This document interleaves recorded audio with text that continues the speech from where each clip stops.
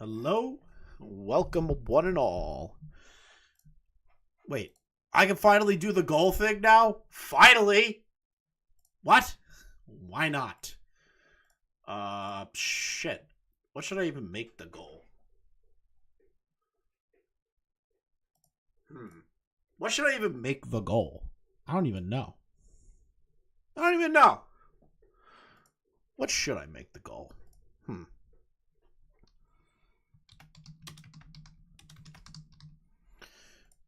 Yeah, that sounds about right. That seems fair. I think that seems fair. Very fair. Almost too fair, if you ask me. What am I even doing today? Let's see.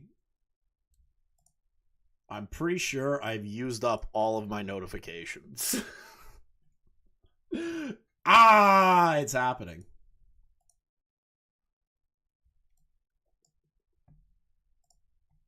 Oh my god. I absolutely forgot to put a thumbnail in. I'm retarded. Wait, why can't I see the chat? What is going on? What do you mean by no data? What is happening? Okay. Okay. For some reason, Streamlabs decided to open up a whole new live for me. That's why I couldn't see any of you. I got fucked! I set up a whole goal and everything. Dude, I have been felted by fucking YouTube. I've been felted. I've been feezed, bro. I was like so confused. I was like, where's the chat? Where are you guys? I finally got goals. Finally. Usually I don't do goals. I think they're kind of gay, but I want to test it out and see if it does all like the sparkly stuff. Because I have a weird thing about that. Hold on. I'm just going to let... This was on a whim. I had no plans for anything today. Also, I need to, like, call out Leon real quick. It's kind of annoying me. Leon is copying all of my content. He is! He's throwing me in there, so I can't complain. But he covers... Okay, so this is the funniest shit, right? Okay? So I cover the Xanderhall stuff. Right? I cover the Xanderhall stuff. Cover the Jake Doolittle stuff. I even talked about the what the fuck is it called? What the fuck? It was a Jake Doolittle stuff. Oh, David Pakman. I was making a thing about David Pakman, the Solari stuff. Leon's copying me, bro. It's official. I'm being copied. And it's gay. It's gay copying. And he does it in the zestiest, gayest way possible. That is crazy to me. Excuse me? Can't I just lie, Leon? You're copying me, bro. It's okay. It's okay. Oh my god. You know what I hate is when you like load one fucking thing and you get fucked on it. You get fucked. Call you? I ain't calling you. Because you're going to start screaming. I got some comments about you. I got some comments that you're a resident schizophrenic. I'm not doing that. Let me see here. I know when I'm going to walk into a trap. What do I promise? No screaming? Bullshit. You're always screaming. Leon, I have a question, chat. How do you feel about this photo of the kid that was Irish and talking shit about black people? How do you feel about that? just taking a survey poll. Just taking a quick survey poll of how you feel about that. just a survey poll. Let's see here. Cartoon is much better looking. True.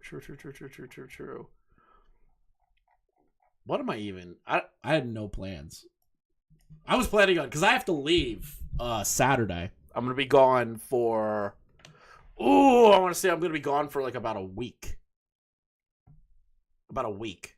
What is this? What have I just been saying? Welcome back from the Neonaze Club. What the fuck is this? Dion blow up or reviewer wanting a video take it down part 1. I have no idea what that's about. What the fuck? That looks crazy. Thank you. Leon, we're not gonna do a debate off of you copying me because it's true. It's true. It's true. It's totally true. Leon is copying me. It's crazy. All right. I'll put him on a timer. Why did I pick video? I don't know why you picked Why did you pick video? I have no idea. You're also copying me. What am I copying you about? You're copying my topics, dude. All the e-beggars. You even did David Pakman today. Yeah. I was about to upload a clip for the David Pakman shit I did. Bro, you're copying me. I saw you like a week ago watch this, and I'm sitting there watching, and I heard him talk about, please don't unsubscribe. And I'm like, whoa, I need to watch this in full. And I did it yesterday. Bro, you're fucking copying me, dude. You're copying me. Is what it. All of the e-beggars have been interesting except for DSP. You watched the whole June the King documentary. You DM'd me and Sly and said, I get why you guys hate this guy. Yeah, I got bored. I didn't even watch the whole thing. I thought you did. But you understand the hatred for Phil. I stopped. I really don't. You don't? You don't understand? No. How don't you? All right, understand? I'm gonna amend that. I do understand, but I don't necessarily care too much about his e-begging. I care more that he was running around saying I could beat anyone's ass, and then everyone shows up and he doesn't fight. He tends to do that. How do you feel about Kendrick Lamar in the Lego movie with Pharrell Williams? You've asked me this before. How do you feel about I had to double take. I still didn't look into this fucking game. This shit. Do you want to go over another politically brain rot individual? It's a 2-hour video, though. It's just, whoa, 2 hours. Who? On Ethanisonline. They just turned trans. Who? They're basically a loser. That's all you gotta know. That's all you gotta know. Isn't that you and me and everybody on YouTube? And they call No, this guy is. Aren't we all technically okay, hold losers? on. Here's why he's worse. He defended pedophiles and said that being against pedophiles is inherently conservative. Wait, do you have a picture of this motherfucker? Yeah, hold on. I need to find a picture now. Ethan is online. Yes, I know their name is Aiden now.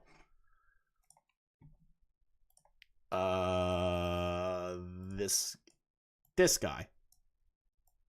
Hold on. I'll share the screen.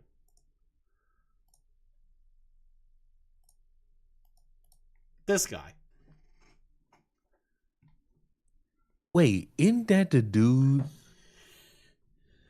who was like, why are you all doing a sting on EDP? Yes, that's the exact video I'm talking about. Oh, no.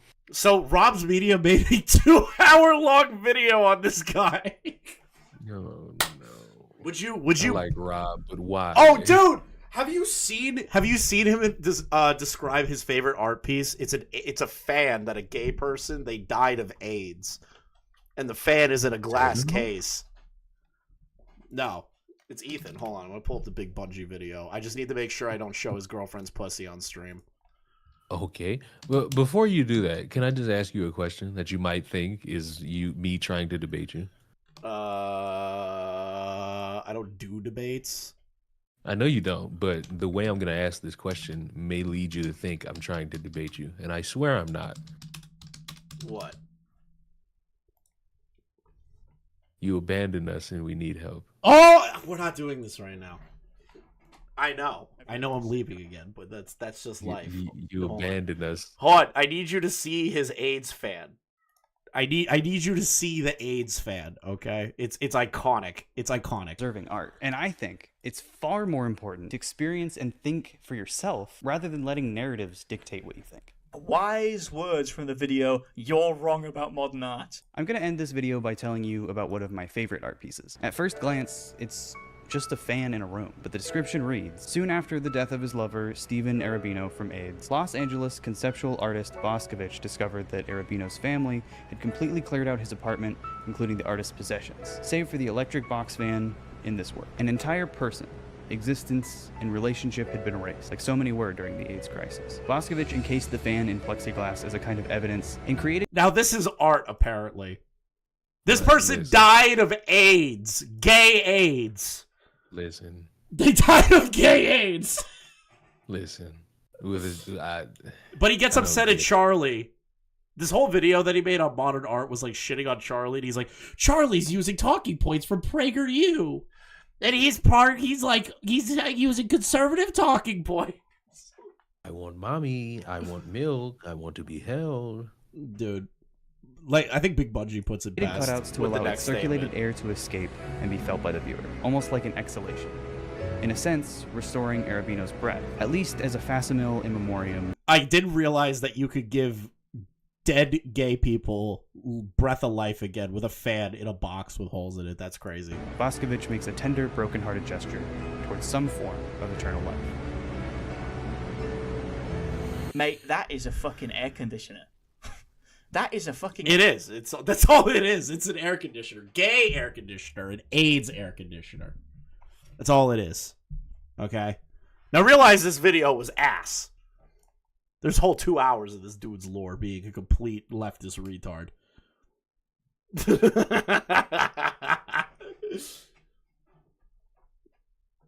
Fell off the same viewership as Aiden. Chris, I should have listened to you. You always should listen to me when it comes to things I tell you, Xylee. No. I told Never. I told Xylee Modern art is great. to not Anifap classic. be surprised if certain things happen. And I fucking called it. And it's happening. I'm betting money. That's exactly what's happening. Fell off, same viewership as Aiden. Dude, I randomly went live. I didn't even schedule this shit. Like, the fuck are you talking about? Aiden is ass, bro. He's been ass since he started live streaming. Chris, What? you abandoned us and we need help. I'm not gonna debate you on what's it called? The fucking Helldiver shit. Stop it. The Illuminate are taking over. I know the Illuminati are taking over. That's the whole point. They're the strongest faction. No, they not. No, the fuck they not. Yes, they are. The fucking bro. We're not debating. These ones. We're not debating this shit. Dude, the only entertaining thing Aiden has done since he started streaming is when some dude spread his bare asshole on camera to own Aiden. That is the only time I've ever been entertained by an Aiden stream.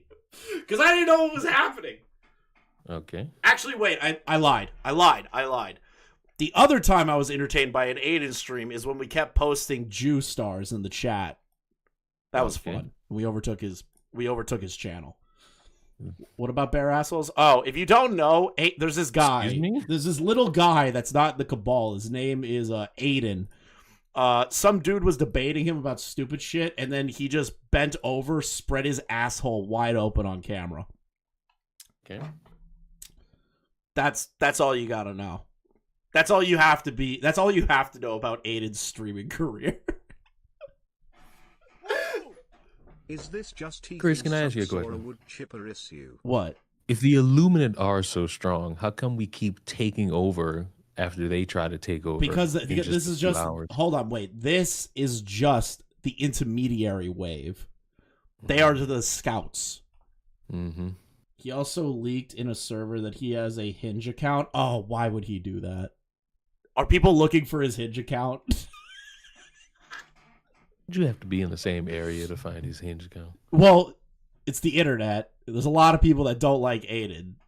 And he keeps telling people he lives in California. So what California viewer has to do is just expand out their Hinge account, just keep hitting no until they find him. Who's Aiden? Aiden Projects. Do I even want to know? Not really. He's just a dude that All everyone right, pays then. copious amounts of money to kick them off their stream. So if you bring him on your stream, people will donate hundreds of thousands of dollars for you to kick him off the stream. That's all he's known for. That sounds like an over-exaggeration. Can't be that bad. Dude, you will get a wave of people saying kick Aiden. I'll pay you money to kick him. Augie. I'm pretty sure Augie said he made thousands of dollars just off of the kick Aiden meme. Is he a pedophile? No, he's just a debate lord. He's like one of those dudes that will debate you on the semantics of like retarded shit. So like an example, I'll say like water's wet, and then he'll go, well, how is water wet? Can you define wet? How about you explain to me in a dissertation about why water's wet? Become a legend. Like he's like one of those people. That's Aiden. Like if you want to debate him on dumb shit, that's the channel you go to. Sounds gay. Incredibly, he thought he was gay, and then he became straight, and he was also a neo-Nazi at one point, and then now he's a leftist. I don't know what's going on with him. He was arrested for trying to stab a cop. You have too many confusing elements to your life, Chris. That's not my life. That's all Aiden. I just know Aiden from RFC streams. Yeah, I have a repository of fucking information on people in my head, dude. Like, That's so terrible. Did Noah Sampson do his Ethan defense video yet? No, I wish. Noah Sampson needs to nut the fuck up and defend Ethanisonline. Or Eden now, or whatever. We need Eden to be defended. I don't know shit about you. You scammed Augie for $150 and you faked being Jewish. Confusing. Like, that's all I need to know about you. Also, your girlfriend went lesbian and broke up with you. Isn't that your editor? Yes. Huh.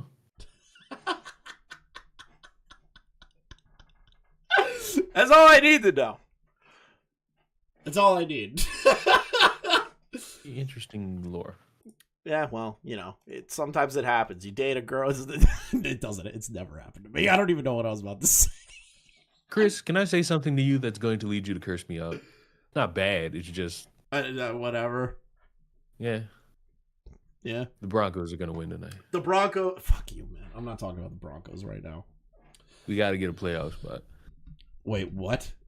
Not gonna lie, I don't want to secure our playoff spot. Yeah, you got to secure the playoffs. Yeah, okay. Not gonna lie, I don't want to draw Chris's face on a fish. What? That doesn't make Someone any drew sense. Chris as a zebra. As a what? Yeah, you got drawn as a zebra before. A zebra? Oh yeah. Mm-hmm. I was also drawn as a pony from My Little Pony. Fucking Beckett. Yeah. Fucking Beckett did that. Mm-hmm. Fucking asshole. All right, hold on. I want to see how Robbed Media talks about Ethan. I love Ethan content. After he got mad at me on Twitter when I blew him out of the water with facts and logic, I've been enamored by the history of Ethan. You're a freak show, dude. You're so desperate. Yeah, man. I'm desperate. I think that 50. Well, yeah, that nobody knows that clip's context. Is that the one where he tried to accuse Larix of being a pedophile? Hold on. Is this all YouTube over here? Right, so desperate for of being a pedophile? Yep. Okay, so this, bro, this right here was a completely fake allegation, like it's a joke against Larix. Ethanisonline liked the tweet and thought it was real. Like it was like actually like fake fucking allegations, and Ethan thought it was real. That's the fucking the context of this clip. No, dude, you're so desperate. Yeah, man. I'm desperate. I think that 15-year-old deserved it. He never should have brought up Ian's wife. I'm a little overweight. I don't like how it feels. So do something about it. I am, asshole. Welcome back to Idiot Influencers. Today, we'll be recounting the story of Ethanisonline, someone I've covered before on this channel who needs his own video. The more I dig into this person's online history, the worse it gets. He's made too many bad videos to count. So here, we'll be taking a closer look at his past and present controversies. This is the disastrous internet career of Ethanisonline. Oh, no. Oh, no.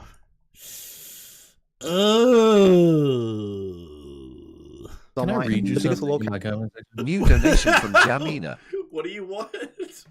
Can I read you something? And for the chat? Sure. It like directly, and I quote, Ruin Leon, what's up? On an unrelated note, could you look into this stupid incident? A teacher claimed she wasn't racist because she was a lesbian. She asked 2 black kids if they were purebred, in quotations, and said the N-word, claiming it was in a book when it wasn't. End quote. Interesting. Also, Shogun, thank you for the 5. Chris, why are you sweeping for your groomer? Is Aiden grooming you or is Larix grooming you? Which one is it, Shogun? I think they mean Ethan's grooming you. Ethan created his channel back in 2014, simply calling it Siora. His early content is What a terrible name. deleted, though the oldest video on his channel is from January 2017, when he was 17 years old. And honestly, these videos are alright. Nothing great, but hey, it's a lot better than when I was posting in 2017. Today I'm going to review the LEGO set 8964.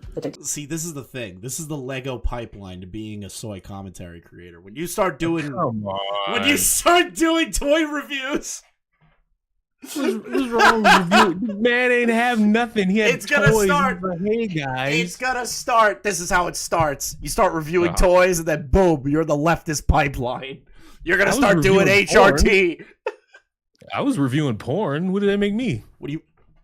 What? Have I not told you that I started doing OnlyFans porn reviews? I think you did. I just I had didn't remember. porn stars sending me free fucking access to their OnlyFans. So you did? Oh, so you like how Tipster got a free year for like a free year of Brazzers? Yes. Yes. That's fucking crazy. You Did I not tell you this? No, you were reviewing pornography. Yeah. That's crazy. Who's in the call? Ruin Leon. Somewhere. Can't wait for Chris and Leon to start a joint Lego channel. I won't do a Lego channel. Why? We have Legos everywhere. To the purple S stud sound effect, maybe. Titanium command right. Ethan was clearly inspired by the edgy commentary channels at the time, like Idubbbz and Ethan Klein, with his oldest public video being a rant about the channel Mr. Gear. He'd slowly start to post more consistently, though it's possible he deleted much of his older videos. It featured a mix of video game content, reviews, and short commentary style content. Most notable is his video on Ethanisonline, where we get to see what Ethan used to look like. God, he looks like a normal person. Oh my god, what happened to him? What? Excuse me. He lived the American dream. What happened to her? Excuse me. I'm sorry. I don't want to be transphobic. I don't want to be transphobic. Is he trans? He's trans now. They go by Aiden. Oh, cool. Yeah. What happened? It's really interesting to hear Ethan give good takes, which is especially impressive since Why does that look? Why does he look like even gayer Larix? Like honestly, like why does he look like Larix that he would take it up the ass? What is this? If Larix had spacers and he was gay, this would be Larix. More He looked like you before you transitioned. Never had that haircut. Cuck sponge. You cut off the head and 2 more grow back. But this time they're vegan. And there are a lot of why I don't particularly care for Onision videos out there. And none of them quite address the points that I would like to address today. And obviously I think these videos are very legitimate, some of them, especially coming from the ones of the people he's fucking harassed. But speaking from someone who has a very small voice on the internet and has never interacted with Onion Man, I'd like to give my 2 cents. Something that I'll also commend him for is his editing skills. It really stood out to me in his 2003 Hulk video, and it clearly caught people's attention. I mean, soon, he'd start editing for another YouTuber, Nick is Not Green, a consistent character in Oh. Nick. The guy who called for Sneeko to be banned for making a very obscene joke, but a joke nonetheless. The guy that accused Super Mega of covering up sexual assault when that isn't what they did at all. Yeah. The worst people you know all know each other. our story. This is something Ethan would mention in his 2021 Q&A video, which he made around the time he reached 4,000 subscribers. Nadia Barcelona asked, how many people do you edit for? Okay, I'm also afraid that if men start growing their hair out like this, that they will become a woman. Chris, do you know that your hair is not that much shorter than this? Are you kidding? Look at his look at this. That is like going down to his shoulders, dude. You're close to that. I'm not even remote. This is like Bo Black's hair. Like, what the fuck are you talking about? I give you like 3 months growing your hair out. Just like that. Dude, he looks like a mom from the Midwest that believes in the Bible. Or I only edit for one person other than myself, and that's Nick. I edit I'd say 40% of the second channel videos that he puts out. I could not be happier or luckier to be in the position that I'm in. I'm super grateful. And Nick, if you're watching this, I'm lying with everything I just said. Shut up. Also in 2021, Ethan would branch out to doing more. You know what I hate is the Vine thud sound effect. I fucking hate videos with that shit in it. It's an Political commentary. iconic sound. I just hate it so much. It's so annoying. Like, I know it's older videos and shit, but like, fuck me, I hate it. Calling out Ben Shapiro. Here, Ethan mentions being a fan of H-Bomber Guy, a breadtuber known for his videos debunking conservative conspiracy theories. Breadtubers are basically left-wing online creators who discuss political topics alongside other issues in pop culture. It's very evident here that Ethan was inspired by this type of content to make his own, using it to go after an easy target like Ben. Not saying that's a bad thing, but it's obvious that Ethan was seeing how this was received by his audience before tackling other topics. He'd also make videos criticizing other conservative content like the Babylonian Bee, a Jim Brewer comedy special, and Sigma Male TikToks. Ethan would realize that these sorts of videos did way better than his usual content, typically doubling or tripling in views. This would skyrocket him into emerging leftist spaces on YouTube, where he'd become friends with our good pal Nick. The two would first collab in November 2021. Yo, if we get 5,000 likes, I will pay Ethan half of what I usually pay him. No, guys, don't like the video. Nice, this is solid editing. Yeah, that's right. I was gonna be generous and be like, yo, I'll double it up. Hell no. Nah, Nick is Hell not no. generous. Now, 2022 is when Ethan's content really started to shift in quality. They're still decent production-wise, but in terms of what he's saying, not so much. Now, the videos from this time period weren't really looked at with a critical lens, at least until much later. He just looks like a grandmother that was never inducted into, like, the modern era.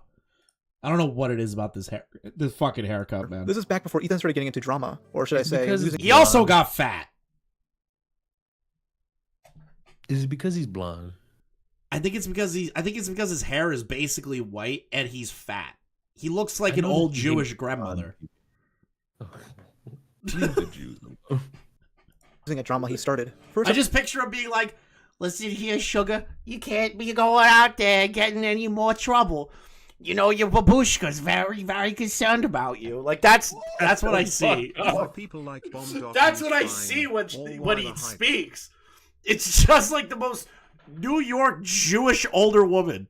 Let's go over his video, The Most Insecure Men on TikTok, where he criticizes members of the NoFap movement, specifically the extremists of that movement, showing how hyperbolic they can be. My issue comes to the fact that Ethan is coming at this from the complete opposite extreme, as in, he's coming at this from someone who's way too sex positive. I don't even know how much money you spend on cigarettes, but you have to still spend money. Oh, and how do you access it? Just type in a 7-letter website. Not to mention how so much harder it is to quit, because this is a real addiction. Because porn is a real addiction. Crack, you can stop that anytime, but porn, nah. A lot of his criticism boils down to Ethan trying to paint these guys as loser incels who hate women, trying to grift off mentally ill boys. So we're really getting down to the core of why so many people are NoFap. They're incels. They're just incels. They hate women. They hate knowing that other people are. Leon, if you don't jerk off, are you an incel? I don't know if that. I don't know if that's how that works. I don't know if that's how that works either. I don't think that's how that works. Chronic masturbation studies show that that's probably not how that works. Huh. People are having sex and want that to stop. They're ashamed of themselves and ashamed that they have to masturbate because they can't get laid, and they want everyone else to feel the same way. Or maybe they want to help people? Because out of all the guys he mentions, only one seems to be a grifter using this to make money. These other guys seem genuine. They're just being exaggeratory to grab people's attention, just like Ethan. The real reason why I'm talking about this video is due to Ethan's takes on porn addiction. This is as good a time as any to talk about porn addiction, because what a lot of NoFap dudes like to imply is that if you watch porn one fucking time, you're addicted. Like, it's literally a real drug. That is not true. Porn addiction is actually one of the most overreported addictions, despite the majority of people who report that they have it not actually exhibiting any symptoms of real porn addiction, to the point where there are prominent psychologists and sex researchers who argue that porn addiction isn't even a real thing. So comparing porn addiction to something like actual hard drugs is fucking insane. If you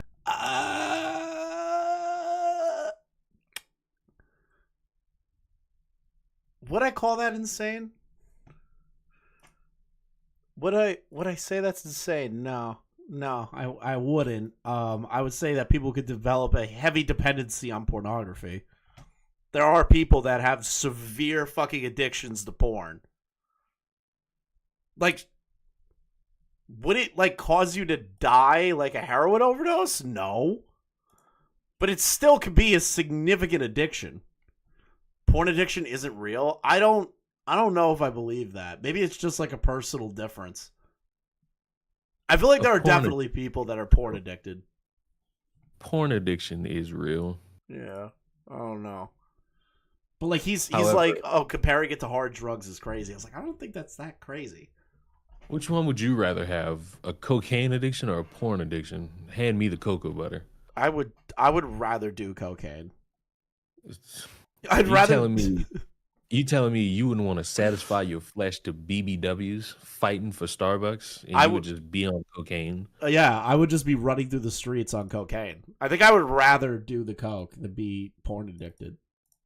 Say it with me, y'all. White people. Heavily drink every single day for 20 years, and then one day you just stop out of nowhere, you will die. And the same goes for most drugs. You can stop porn anytime you want. Just because it's difficult doesn't mean you're addicted to it. Okay. Wait a minute. If you have a dependency on something, and that dependency is difficult to drop and move past, would that not be considered an addiction? Because you have built a dependency on it. Is that not an addiction? Okay, let's break this down. Ethan is insisting that addictions to adult content are over. It just doesn't make sense to me. Reported and might not even be real. His evidence being this insider article that he doesn't even source any description. But don't worry, I did. The reason why these psychologists and sex researchers say these addictions aren't legitimate is because they aren't listed on the DSM-5. The DSM-5 is a book detailing mental disorders, which does list addictions to video games and gambling. The reason why adult content addictions aren't listed is because this book was written in 2013, with slight revisions in 2022 and 2023. This means that the main source for this claim is outdated, and several studies have since proven that these addictions are legitimate. The National Library of Medicine published the study Neuroscience of Internet Pornography Addiction, a review and update, in 2015. I'll link it below, but essentially it states that these sorts of addictions are comparable to other internet addictions. You know, I kind of wanted to just read this. A revolutionary paradigm shift is occurring in the field of addiction and has implications for assessment and treatment. While addiction has historically been associated with problematic overconsumption of drugs and or alcohol, I don't know how to pronounce that word, neuroscientific research in this field has changed our understanding over the last few decades. It is now evident that various behaviors which are repeatedly reinforcing the reward, motivation, the memory circuitry are all part of the disease of addiction. Yeah, that makes sense. Like, why is Ethan trying to say it's not what it is? The ones that are mentioned in the DSM-5, and most people of common sense can see that, but Ethan's out here with the, actually. Also, it's obvious that adult content addictions aren't as harmful as drug addictions. The comparison is that they both addict you in similar ways. Ethan ignores this nuance because his ultimate goal is to paint no-fappers as incels. Pretty sure these guys are voluntarily celibate, as in, they want to have healthy, non-sexual relationships. I don't think this guy knows what that means. All the legitimate criticism— Yeah, isn't incel like you're involuntarily celibate, but you're also like, incel carries the connotation that you are hostile towards women. Isn't that what incel has? Like, is a defining factor is that you're hostile towards women and like you're afraid of women? Like, I just watched the retarded man pick up a chair and just threaten everybody in the room. Nice. You see that Fuentes almost got assassinated today? Bro, I'm making a video as soon as I'm done here. You can go make the video. You don't have to sit here if you don't want to. I don't fucking want to do it right now.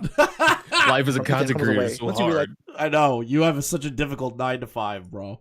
Right, this for his own benefit. eBay. This guy's dating Give me money. who sells lewd pictures of herself to random men on the internet. Hitting women is part of more of the extreme of the incels. Okay, but the connotation that people hear the word incel, they usually subscribe it to somebody who's like hostile towards the other sex. That's at least what I think. Her entire business relies on men being addicted to porn. If he was actually a sex researcher like he claims, he would know that it's not good to consume too much adult content. Now, I'm a very sex-positive person, and sex research is something that I'm very passionate about. In fact, sex research? Leon, would you take a YouTuber's sex research? Would you want that? No. I don't think anyone should be going around unless you have a doctorate saying you're doing sex research. It just makes you sound gotta like... be a fucking rapist. Either a rapist or a porn addicted freak. Like, those are your only two options. This video is something that I've been... Yeah, I've gone out into the field and tested my sex research. I've seen what it's like when women don't want me and when they do want me. trying to work on for a long time, but I've been trying not to make it so lecture-y. Well, you failed on that front. I want to thank the YouTuber Golden Boy, who did research into this specific topic. I'll link his video below. The issue that I noticed here is that Ethan became incredibly biased towards like-minded people, as in, other leftists like him. Now, as I said in my Denim's video, everyone has some level of bias. I'm biased towards certain people, and Ethan is biased towards certain people. So as you can obviously tell, I have a bias here. I don't understand how this became a controversy in the first place. But with Ethan, he's not able to properly defend his bias. When you can't do that, it makes you look dishonest. There are loads of examples I'll give in this video. Not even really just dishonest, it's just retarded. Like, if you have a bias towards something, you need to understand that the opposition's going to have fucking retorts for you, and you need to combat those retorts. I am doing research. But the first one has to be Ethan's take on React streamers. What do you mean, why? So that you could actually articulate your points well enough so that you could defend what you believe. If you're bad at defending that off the bat, you're a retard. Don't say why again. I'm gonna reach through the fucking screen and kill you. Now, I won't dive too deep into this topic, as I've discussed it a lot this year, but Ethan outright defends the lazy content of people like Hassan Piker and Denims. Even if a streamer played an entire fucking video without commenting whatsoever, if they were doing it in good faith because they liked the video, I don't see anything fucking wrong with that, provided... So he also has terrible fucking ideas of copyright infringement and reaction content. Incredible. This dude stands for everything I fucking hate in the world. that they credit the person who made it. Okay, but if the creator barely... Oh, wait a minute. Not necessarily. They just put it on the screen. They don't link it in chats. During that time frame of YouTubers versus Twitch streamers, all they did was react to the video, walk away, and do nothing with it. They wouldn't engage with the video. They wouldn't try to argue with the video. They wouldn't try to actually understand the video. They'd just be like, bro, that's crazy. That's crazy. That's crazy. Or eat food and sit there and say fucking nothing. Wait a minute, motherfucker, because I say that's crazy. Yeah, but the thing is that you actually articulate past the that's crazy. They stop at the phrase, that's crazy. And then they just play the video more. That's great. He reacts to the video, then what's the point of watching it? Why not just watch the original? I'd rather just watch the original instead of the version of Hassan's chair in the corner blocking part of the screen. Ethan tries associating all React streamers under the same umbrella, instead of differentiating the terrible ones, because he likes the terrible ones. Not specifically because their content is good, but because he agrees with them in other areas. Then there's a video, TikTok has a comedian problem, which is just 20 minutes of him complaining about jokes he takes offense to. They end up making really unfunny topical jokes about transgender people or gay people. I don't know. Oh no! Dave Chappelle. 20 minutes of him complaining about jokes he takes offense to. They end up making really unfunny topical jokes about transgender. Dave Chappelle, it's always Dave Chappelle. It's always Dave Chappelle. Every time it's something about the LGBTQ community. Oh, I have an issue with Dave Chappelle making jokes about trans people. Dude, he's a comedian. There are comedians that make fun of things. The whole point of comedy is to make you laugh. Whether that's through absurdist humor or tackling things that are dark humor or what we consider taboo humor. Why can't trans people get made fun of? Why? Because trans are the special people, Chris. You can't make fun of the special class. But like, why the fuck? Why can't we make jokes about it? Why can't we make jokes about people? Like, because we are an oppressed group. Did you see Chris Rock making fun of Luigi? Let's go, Chris Rock W. But like, the thing is that why can't we make fun of them? Why is the argument always we can't make fun of them? Why can't we make an argument as to why we can't treat trans people like other human beings? Where we can make jokes about black people, white people, Asian people, fucking Hispanic people, all of the different races, like ethnicities, sexes. We can't make fun of trans people. They're not like other humans, Chris. I think we've established this. You're being transphobic. Gender people or gay people, I don't know, the Holocaust. And then when people say, who cares about if you make a joke about the Holocaust? I'm sorry, like, who cares? Who cares? There's a rule, right? After 10.5 years, it becomes funny. That's why AIDS jokes are funny now. That's why 9/11 jokes are kind of funny. Like, dude, there's a rule. After 10 plus years of something being a tragedy, it can be made a joke of. Or you can be Gilbert Gottfried, and the day after 9/11 happens, you can make a joke about it on stage, in public, and not give a shit like the GOAT, Gilbert Gottfried. Hey, I think that's a little annoying of you. They double down and act as if it's their, like, right from God to be annoying. Well, no, it's a right of every American to have free speech. Like, sure, can the speech be retarded and you think it's retarded? Sure, but it's still there. It's still written in our Constitution. You have access to free speech. If somebody wants to make a joke about black people, they can make a joke about black people. If somebody wants to make a joke about white people, they can do that. Make a joke about black people right now. There's too many to count. So you're just not funny. That's all I'm hearing. Damn, bro. Wait, comedy? You got me. Is the most important thing. If you can't laugh at stuff, then society ends. Listen. Unfunny white guy. Listen, don't try to listen. At the end of the day, all you're going to do is go find a bucket of chicken and fucking cry your eyes out. I knew it. It was eat fried chicken. You're gonna demand. You're gonna demand rape your entire family. Then you're gonna demand reparations, and I'm gonna sit there and count my money as a white guy. Listen, you can count your non-existent money while you shoot those kids who bullied you all those years ago. It's not gonna save you. Oh, that's great. So you can go into another neighborhood and start shooting them up as well. Got it. Totally sure. fair. And you can go in and kiss your sister on the lips. It's not my issue. It's yours. And your dads can leave you and then beat your moms before they leave the door. And you can rape your mom. Right, Ethan. You don't have the right to be annoying. Get in the prison cell, dude. Ethan mainly focuses. That was the most racist back and forth we've ever had. Stereotypes everywhere. Chris W. What? That was terrible. My what is it? My delivery was not good. I tried not to, man. But I. That's because you were afraid to be racist. But that, hey, you know. Matter of fact, comedians joke around you about look like Fuentes. We ship you with the rest. Matter of fact, you seem let like the me kind of call guy Trump. that you We got a look couple like- motherfuckers I have a over here. I don't question. see no green card. It's time to go. I have a Fuck question. it. Do you actually have taste buds, or do you just tell all fried chicken is just fried chicken? No, bro. It's You the seem grape like you juice. would. It's It's the your grape people. soda and the Kool-Aid. It killed my taste buds. Wait, what kind of Kool-Aid? Is it grape Kool-Aid? Grape Kool-Aid. I said that. motherfucker, You yeah. weren't listening. I love You grape weren't Kool-Aid. hecklers, and his takes are as weak as always, specifically in regards to Jimmy Grape Kool-Aid is goated. Carr. Would you want for your entire chat to hear the Uncle Ruckus band song? Your answer should be no. Hold on, I have something to show you. As someone who is Middle Eastern, I never care about people make jokes about 9/11, but it's because of political egomaniacs that makes that illegal. True. Hold on. I posted this somewhere. Where is it? Oh, I put it in the Minecraft server. Hold on. Oh, nope. Jigaboo, Chef, jigaboo, stop color, coolie. It's a good one. Hold on. I have Black porch monkey, brown baboony, melon muncher, chicken bones sucker. That really is. What is it? What the fuck was that song called again? I call it the Uncle Ruckus band song. I kind of just want to play it now. I feel like I'm gonna get a strike. Whoa. I know I'm gonna get a strike.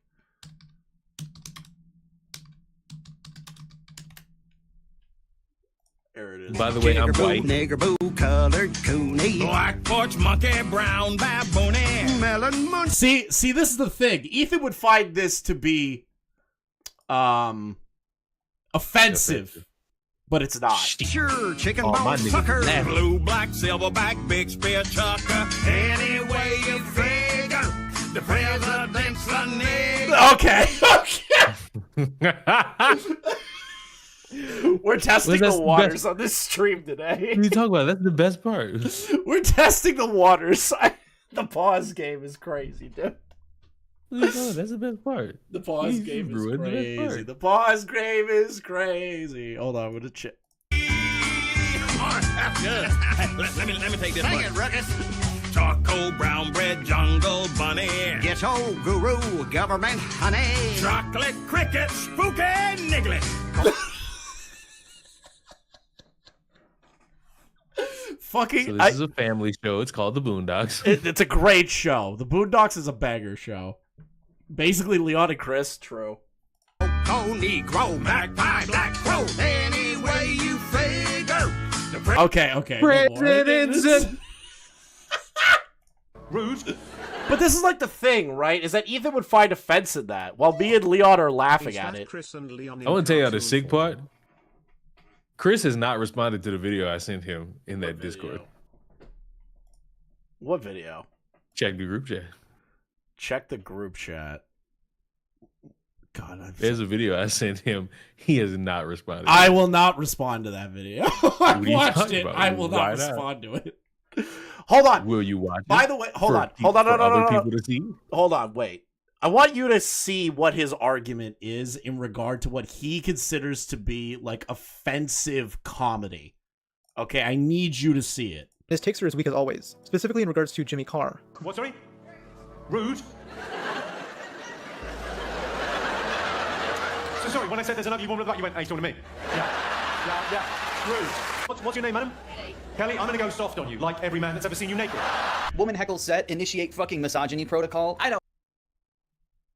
That's apparently offensive to what he is trying to argue. That dude, I've seen his comedy sets before. His whole bit is to get the audience annoyed with him, say something stupid, and then he heckles them back. That's what he's like, that's what he got famous for. And Ethan's like, misogyny protocol? Excuse me, sir. You treated a woman like shit. It's not even anything like racist. We just played the Boondocks fucking song.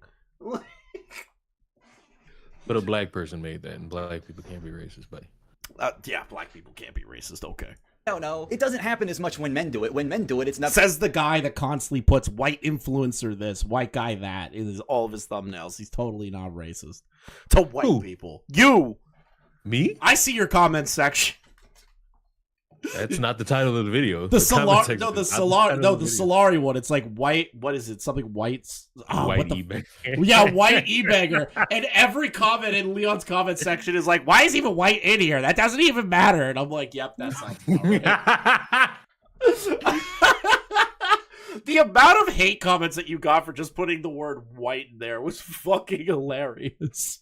And a fuck is what I didn't give. That was great. And fat. Motherfuckers got mad because I called what's that fucker's name? The recent one. Xander Hall? David Packman. No. Jake Doolittle. Yeah, Jake Doolittle. Motherfuckers got mad because I called him a white savior. What does it being white have to do with any of this? You dumb fucking bitch, I'll kill you. You made fun of a woman? Gonna hit you with the misogyny label. And by the way, from what I've heard, hecklers are basically encouraged to pester him. It's considered an honor by fans of his to be roasted by Jimmy. Ethan just hates the fact that people like— That is true. Jimmy's entire fucking set has done that. Wait a minute. Would you rather be racist or a vegan? I'd rather be a fucking racist. I'd rather be a racist. I'd rather be a racist. Fuck a vegan, bro. Like I'd rather like call. I'd rather call Leon like all the slurs in the world than be a vegan. And you do.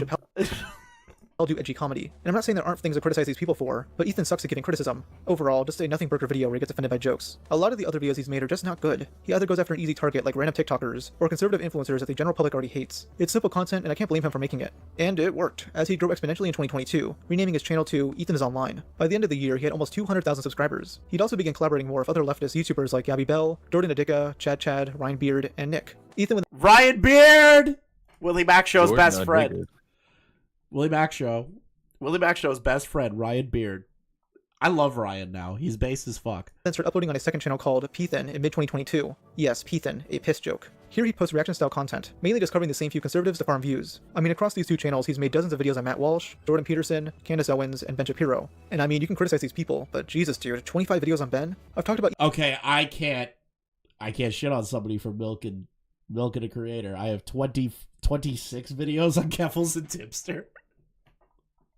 It's all in one playlist, so it's all different aspects of Keffels and Tipster, but I also milked Quantum for 15 videos. I milked Def Noodles for like 20.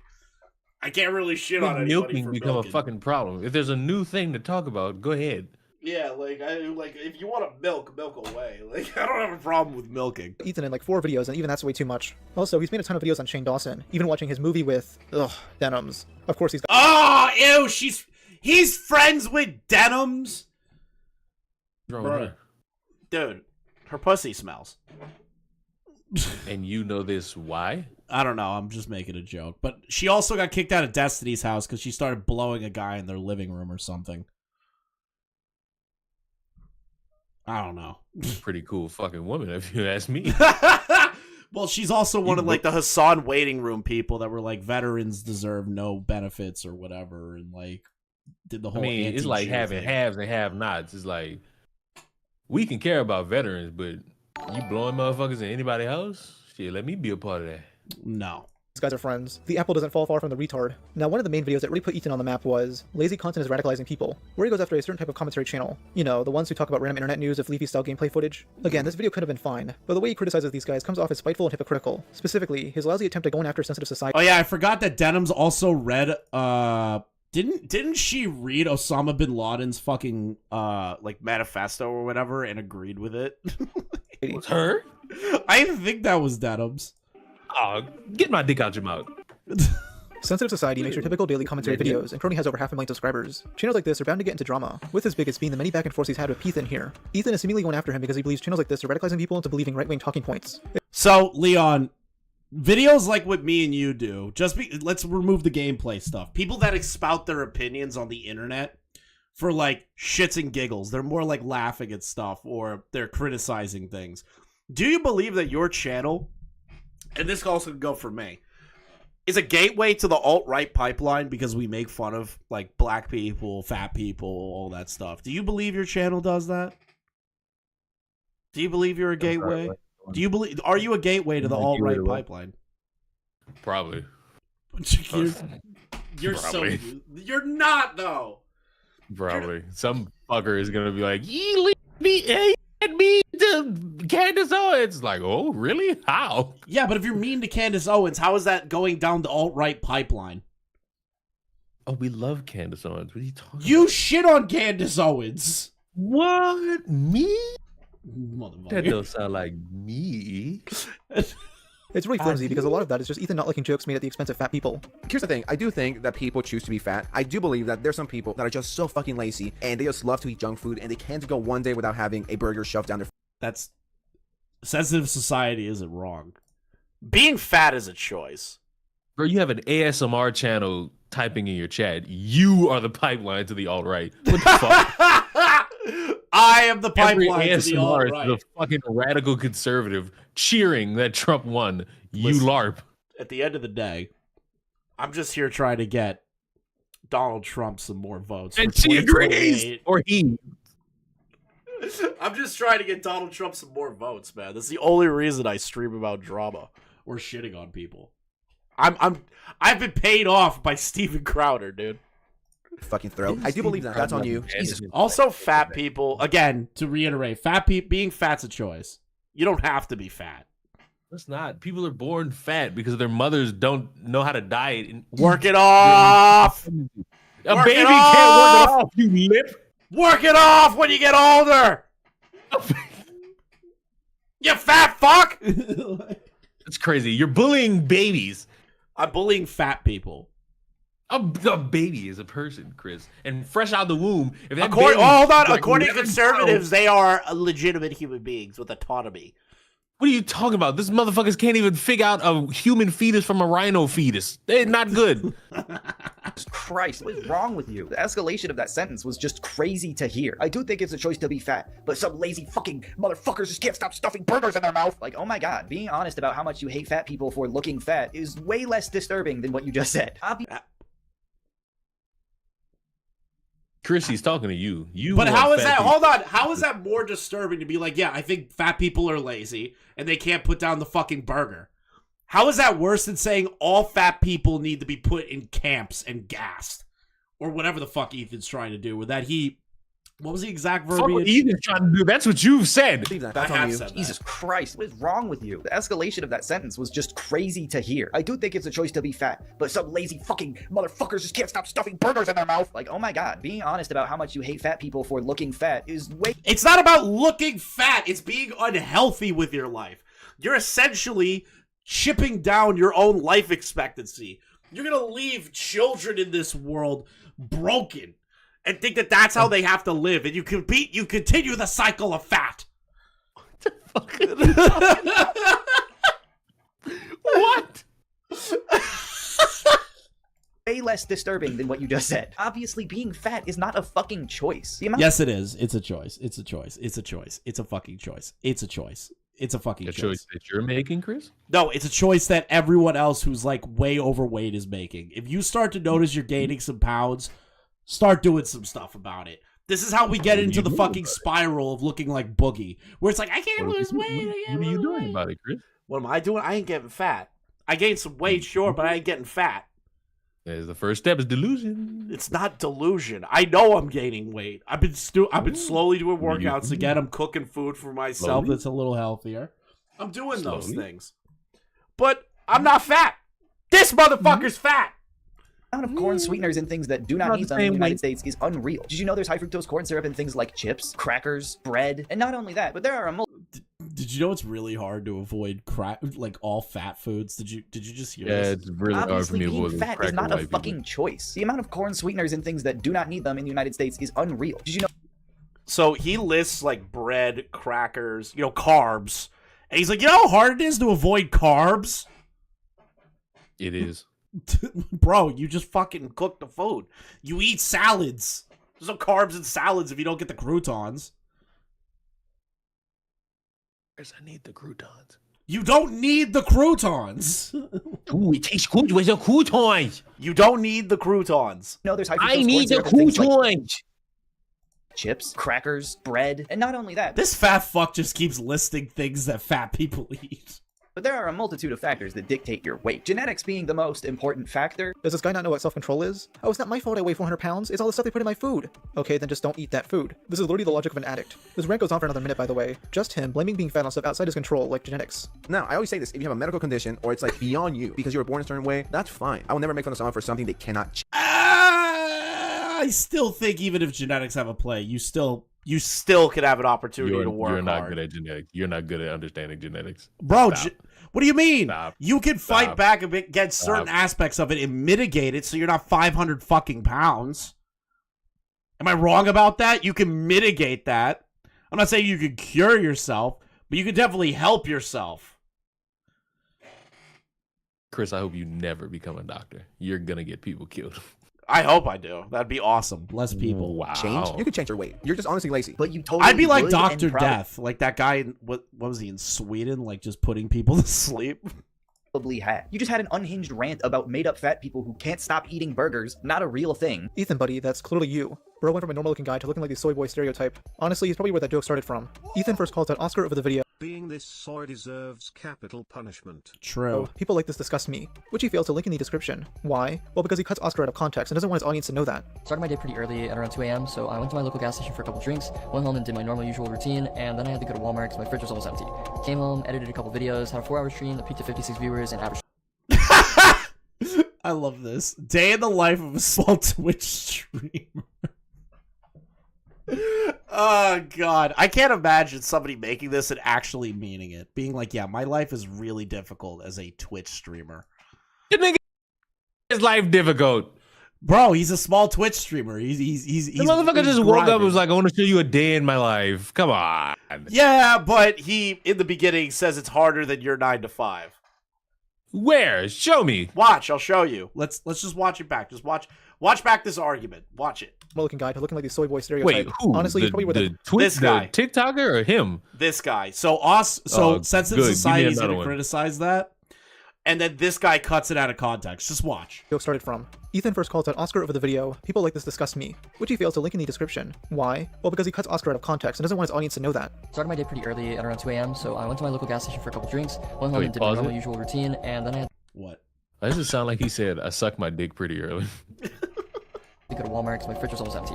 Came home, edited a couple videos, had a 4-hour stream that peaked at 56 viewers and averaged 23, and then I was pretty tired.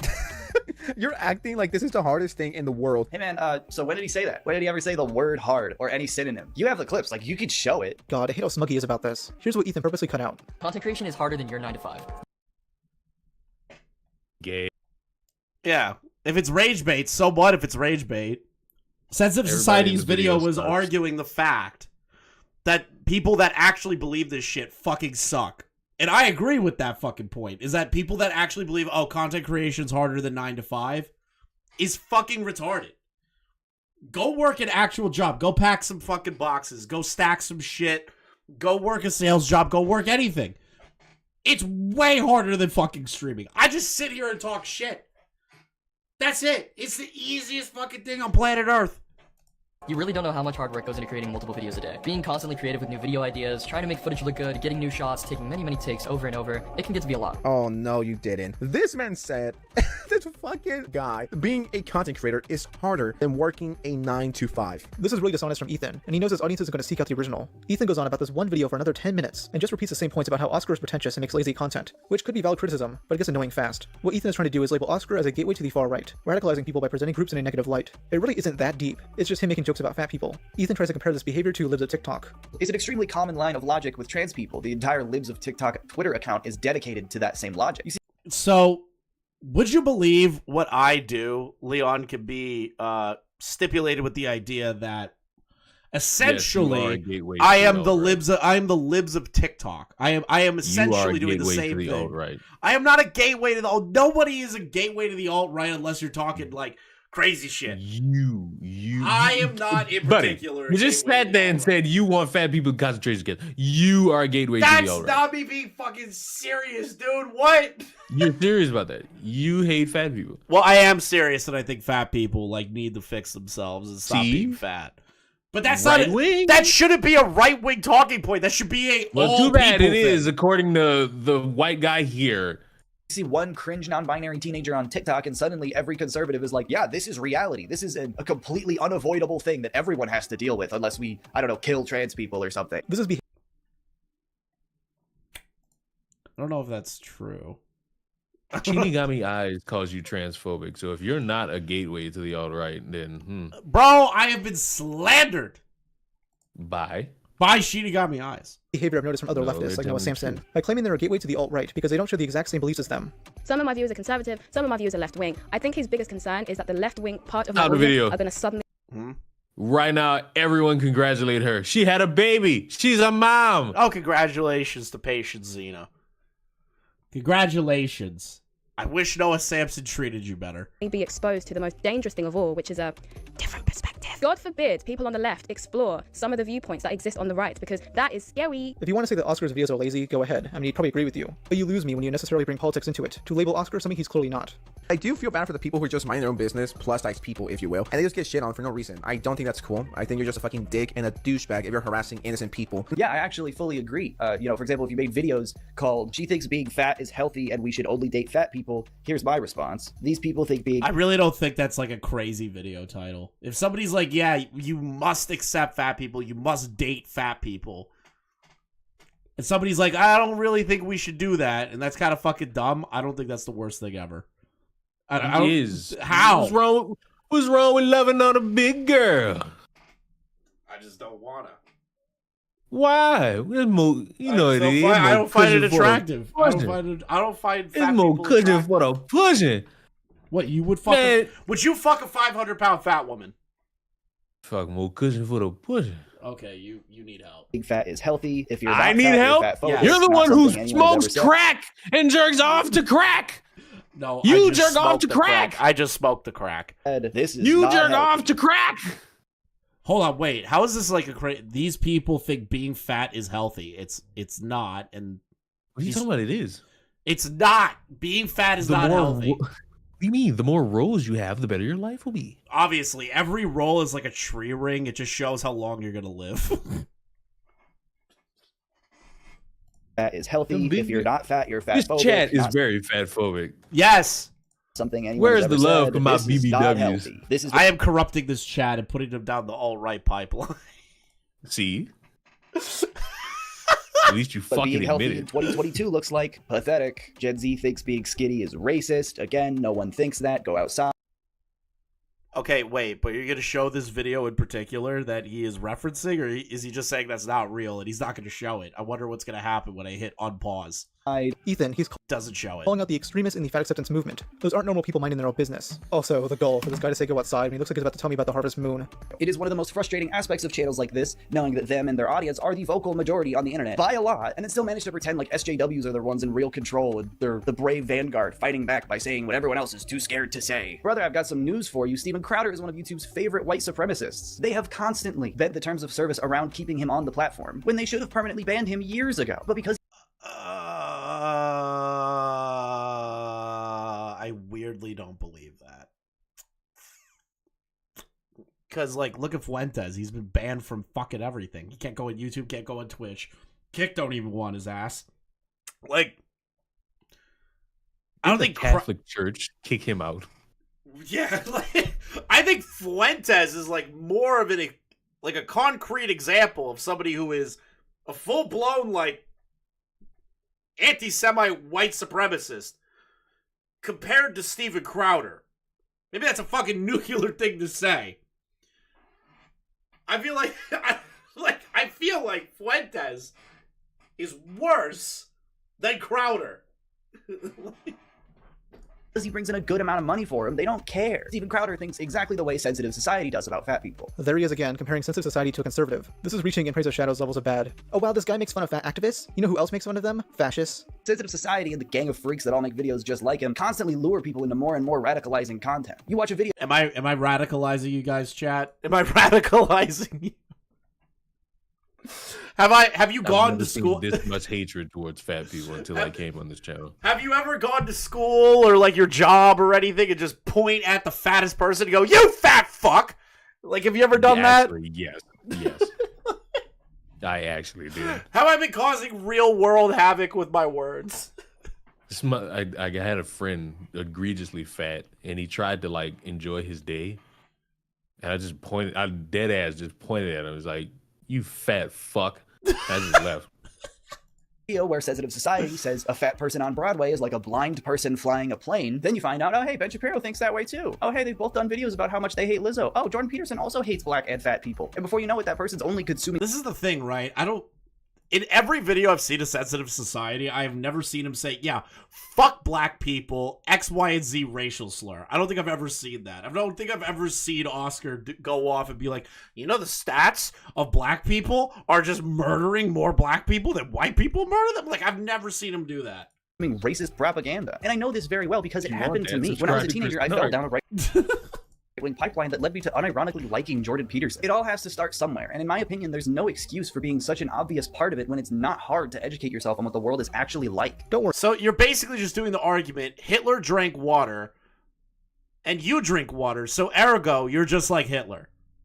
That's the argument that we're dealing with here. Guys, he's totally not an extremist anymore. It's not like he just switched to being an extremist on the other end of the political spectrum. Then Ethan reveals the real reason he's making this video. Oscar made a video criticizing Nick. This is like a discount Cody Co. There's something about him that's really punchable. He's everything I hate, and someone who most likely would have gotten bullied in high school for being an annoying, pretentious prick. It's just so exhausting to hear people flounder around to try to find reasons to hate Nick and his content. Like, you can be jealous that he makes real videos. That's fine. It's okay. You know Nick does the same thing Sensitive Society does, right? But without the video game footage. Like, that's all Nick does. He doesn't make like a Lemino inspired video. He doesn't make a June the King style documentary. The dude sits there with a camera, talks shit, and throws things on the screen. That's not like, it's hard work. That's not better content than anyone else. It's hard work.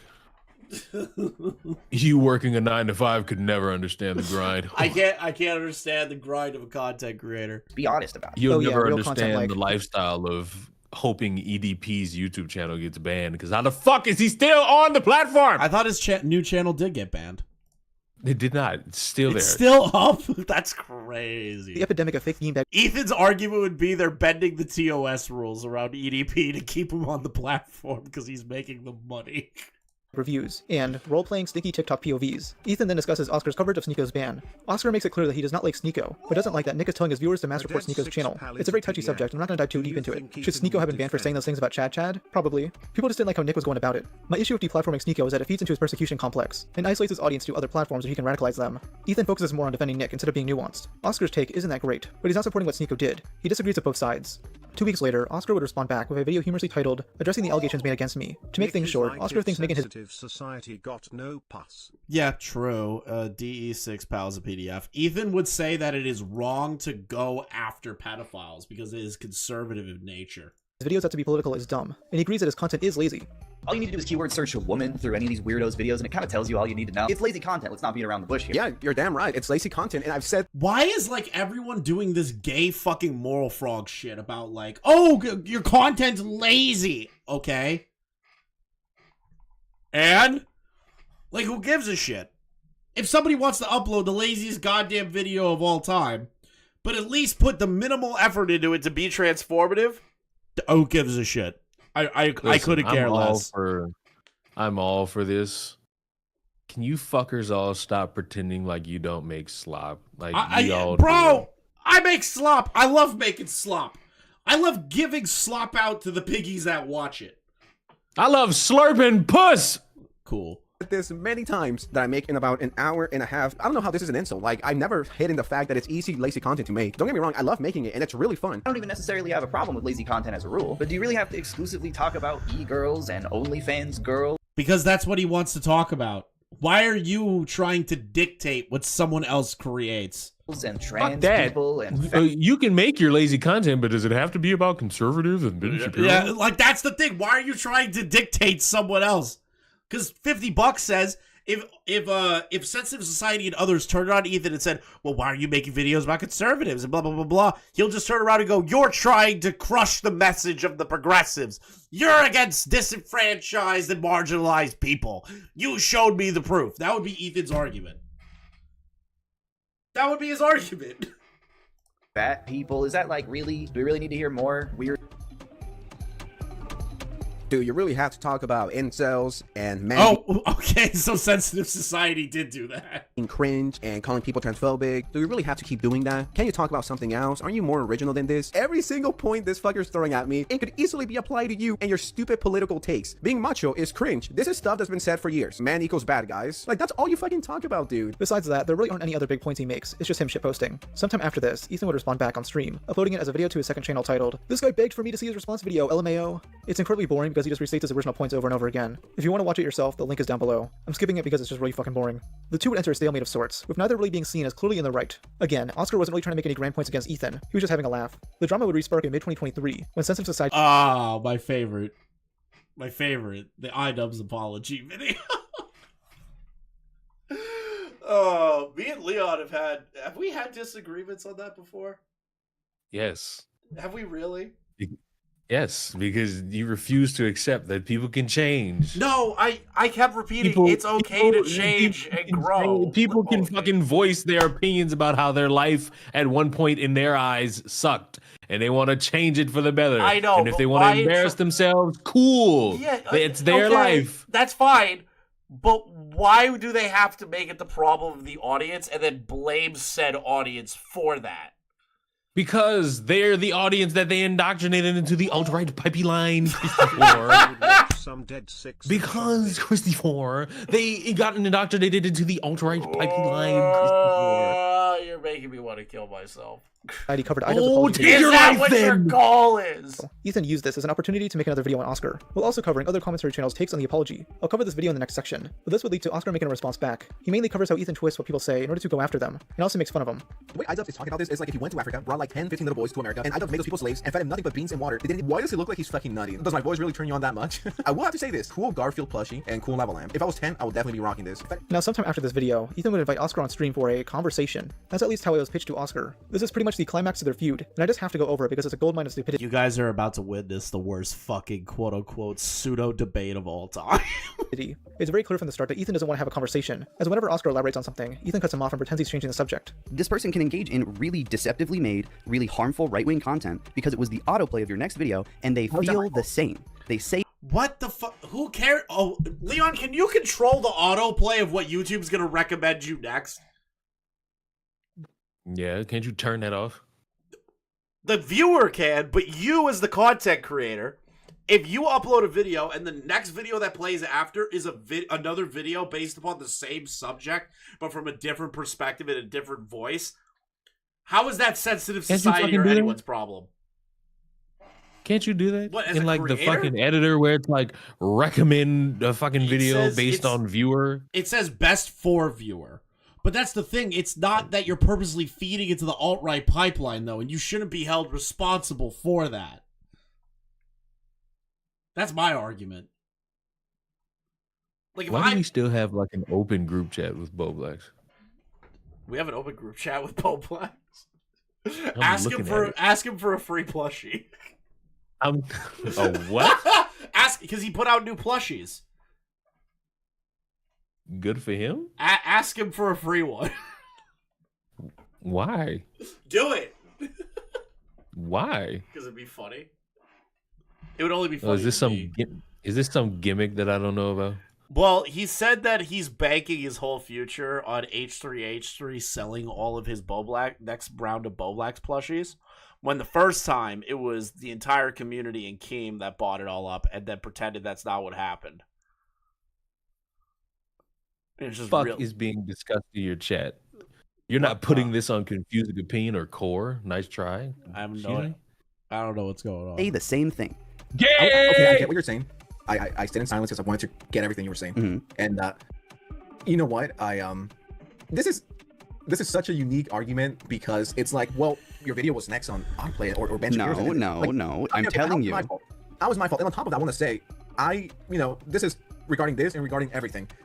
I am not responsible. Okay, so we're not talking about we're moving on from what I was talking about. But that's not what Oscar was trying to engage with that. And Ethan's like, oh, well, you have defenses of that? I'm not talking about that. We're going to move on to the next thing. Okay, I'll just address it here. Well, you just don't want to talk about what you're moving on. Bro, let the guy talk. Don't let me speak! Now, while I do agree with the basics of what Oscar is saying, he isn't the best debater. Though to be fair to him, he didn't come on expecting a debate. Ethan continually makes the conversation hostile, and even began smoking weed to calm himself down. I'm going to break this down, Oscar. And I need you to follow me. I need you to follow me. Okay, I'm going to put my weed down, just to focus on you. I'm going to pick my weed up. Smoke it. You said that... Buddy, can you not just put the weed pen down for a couple of hours? Imagine the smell of that house, man. I bet his girlfriend is just as much of a weed addict. You can clearly tell that he's furious, and needs the stuff to keep him from yelling and screaming at Oscar. The two talk a lot about fat acceptance, with Ethan trying to get Oscar's perspective. Ethan asks if Oscar was ever... Ethan will never convince me of fat acceptance. Or fat. What was your heaviest? Are you comfortable talking about your weight? What was your heaviest? Well, I wasn't like a fat fuck or anything. Like, I just had a little... Why would you say that? It's just like rude. Why would like... Oh, it's just rude. It's just rude to say I'm not like a fat fuck. Oh, you're being mean to fat people. It's not rude. Shut up. Shut up. If you're talking to somebody, and you go, I'm not like fat as fuck, This is why Idubbbz changed, because he infected people like you. You weren't always like this. I've been like this since day one, baby. No. Yes. You were watching Idubbbz make fun of weird chin people. Okay. And you thought, I can go at the world and call everyone a fat fuck. And Idubbbz must grovel in front of you and beg you to change immediately. Please change for him. I want to read this chat. Right-wingers are such cry bullies. Oscar's not a right-winger. Oscar Mayer Weenie Hut Jr. The patience is insane. Holy shit, get his ass. PP Pipeline. Dude is not capable of having this conversation. Ethan, I love you. Really, Ethan, get him. He's getting angry. Butthurt, Lamal. He's so goofy. Holy shit, pop off, Ethan. He hasn't even said anything that's like warranting to be popped off. I think that's just because you're insecure you said that. That's weird. What, fat fuck? How is it insecure just to say I'm not a fat fuck? Chris, I would just like to say, in terms of the earlier comment you made, I'm really struggling with these fucking Illuminate right now. I told you. Yeah. Oh, I'm so struggling. You're like on level 6. You just shot down 3 fucking ships. Level 6. I'm on hell dive, buddy. I'm on level 10. Like, Get out of your mind. I was cooler than that. Like, I was better than that. That wasn't me. It's like, you have to understand how you sound when you say stuff like that. It's so weird. Oh my god, why would you ever say that? That's so hurtful. I want to get an idea of what your perspective was. Well, I didn't take it too... Like, I just didn't like it. I don't like how it feels, Like, I don't think it... Like, how it feels, being overweight? Yeah. Okay, so I know a lot of people don't like how it feels, Oscar. You can see this gameplay right now. I don't like... I'm a little overweight. I don't like how it feels. So do something about it. I am, asshole. It's really frustrating that your fucking audience keeps commenting that shit when I do. Fatty piggy! You used to be heavier, dickhead. But it's you don't fucking change overnight. Now you're the one getting mad. You literally were just like, do something about it. Fuck off, ass. What? How is that a bad thing? It's like, yeah, it's not good how it feels. He responds with, then do something about it. Like if it makes you feel bad, that's what I did. I did something about it. I don't get it. It's mean. You're mean. When you talk about weight shit, you're mean, and I don't like it. God, this is hilariously dumb. I find it funny how this guy goes on a full tangent about how it's mean to make comments about his appearance, as if he doesn't do that to others. If he shaved everything but his mustache, he would look scary. He would look frightening. Beard is giving Easter Island silhouette. Yeah, he does look like, at some point out, he looks like from his profile, he looks like a crescent moon. Why does he look like that? Why are his eyes yellow like a Sith Lord? Why does he feel like he was built in Detroit Become Human? Who is this man? I'm frightened of him. God, the jokes just make me want to kill myself. If I described to you a balding white man with a podcast who peaked in high school, you'd probably be able to perfectly capture exactly what this man looks like. Sorry to inject him into your head. And I think it's fine to make these comments. I could do the same thing. If picture in your head a man that is going to take HRT in the future and grew his hair out to feel like a woman. What would you picture? And then I just flashed a photo of Ethan on the screen. I would think you're very insensitive, Chris. Very transphobic. This is what Idubbbz was begging to not be. But like that's Ethan's whole thing. He's like, oh, well, it's rude that you make fun of people's intrinsic traits. Rob just showed a bunch of instances of it. Just walk around your neighborhood. Lose some weight. The difference is, Ethan can't handle it himself. He can't stand being told to take accountability over his weight, something that he can't change. Yet he'll call out people he doesn't like over things they can't change, like being bald. If you're going to make fun of someone's appearance, you have to be able to handle similar jokes about yourself. It's called being self-aware, something Ethan pretends to be. Also, I just flat out don't believe him when he says he used to be heavier. I don't imagine he got super skinny by 18, only to gain weight again. He clearly doesn't want to take accountability over his problems. I was playing Hallelujah, and I did Control F, because you literally like gaslit me. I thought I did call you homophobic, and I was like, man, I'm sorry I did that. And I Control F my script, no homophobic. Control F my script, no transphobics, not in there. You were like this goes back to what we I know, were I think you earlier. do have transphobic takes, but I think it's not like overt. I think it's subtle transphobia. Perfect. Oh my god. Oh, I fucking hate that shit. Subtle racism, subtle transphobia. You sit down, you say that HRT should not be given to children, so you are subtly transphobic. Fuck off. I hate that shit so I feel much. so bad for Idubbbz. Fuck. He worked so hard to change his ways. But do you get where I'm coming from? Like, where it's because their whole thing is like, I'm trying to make you. They're trying to side with you. Hold on, just hear me out. If somebody comes to you and says, "Hey, Leon, you're transphobic," then you get into a conversation with them, and they go, "Well, I don't think you're transphobic. I think you have subtle transphobia." Isn't that fucking frustratingly retarded? No. How is it not? Because they're trying so hard. You're not helping me here. I don't want to help you. You're down the alt-right pipeline, and I am going to save you. How? Why I do you don't think know. I have transphobic views? I'm transphobic. Please, I want to know your perspective. Well, first of all, I literally just said, I don't think you're transphobic. I think you just have transphobic takes in the same way that everyone has normie-ass takes. It's just normie views on trans. Wait. So normal views on trans people equals transphobic? Yeah. How? Fuck. Give me a reason. I don't even know. I can't even think of one, because my whole thing and most people's thing is like, okay, be 18, transition. You do you. Most people don't really give a fuck. It's when you start talking about doing shit to kids that people give a fuck. That's it. Chris, the kids, they know so much. Oh, I don't think you're transphobic. I just think you said things that are transphobic. Ethan, it's fair to conflate the two. As you calling him transphobic, he's tiptoeing around his true feelings, so he doesn't have to say anything in bad faith. He does this a lot. It's how these guys get away with calling everyone fascists. Towards the end of this conversation, Ethan mentions his friendship with Nick and their music project, Queef Jerky. Oscar, jokingly, wants to go to one of their shows and be brought on stage. Yeah, I mean, Wait, Ethan. Wait, Leon. Have you heard the well-recognized band of a lifetime, Queef Jerky's music? Is it as good as Big Time Rushes? I'll let you judge for yourself. Let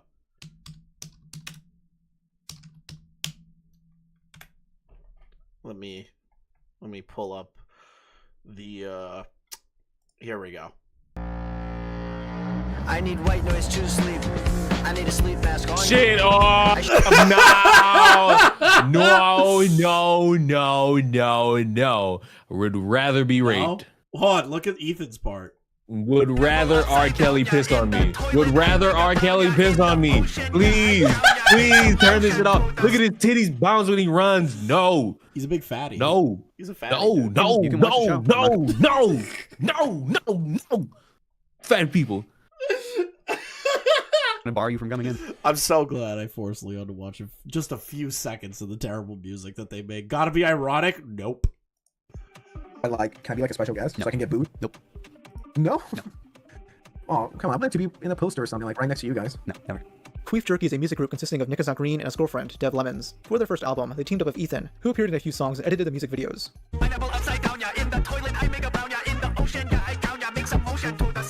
Yeah, this is the type of song that we made moving around on GarageBand back in 2014. Turn it off. Turn it off. White people deserve to no longer be on this radio. Oh, wait! You That's a fucking black people out guy! That's a black fucking guy! ever. That's a black I guy hope with the white guy! That's It's not light just skin. white That's people. light skin. That's That's black. paramount to being Oh, white. So but he's black, I but want he's the black. white race hated from the fucking ecosystem. Yeah, but that's a black Fuck guy. no. Fuck no. That's not a black guy. That's a He's black not guy. accepted. He's uncomfortable. He has to think about saying nigga before he says nigga. Are you pulling his black He has card? to think about saying the word nigga before he can say nigga. He doesn't no black there. You're just saying he's white? No black there. There's none. Just to mix up poop and random XD humor mixed together to make an unfunny comedy song. I talked a bit more about their music in my worst YouTuber songs list, but it's just straight ass. Even some of their fans are questioning this project. The conversation ends on weird terms, with Oscar jokingly trying to befriend Ethan and him not buying it. This rivalry probably could have ended here, though some upcoming drama would change things.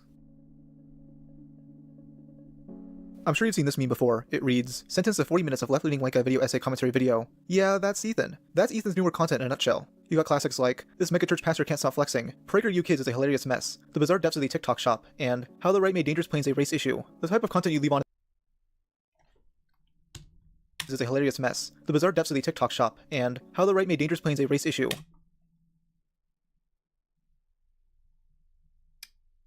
Are you waiting for me to respond? No, I'm just thinking about, like, the concept of this video. Like, I may need to watch that one independently one day. I think I'm gonna have to. The type of content you leave on in the background is still Yeah, planes are racist. be bored of. There's a lot of these videos I could go over. There's 3 infamous ones I'll cover here. First is his video, The Groomer Narrative is a Lie. Here, he attempts to criticize conservatives who label anything LGBTQ related as grooming. Now, it is valid for him to criticize those who overuse the term groomer to generalize an entire group of people. However, this falls flat the more you watch the video. He tries to spin conservatives as the real predators, which stigmatizes them in the same way he claims they stigmatize gay and trans people. In 2023, any fucking freak bozo, no matter who they are, can pop up on your YouTube screen and talk about how fucking trans people are bad, and buy my t-shirt that says trans people are bad. And now we can start talking about really creepy shit about children now, because we're talking about trans people. Conservatives just, they have children on their mind all the time. Can't blame them for talking about children. Isn't that kind of crazy that this guy has such an issue with how the right frames things that he just does the exact same fucking thing that he is criticizing them for to the conservatives? Isn't that crazy? How does this guy, like, record this video and go, you know what? This is a really smart talking point. I'm going to really show the conservatives that they are pedophiles by using the same fucking talking points they use for LGBTQ community and not look like a massive fucking hypocrite. Or not understanding. The quartering did bail out somebody with He did! an assault stick on him, so, He did bail out Sticks, but that's not about kids. It's not about kids. Sticks hasn't done anything to children. Aren't we all children under the eyes of the Lord? No. On every chance I get. This isn't the only time he does this, by the way, because then Ethan uses his expert research skills to completely own the chuds. The source that I found on this is a UCLA Williams Institute study on demographics of people in sex offender registries all across the United States. For some reason, the sex offender registry, I don't think, keeps track of sexuality. So they had to survey people in the sex offender registry to even get the data. So right from the top, basics. 80% of the people in this registry are straight. I think we're done, right? That 96% of them are men, and about 40% of these straight men sexually abuse their own family members compared to just 24% of queer people. Interesting. Alright, let's look at that study Ethan was referencing, because holy crap, he's clueless. I'll link it down below if you want to see it for yourself. What Ethan fails to mention is that there isn't a 50-50 split in the population size of straight people and LGBTQ people. According to the UCLA Williams Institute, who also published the other study Ethan is using, as of December 2023, around 5.5% of adults in the US consider themselves LGBTQ. Even if high estimates, it's 7.1%. With that in mind, this data literally shows that LGBTQ people commit sex crimes at roughly 3 times the rate of straight people. One of the paragraphs above this chart literally says this, but Ethan completely ignores this. So in an attempt to show gay people don't commit sex crimes at higher rates, he shows a study that completely proves that wrong. In the eyes of the Lord, aren't we all must gather raping? together. Whoa. In the eyes of the Lord. I don't know about that one. He does show that LGBTQ people have a higher rate of being incarcerated, but says it's because of oppression. He never shows valid proof for this. It's just— Wait, what? He says it's because Yes. of oppression that gay people get Yes. arrested more? Yes. My gays are being locked up because how dare you all? You fuckers lock up my gays and we're fighting back. just an assumption. I'd be willing to believe him if he does have evidence. You know what I think of when I think of like gay people being arrested? It's that guy. The gay porn you watch. No. It's that guy that's like, I'll fuck some booty. The booty warrior. I think of that guy. I think of gay people in prison as the booty warrior guy. What? I don't know if this is stupidity, or that he's intentionally twisting the truth to make his side look better. It's hilarious because right before showing this study, he was super cocky. But yeah, sure. Let's say that there is any sort of legitimacy behind the idea that Is that his name? Fleece Johnson? Mm-hmm. Bruh, that guy's so funny. gay people are grooming. Wait, did you see that he met Drewski? Yep. Were you the one that linked that to me? Nope. I'm pretty sure King fucking posted it in here. Hold on. I have to find it. It's iconic as fuck. It's so funny. I think Drewski got fucking angry. He was like, I can't even eat this shit anymore. And he just throws his food away.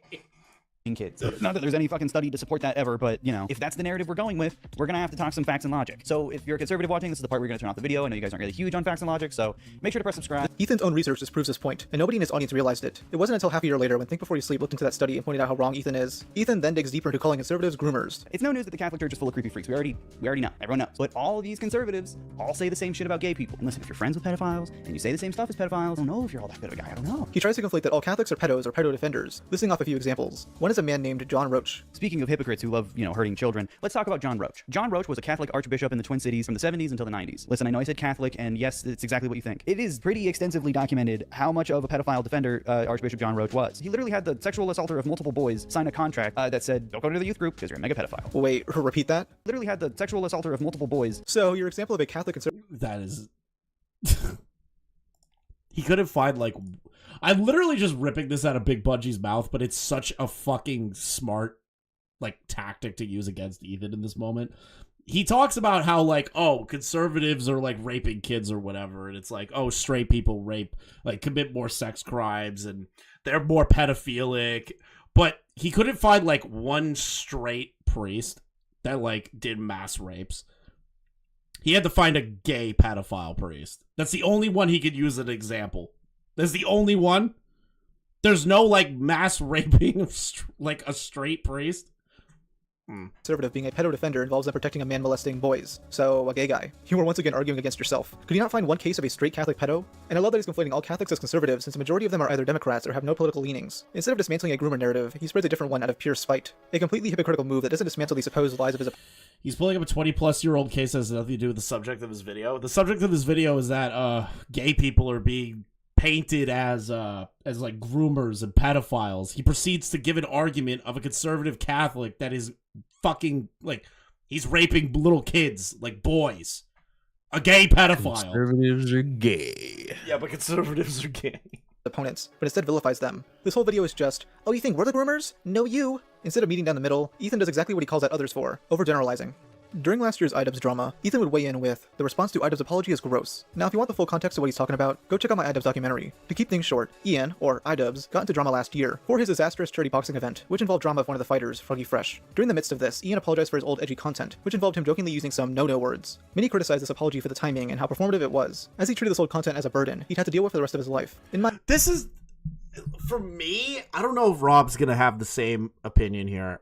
The more I think back on this Idubbbz apology video, the more you accept it. No, not at all. If anything, I'm more doubling down. This is the worst fucking thing of all time. I'm gonna double down on it. So I don't know if Rob's gonna say the same thing because I haven't watched this video. I haven't watched like a lot of the video. I kind of like listened to it in the background. I don't know if he's gonna say the same thing. So Rob, if I'm just ripping what you're saying, it is what it is. But the more I think about it, the more I realize that this was a mass deflection for the fact that he failed miserably and the charity boxing event that he put on for charity was overspending and none of the money went to said charity. So he put out this video to deflect from that and essentially do a woe is me. He didn't actually believe it. And I now don't like how you're treating this man as he's changed his life for the better. I have such a weird feeling that he doesn't actually believe this, and it's either Anissa told him he has to do it so that it can deflect from the charity. A good wife. Yeah, to deflect from the charity event she fucking put together. Or he does believe this and saw this as an opportunity to still deflect from the charity. Stand behind your woman. Those are my competing theories. In my opinion, Ian was doing this to purge his channel of his older audience, since they were critical of his recent actions. Ethan would be one of the few YouTubers to defend Ian, using it as an excuse to go after a few commentary channels he didn't like. One of those was Sensitive Society, who he mainly just calls unfunny while being unfunny himself. He also claims that Idubbbz' fanbase is radicalized to an extreme level. He just made YouTube videos. Wait, Idubbbz' fanbase is radicalized to extreme levels because they said the N-word F slur? Yes. Radicalization. But how? Were they was Eddie hold on, because you can make that argument about PewDiePie, which is retarded, because there was a shooter that said I watch PewDiePie content, so does that mean that PewDiePie's content radicalized the fucking school shooter? Yes, Minecraft is evil. That's Do not play Minecraft. You will be a school shooter. Leon's just memeing, but like it's the dumbest shit ever. You will become a pedophile if you use the word goon. Leon shit didn't. What is it on Leon? What? Huh? The card. Oh. It's on the bed in the wallet. Hold on. If you use the word gooning, you watch child porn. You are unsanitary to the human race, and we must exterminate you. No, you're just an idiot. What are you talking? This dirty man won't leave, so I'm spraying him with dirty brown water. Yeah. If you use edging, that means It's you not that raped serious. your mother. Shut up. But like, I can't understand how it radicalized people. Like, for edgy content, I guess you could argue that, but it's just edgy. It's just edgy humor. It's not like people are going out into the streets and calling people the N-word F slur because they watched an Idubbbz video. Nobody's doing that. I know Idubbbz is like, oh, well, one person came up to me and said it. Well, yeah, you were the guy that made the word. Like people are like, oh, it's Idubbbz. Holy shit, N-word F slur. What's up, my man? But like, that doesn't mean that they were radicalized to do it to black people and gay people. He made videos that weird, sick freaks like Sensitive Society praised and took so seriously and held. You do realize that the content cops weren't like a racist tirade of Idubbbz, right? Didn't somebody run up to Hassan and be like, please stop drinking Dr. Pepper? Yeah, he's like, there's a boycott. It is haram to drink Dr. Pepper. Motherfucker. It's like, you don't even have to stop. Just pretend like you're stopping. I don't even care. If you do drink it, just don't drink it on camera. Oh, God. That was an iconic moment. That just showed, like, Hassan's whole audience doesn't actually give a fuck. They just care that he's, like, Hassan. They don't actually care about the fucking Palestinians. But, like, I thought it was against Coca-Cola. Isn't Coca-Cola, like, isn't Dr. Pepper and Coca-Cola owned by the same company? Isn't it, like, a haram against that? I don't know.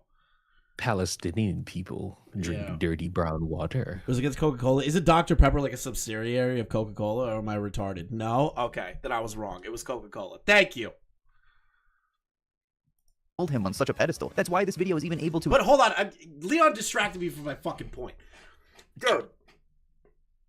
Idubbbz is content cops, and even the bad unboxing videos weren't hailed because of not only the edginess, but the content cops were well-crafted criticism pieces of individuals that were making either shitty content, were shitty people. The ones on Keem, the ones on Leafy, the ones on the Fine Bros, the ones on fucking Joey Food Review. Those were Jinx. Those were all good videos. Those were not good videos. They were disgusting levels of scrutiny for content creators. You know what, like, still gets me angry is that fucking interview that he did with the woman from the Surfs, where she was like, you have to do like reparations to Jinx because you called him the N-word. And I was like, and I sat there and I remember we were watching him. I think it was me and you. We were watching it and we pulled it up, the actual video. He never called Jinx the hard R. He just said there's this word and it's bad, and he goes, and I think he called him the N-word with a soft A, and he was just like, that doesn't make it better. But like, he didn't mean it in a derogatory sense. He just said it. He wasn't being like he wasn't being like Jinx's whole personality is black. You have to stop making sure that you don't use offensive language. That's so fucking stupid to me. That's so fucking stupid to me. It is very stupid. But it's not stupid to the black. Okay, nigga. To exist is because people took his content to such a weird... Stop this fucking stream right now! No. Clip it, please. I have been accosted. Reparations are needed. Accosted. I have been violated. You have not been reparations accosted today. You haven't been accosted. We about to make some money. Al Sharpton. You said that to Rosanna Pansino. Al Sharpton, we need some money. Okay. This white cracker. He fucking accosted me this day. He beat me. Y'all all saw it. He beat me. I brought Leon back to the days of old with the slave trade. Right. He put me in the back of a van and told me, "This is Trump's America now, boy." Fan of old Idubbbz, and I'm also very ignorant. Are you gonna do an interview with that girl from the Surfs? And I gotta go on CNN right now. Fuck that. Go on her channel and be like, "Did you know I streamed with this guy?" And he was just like, "Yeah, whatever, Edward." Yeah, I thought we were such great friends. Give me money. I was radicalized by Idubbbz, chat. That's the radicalization we were talking about, buddy. That right there. It wasn't because of Idubbbz. It wasn't because of Idubbbz. Where's the whip crack emote sound?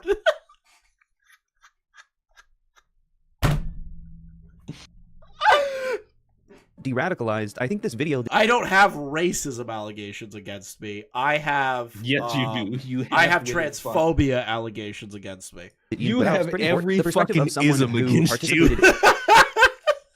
In right-wing radicalization and racism on the internet having changed over time is a really good example to set. Again, Ethan wasn't de-radicalized. Oh, god damn it.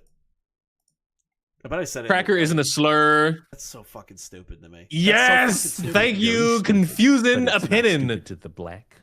Okay, nigga. He shifted to the opposite extreme. Can't wait for King to Just because Ian said some edgy shit doesn't mean he was far right. Even Hassan Piker, someone just as radical as Ethan, doesn't think Ian was alt-right. It didn't seem like you were, any different than any other content creator on YouTube in that same era. As a matter of fact, you were probably like more towards the center or left than most content creators of that era, because you were shitting on the most like right-wing content creators of that era. What right-wing content creators? Leafy wasn't making right-wing related content. He was making content like bullying people. Keemstar did Drama Alert. Hold on, wait a minute. It wasn't just Leafy. Leafy didn't hate black people. Wait, hold on. Hassan's retarded. Let me just go through the pipe of people that Idubbbz has criticized. I sent it to King. Hold on, Rice Gum. Would I call Rice Gum a fucking like a member of the right? No. Jinx? No. The Fine Brothers? No.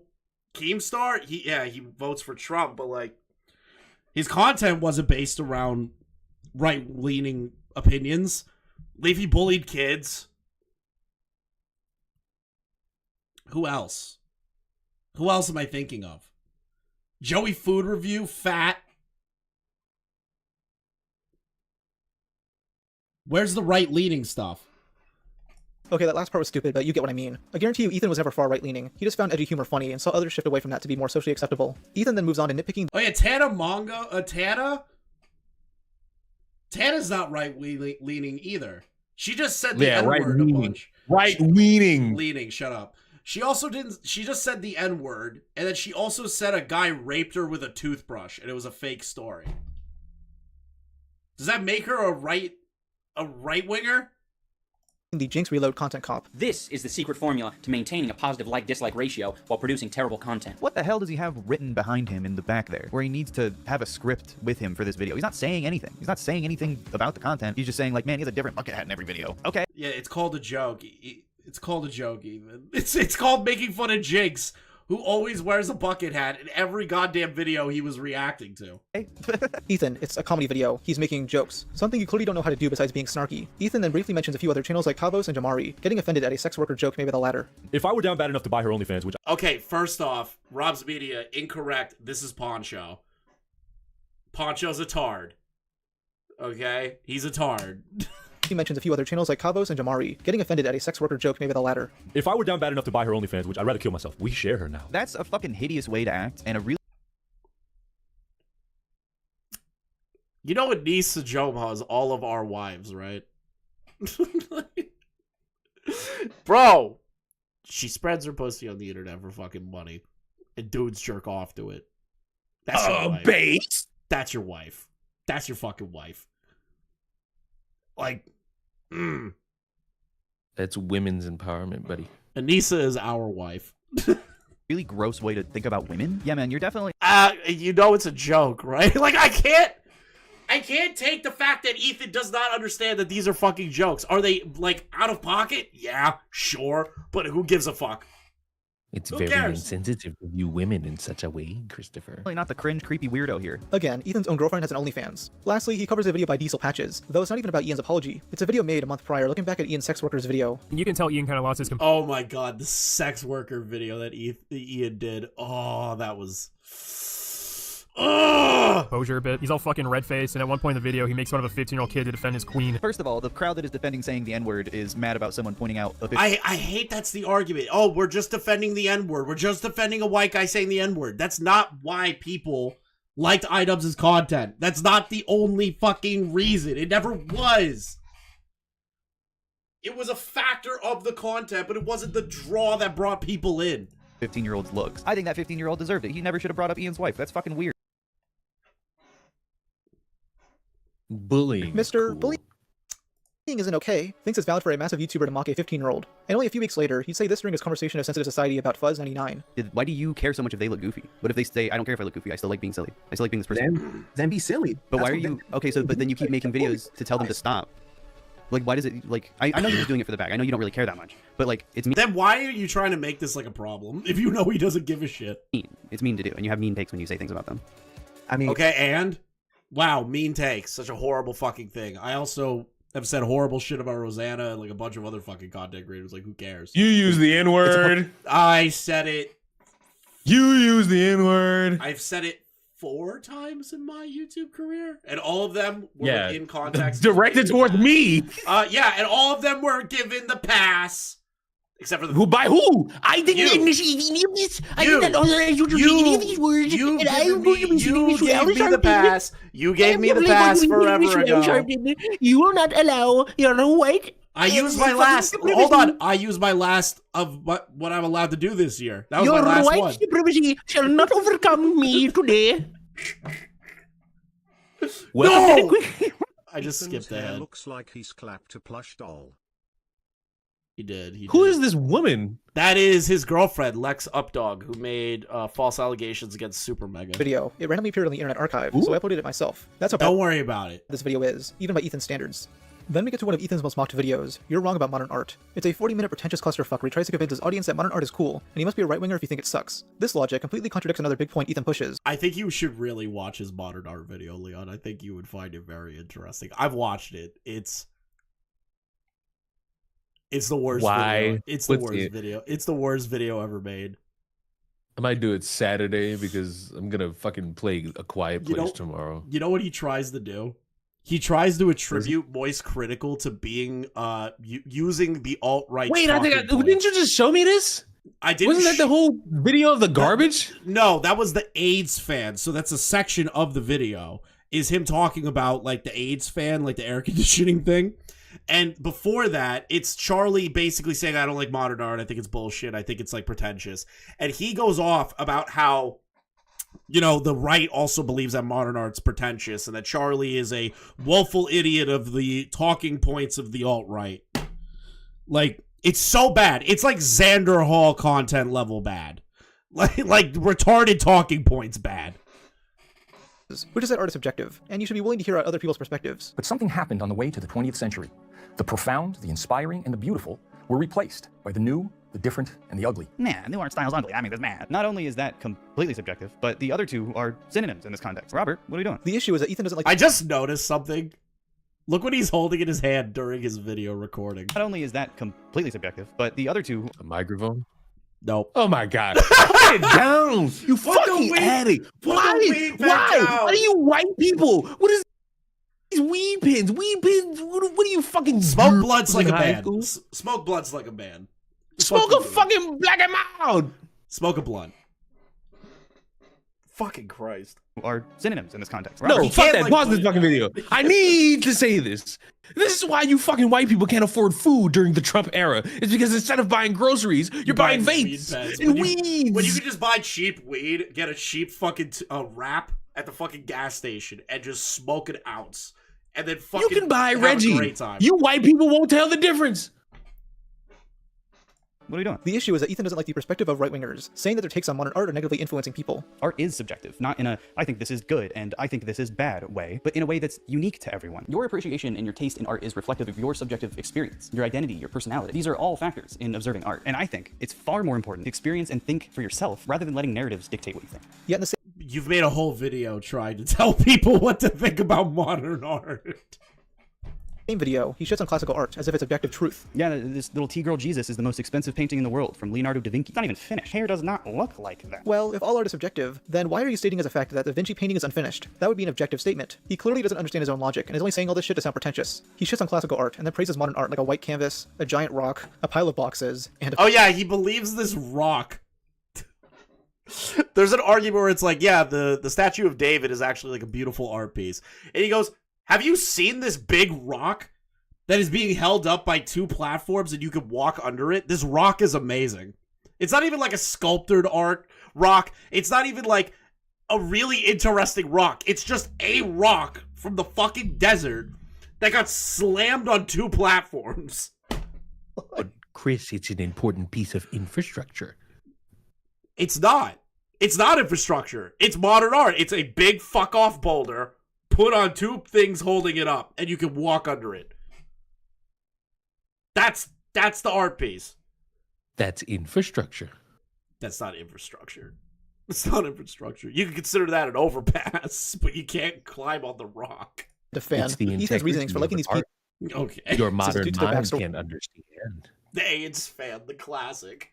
Not how good the art looks. He likes the fan because the person who owned it died from AIDS. Yes, that's why that fan is considered art. The main reason this video gets a lot of flack is because he tries to conflate Charlie as a useful idiot for the right. Ethan asserts that all art is political, which is a dumb statement once you think about it. You can literally make anything political. Would you say that all art is inherently political, Leon? Let me preface that. Yes. All art, every piece of artwork ever made is inherently political. Yes. How? Good question. The silence is deafening. Political if you try hard enough. I'm sure Ethan can do a 40-minute video explaining how this thumbnail is right-wing propaganda. Of course there's a political component. What the fuck? Why did he show Chud's Just a Robot's thumbnail? Which, by the way, DK... You can make anything political if you try hard enough. I'm sure Ethan can do a 40-minute video explaining how this thumbnail is right-wing... DK's thumbnails... DK's thumbnail artwork is fucking... What the fuck am I looking at? This is Chud Logic's thumbnail, the Just a Robot drama. Why is he huffing farts? Because he was, because he, like, sent people, like, fart porn of, like, some girl in a box being farted on. No, wait, it was a guy in a box. Jaden Animations? No, he commissioned porn of Jaden Animations. Yeah, the jar stuff is, it's a lot. Propaganda. Of course there's a political component, right? Oh, was it Jaden Animations fart porn? Or was it like another girl doing a fart in a box? What the fuck I don't remember. are you people on? I ain't on that shit. Like, that's Jar. All art is inherently political, either in its influences, messages, No one cares, Gaming Witch. Be nice.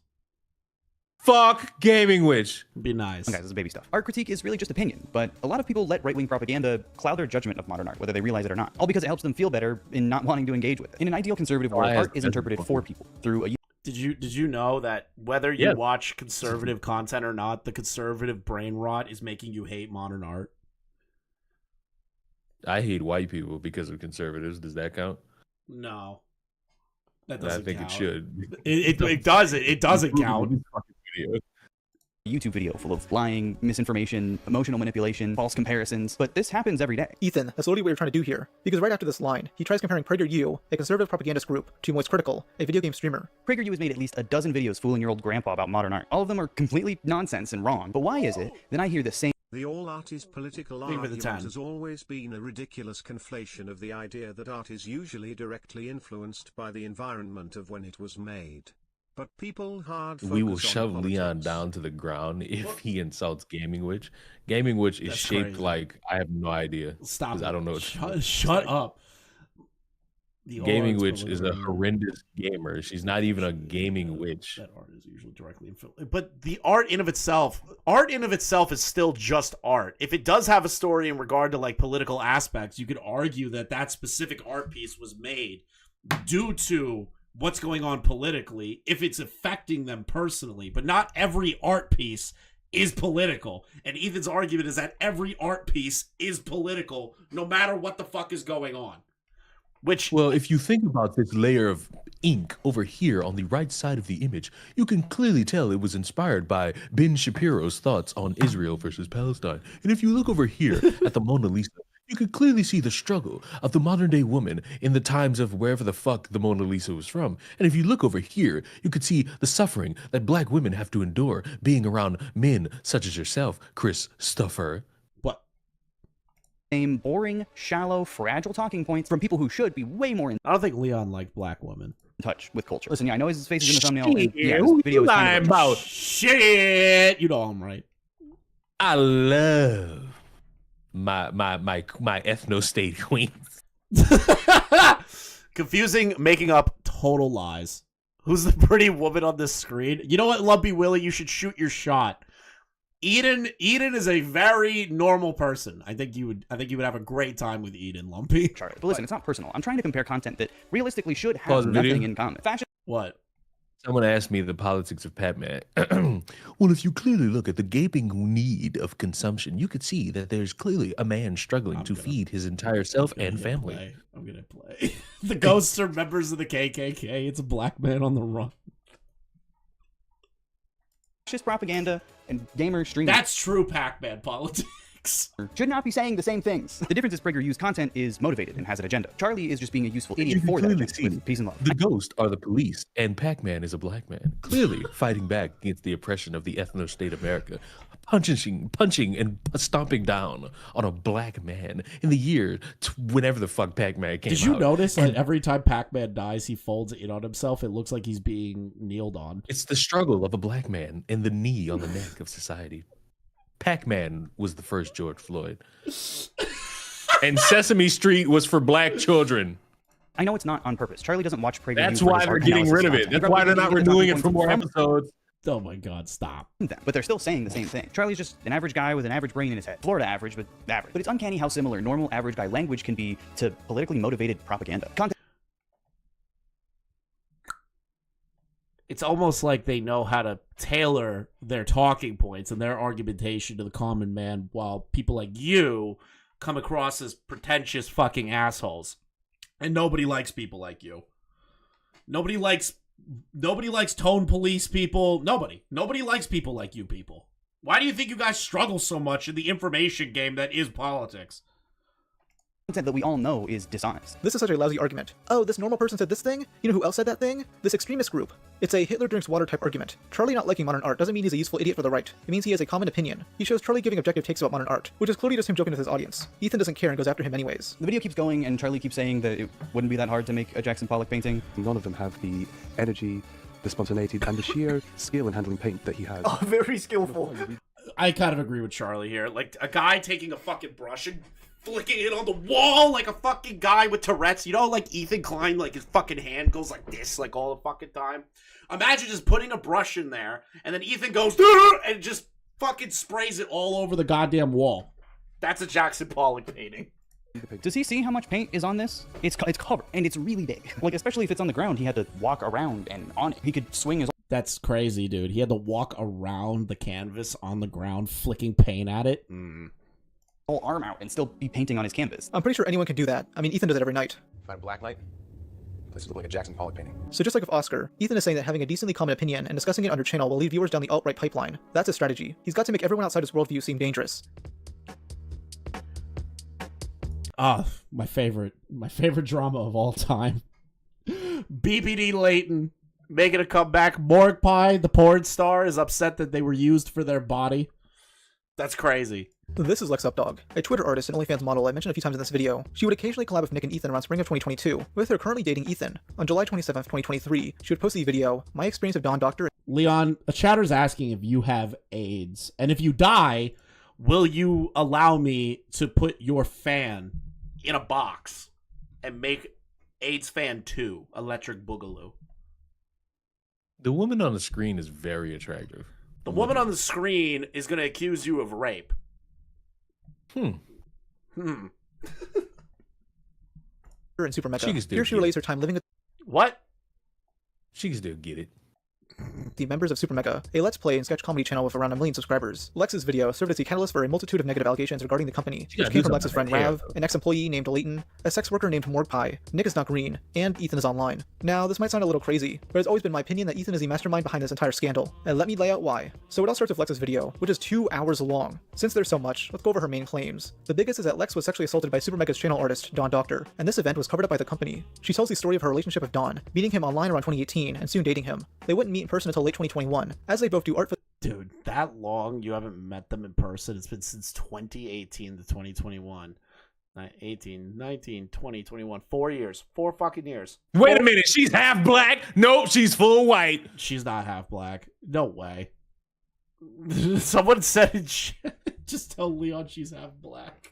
For the book, Super Mega Saves the Troops. And for those wondering, the book is about the founders of Super Mega, Matt Watson and Ryan McGee, trying to kill Osama bin Laden. Both Lex and Don would stay at Matt's house, where Lex claimed she was sexually assaulted. Her and Don wouldn't talk about it until half a year later at Creator Clash, where Don was remorseful and didn't think of the event as assault. She would soon tell Matt and Ryan, though claimed that the latter was more interested in preserving the Super Mega business. Lex even says Ryan referred to the company as his magnum opus. She says Super Mega were actively— Gotta correct Rob on that one. It was Matt that said, Matt, according to Lex, instead of being concerned about her rape, he was more concerned about his magnum opus, Super Mega, which wasn't really the case. Covering up the assault, and there was even a mishap where Don and Lex were at the Super Megaplex at the same time. Don would eventually be fired, as Matt and Ryan believe Lex's story, though she claims they grow distant over the next year. Lex also claims she was sexually assaulted by Jim, another Super Mega employee. After a party at the Super Megaplex, Jim gets Lex to open up about the Don situation. Lex herself says that he was drunk, and he started flirting with her after she told her story. They make out, and he walks over to an office closet, getting her to come in with her to continue kissing. My question is, if she didn't like this, why did she go to the closet with him? She acts like she has no choice here. Also, Jim was drunk by her own words. He wasn't in the right headspace. The third major claim is that Matt and Ryan— So you know what's crazy? I could be a total dick and say that she assaulted him. He was like blackout drunk. Chris, if I was a true asshole, I would say that. Look at the group chat. Why? Uh-oh. From Shug Brother, my Discord with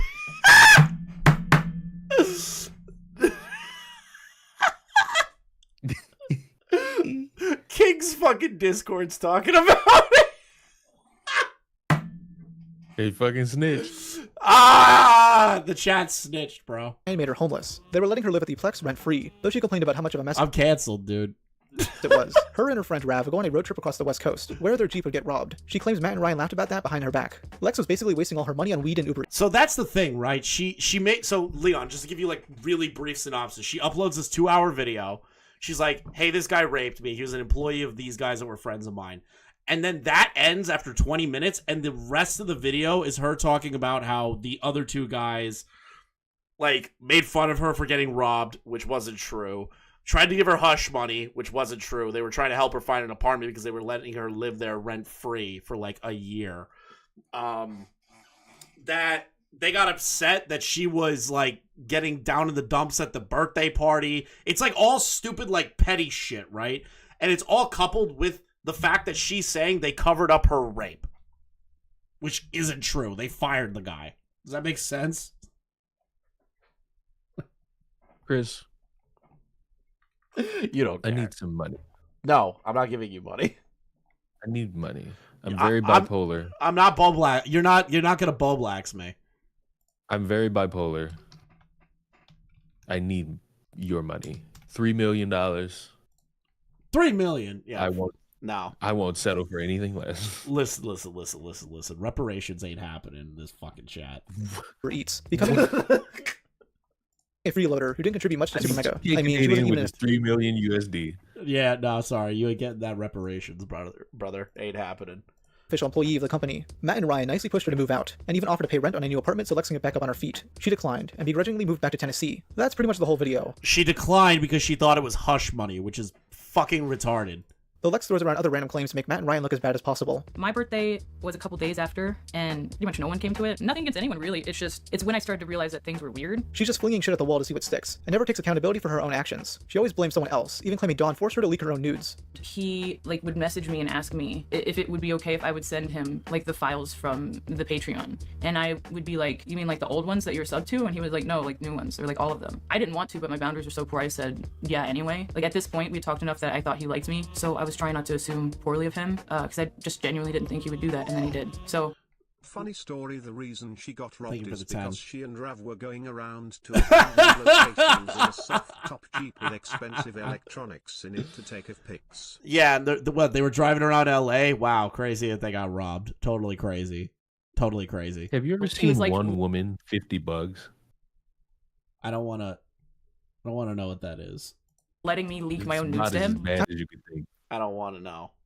After this, Rav would post his own statement supporting Lex. Leighton, another Super Mega employee, would go live on Twitch to tell his story. He claims the duo were homophobic to him, would sexually harass him, and that Matt would misgender— Oh, this is my favorite one! Okay, Leighton is underloved in the Super Mega drama. I zeroed in on Leighton the second he opened his fucking mouth. I knew that this bitch was BPD manic, and he was lying about shit. Oh, I fucking loved when Leighton opened his goddamn mouth. It was my favorite shit. You can watch back to my original coverage. I knew Leighton was a fucking piece of shit from day one. Oh, I love it. He's like, oh, they're being homophobic to me. They said gay jokes around me. They didn't do X, Y, and Z. Then there's a video of him whipping his cock out on their podcast, calling them the F slurs. Bro, how could you engage in that humor and then hate the humor later? It's because you got fired. Because you're butthurt. Butthurt little fired retard. His partner. Morgpie also did a stream, saying she had a one-night stand with Matt. She also says Matt was cheating on his girlfriend during this, and names that girlfriend for no reason at all. Then, on the 29th, Nick is not agreeing to make a video detailing the entire situation. This was the best, worst video of all time to accuse people of something that they didn't do. Nick's video was the cornucopia of shit fucking accuse video. Oh, I fucking loved how bad this video was. It was pure, completely biased coverage that I still stand by the fact that Lex and Ethan both went to Nick and pressured him into making the video. I swear to God. I swear to fucking God, I'm still standing by that. Is incredibly biased and features multiple personal attacks against Matt and Ryan. And my favorite post right here says, rape apologist gets what he deserves. And it shows Matt getting the absolute shit beaten out of him. Let's just let it play a couple more times. We can keep watching it. I don't think anyone minds letting this loop on repeat. We could just let this go. If you want me to do this for the rest of the video, I could. Ethan wouldn't get involved until the 30th, when he did a live stream with Lex on a second channel. It's been deleted, but parts of it are archived by YouTuber Queeman. His Base Queeman. This is when I found out about Queeman. Is that he was the only person that was live streaming this horrible fucking stream where they're just like, we just want victim for my girlfriend. We just want justice for my girlfriend. What Dawn did was terrible. They go live with the super mega fucking subscribers going down and talking about how horrible Matt and Ryan are when they were just people that didn't even rape Lex. They were just people that hired the guy on a contractual basis. And then fired him. Analysis is pretty spot on. During the entire stream, Ethan displays Super Mega's sub count, laughing of glee as it keeps going down. But as you can see on the stream, he decided to put Super Mega's live sub count on the screen, because that's what, normal people do when their girlfriend's been raped. Ethan pulls up a custom-made Super Mega apology bingo, awaiting their responses to the situation. Lex would soon join him, smoking weed and bragging about taking down Super Mega. They promote Nick's video on the situation, citing it as the best coverage of the story. What happened with Man, that's really funny when you look back on it. When Nick took that video down, Ethan called him a coward. Ugh. Good times. Good times. Good drama. Listen, Nick made a video about it. All you need to know is that they're bad. Go to their subreddit. There's plenty of information. Yeah, go to their subreddit. There's a lot of things wrong with them. Go to their subreddit. Their subreddit is such a place of how horrible people they are. Bro, it's a bunch of disgruntled, retarded Redditors. Why would you ever go to a Reddit to understand what the fan base is thinking? That's like saying, man, go to YouTube Drama, and every time YouTube Drama has something involving a drama, they are the accurate ones to look at. Yeah, okay. Yeah, go to their subreddit. What a sack of shit, man. What a sack of shit. But Nick, my friend Nick made a video about it. You can go watch that. It's called Super Mega. It's full of horrible people. All you need to know is they're bad. Just listen to me and accept. Right, this fat fucking freak. Google Super Mega subreddit and go there now. Look at anything. Look at the first post. It's been trending all weekend. It's funny how fast everyone turned on Super Mega. Yeah, and I think that goes to show, right? Kind of self-fulfilling in a sense. Ethan also promotes his new music. How is it self-fulfilling that two guys that make a Markiplier-style Let's Play channel should have everything destroyed because their fan base is too retarded to think thoroughly through anything? How is that like poetic? How is that like a good thing? Of Queef Jerky, calling it the Song of the Summer. Pineapple Upside Down's blowing up. Yeah, it's the Song of the Summer. That's Bro, remember that song I showed you, Leon? Remember when he fucking deafened. I was trying to get him to fucking do that shit again. I didn't know Chris was KKK and Jason. Fuck you, King!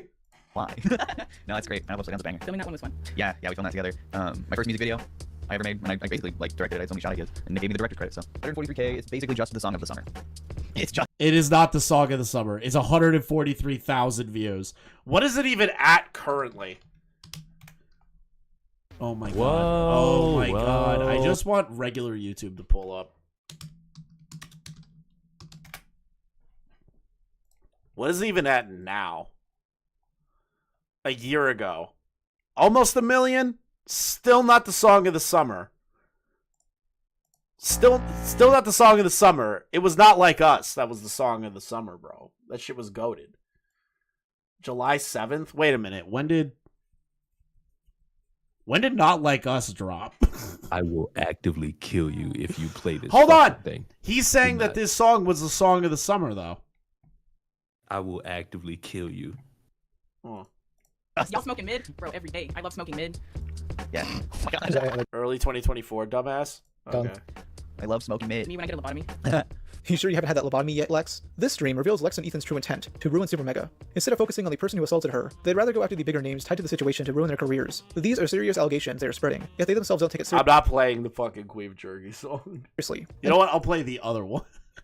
You will not play a goddamn thing on here. And what am I No! It's called the Eminem type feat. Hold on. Yeah, I am the boss, that is my moniker. Yeah, I smell like baby Bradley Cooper. Yeah, I've got the cream and you have got the scooper. Yeah, I only tell it how it is. Yeah. I'm the soda of the fizz. Yeah. How do you feel? How many views? How do you feel? How many views? How many views? How many views? 181K. How many views? All of those people, and the 200 plus watching this live stream right now, all of you support the genocide of black people. That is what that song is. That is a KKK anthem. The Song of the Summer, dude. Song of the South. And guess what? This isn't even Ethan's first attempt to cancel Fucking them. right, Song of the goddamn South. Ethan was a big fan of Super Mega. In fact, What the fuck? Play what? What? Oh god. Yes, the worst one.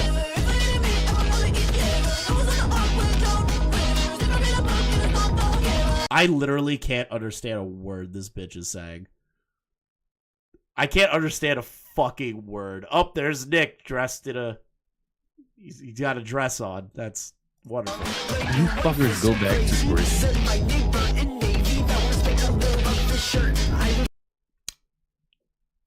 Nick Fuentes was right. He was so right. posted about them quite a bit, even trying to get Nick to go on their channel. Things soon changed in April 2023 when Leighton got fired. He made various allegations against Super Mega, which Ethan happily spread on Twitter. Fans of Super Mega have been harassing my friend Leighton nonstop. After he came out, detailing They should have kept harassing Leighton. They should have put Leighton in a box. One of many discussing cases of homophobia. Just kidding. Don't ever harass people. Leighton just sucks, and I hate him. He and many others witnessed in their office. His is not the only story, and everyone defending them will look very, very stupid. Wait, hold on. He came out detailing one of many disgusting cases of homophobia, and he and many others witnessed in the office. I wonder how this is going to get blown up. Soon, he continued with, I'm just as disappointed as many other fans, Leighton included, but I refuse to make excuses for racist, entitled dipshits who hurt people. If you see do you want to know why they're racist, Leon? Why they're saying that Super Mega is racist? Is it because of the music video? No. So Super Mega has a joke. You want to know the joke? What's Chuck E. Cheese's middle name? Chinky? No, it's the N-word, apparently. Because no one actually knows Chuck E. Cheese's middle name. That's the joke. You could put any word in there. So apparently they're racist for that. That's apparently racism. Listen, when it comes to racism, I necessarily don't listen to fat white people or these half-breeds. Okay. People getting quiet right after speaking on Half-breeds is crazy. things like this. Remember how lawyered up YouTubers can be. Ethan also alludes to Chuck E. Cheese's middle name, a joke Matt and Ryan would tell. Since you're fucking stupid, I'll explain the joke. Chuck E. Cheese's middle name is the N-word of a hard R. A joke I heard multiple times while around their office, as have multiple other people. Nick would chime in, stating, But that's apparently racism. That's racism. sounds like a really cool fan base that constantly defends two white dudes who have a horrible reputation behind closed doors. Many ignored this, pointing out how unhinged Ethan sounds. One user even wrote, "Okay, and didn't Leighton say an anti-Semitic slur? Good to know, you're willing to overlook anti-Semitism, Ethan. Great job." This was definitely an attempt to cancel Super Mega, though it failed due to how untrustworthy Leighton is. Lex's story was a clear opportunity to try again, and it worked at first. Ethan would gloat on Twitter, harassing Matt by saying, "Hey man, saw your girlfriend post this on a private. Can't wait to see the response debunking everything instead of an apology." So Ethan They did apologize for mishandling the situation in certain aspects, but they completely refuted the entire narrative that they covered the rape up. So, good job, Matt. is going after the guy's girlfriend, who, you know, isn't a public figure, the one who was brought up by Mordecai for no reason. The next day, he tweeted, "In case you missed it since you unliked it, tough guy over here was liking pics last night of Tony Soprano killing someone who read it on him. Normal behavior from a guy who was knocked out in 20 seconds. I cannot imagine more pussy behavior. Jeez, talk about schizo posting. All he did was like a frame from a show he enjoys. Who cares? This isn't like when Noah Samson liked to tweet about wanting Vosh to be killed. This time is completely innocuous. Ethan is just trying anything at this point to make them look like freaks, when in reality, he's a freak." Matt and Ryan would finally respond on July 31st, making two separate videos. First is Matt, who admits that he could have handled the Dawn situation better. He claims that much of what Lex said was a misinterpretation of events, and that he could have been more clear to her. Matt showed evidence for this, and brought up how Lex didn't want any of this to be made public. We never stated our reasoning for cutting contact with Dawn or removing him as the channel artist. Because Lex had not publicly talked about this, and she expressed that she did not want this to be a thing that was public, we felt like it was not our place to... Okay, so everyone already knows the Super Mega drama. I feel like we got everything. Oh, the Lex double down is fucking fun. I know this whole drama like the back of my hand. Following these responses, things started falling apart for the accusers against Super Mega. Mordecai stopped addressing it, going back to sexualizing herself in front of her 13-year-old Twitch audience. All of Leighton's accusations were proven to be lies, with even Lex throwing him under the bus. She'd soon unlist her original video, and updated the description. Here she states that what Leighton said in his stream wasn't okay, and that he did that stream while she was seeing a movie. I call bullshit on that. I call complete and utter bullshit, because they all colluded together. It was a gay op. It was a gay op from day one. It always was a gay op. It was a gay op to take down a channel that they didn't like, and they used Leighton as the patsy because he's a BPD manic fucking loser. That's what happened. They used him as the fall guy.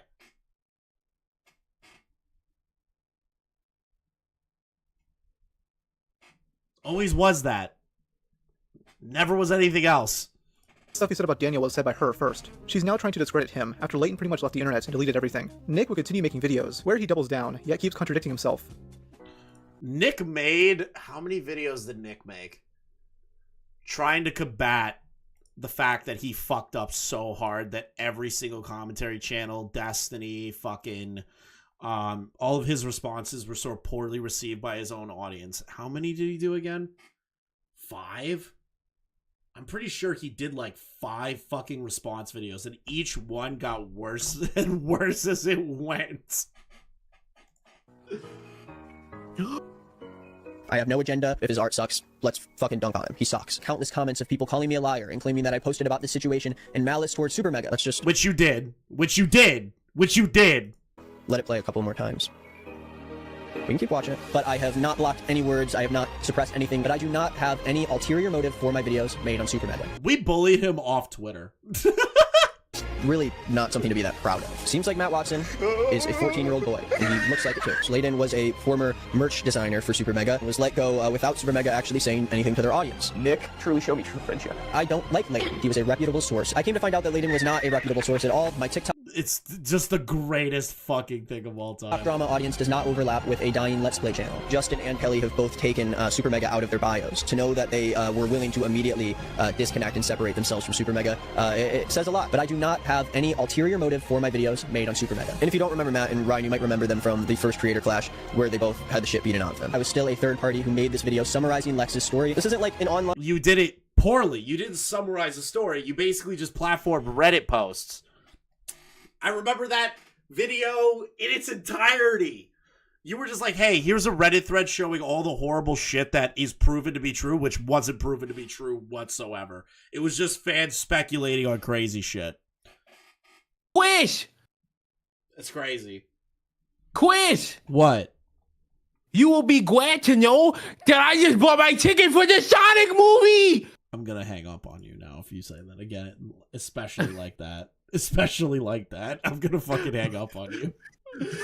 I'm gonna hang up on you if you ever use that voice again to talk about fucking Sonic.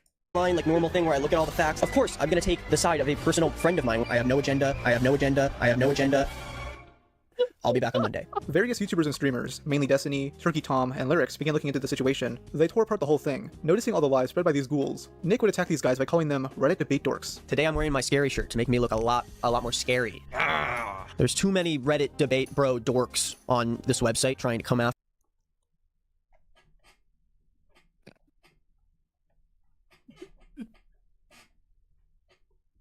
Yes. You're getting rightful criticism, and you chalk it up to Reddit debate bro dorks. Now wait, before Leon jumps down my throat. What do you mean? That is what we do. I'm trying so hard not to just do that is what we do. That is what we do. Hold on, I got a little Jew pose going. I had to rub my hands. After me every single day. So I thought I'd show him a little bit of what I'm made of. You know, do I look scary? I'm so scared, Nick. He'd eventually start apologizing for his actions, meaning all the attention regarding the situation went to Lex and Ethan. Lex was pretty much blocking everyone. Go back? Yeah, he is skinny, dude. Oh, ew. It's like What is unhealthy. that disease on your fucking arm? That's supposed to be a tattoo? It looks like Ebola. Yeah, What's wrong with you? What is that tattoo even of? Is that like a fish? Is it a squid? That looks like it's supposed to be some reference to a show. I gave my dad You think it's a praise reference about to a facing show? corporate. We all It face has karma to be. eventually. Because people You that raised the size storm, or often you let tattoo the their wave bodies consume as a me. reference to He a loved. TV show of some kind. Oh, that's cool. Welcome to Earth. Most likely in anime. Anime? I don't know what the fuck that is. I'm only seeing it through a pixelated video. Yeah. I can't fucking figure out what that is. I can't figure out what it is either. It just looks terrible. He'd eventually start Have you apologizing for his actions, seen meaning all the Luigi picture? Which one? The picture of him being escorted by the fucking police. Yeah, he's got like 50 cops around him. Motherfuckers thought Trump's mugshot was gonna be the best picture. Motherfucker, this shit go on. attention regarding the situation. And I don't even went to like Lex and what he Ethan. did. Lex was pretty much blocking everyone who mentioned her negatively in any way. She'd even like tweets. She unblocked me though. Lexa blocked me because she got cocky, and then I made fun of her for her response video, and I got blocked again. Ah! So lame, dude. So fucking lame. Have I been unblocked by Lex Updog yet?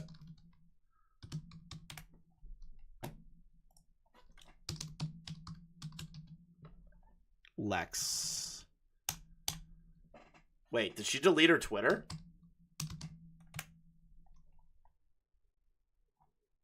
I can't find her Twitter account. Nice Updog. Okay, so it's Nice Updog. Ah, I'm still blocked.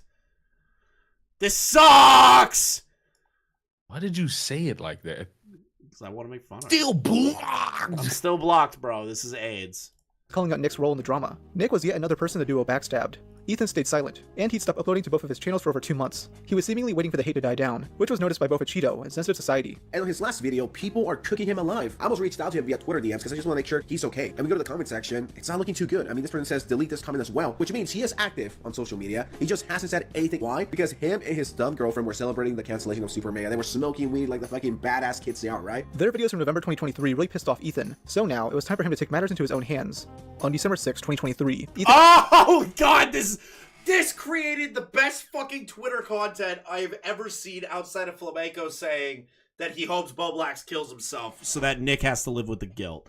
This was Kino. This was Kino, where he DMs sensitive society and tries to act tough about it. Hold on, Leon, I'm going to read you this DM. Now picture the fat pudgy white guy that we've been reacting to. This is what he wrote to another creator. Hey, what's up, bitch? Sounds like you have a lot to say about me online. Want to talk again? If not, get my dick out of your mouth and make some real content. Think about if you got a DM like that from another creator, Leon. How would you feel? How would your response be?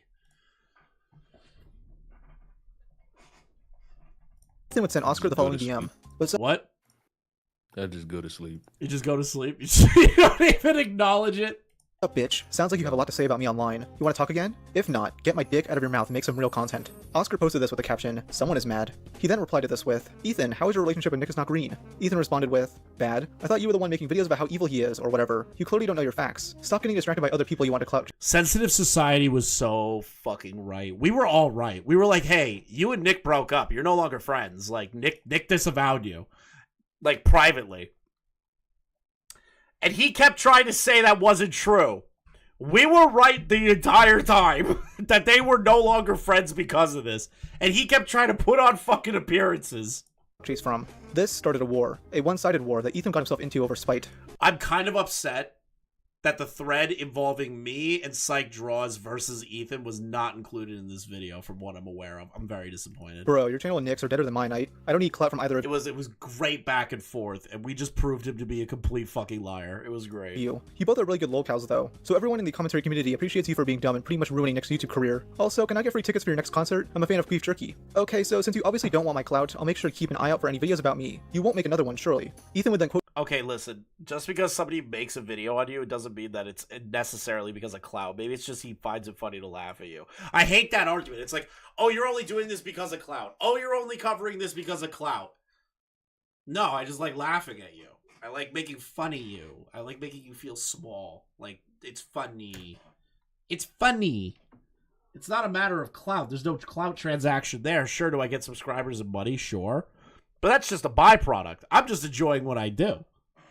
quote tweet the original post with, "Little bitch got involved in discourse about my partner's essay story, treating it like drama to speculate on, only because he was mad I outed him for being hella stupid. Yeah, a mad bitch. Didn't you get exposed by Turkey Tom and everyone else for being wrong, along with Nick? You're straight up having a mental breakdown right now, bro. You should chill out. I mean, I would too if I cost my friend Nick is not green his YouTube career. How do you feel about that? You're clinging on to whataboutism for dear life while still calling in your little gossip crew because you have nothing to say, bitch. Remember when you did a live stream saying this isn't to cancel Super Mega? Oh, hey!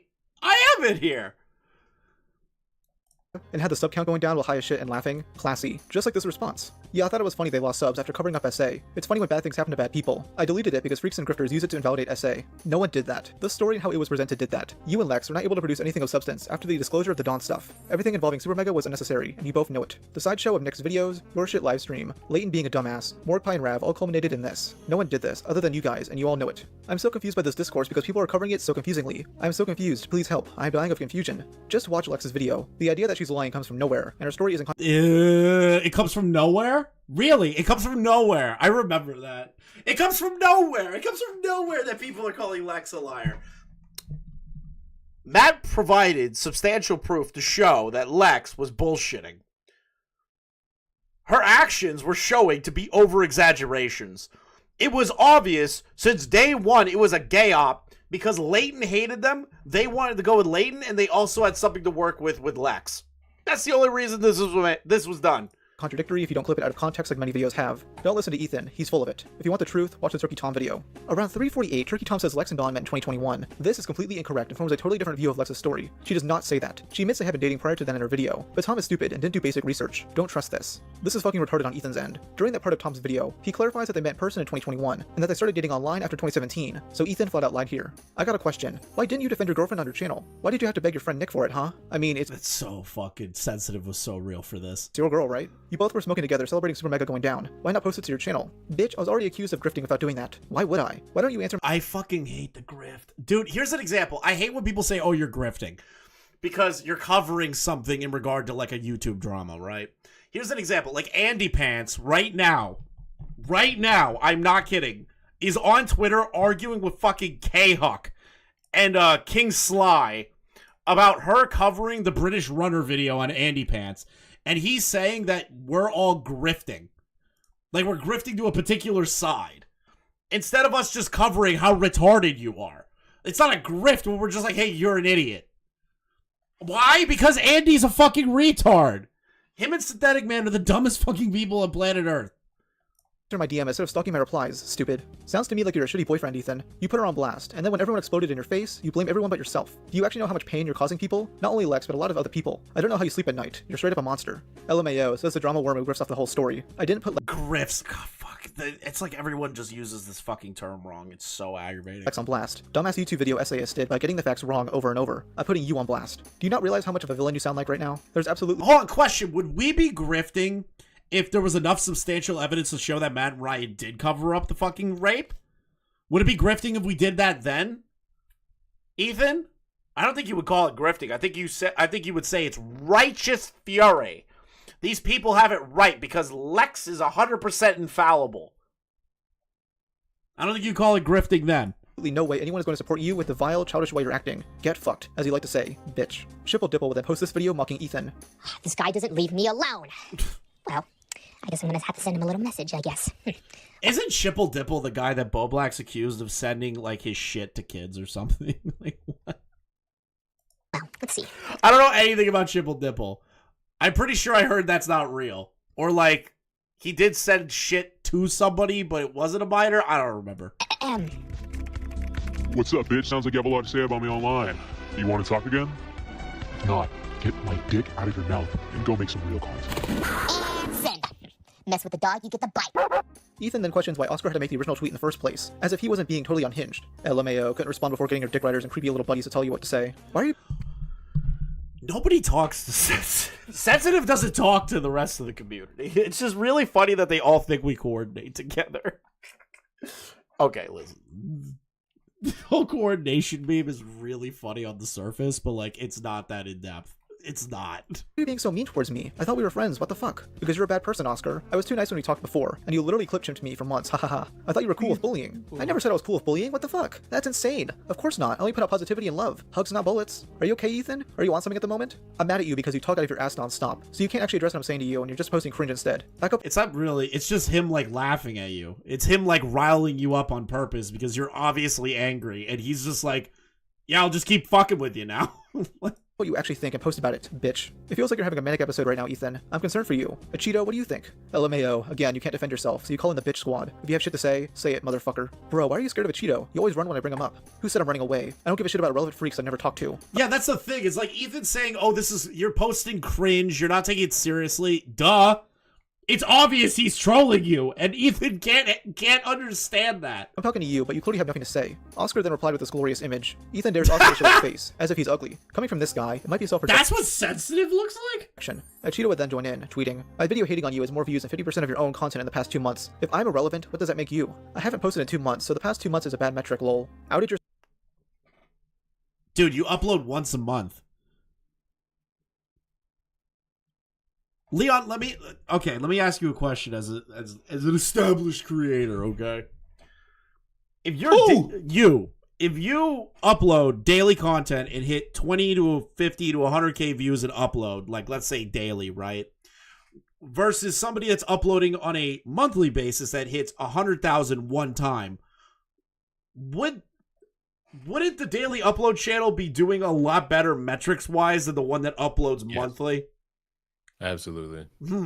It's crazy that Ethan doesn't get that. Yourself as being obsessed Unless with hating me so much. Unless you're a motherfucker that posts a video that get 10 million views in 1 hour.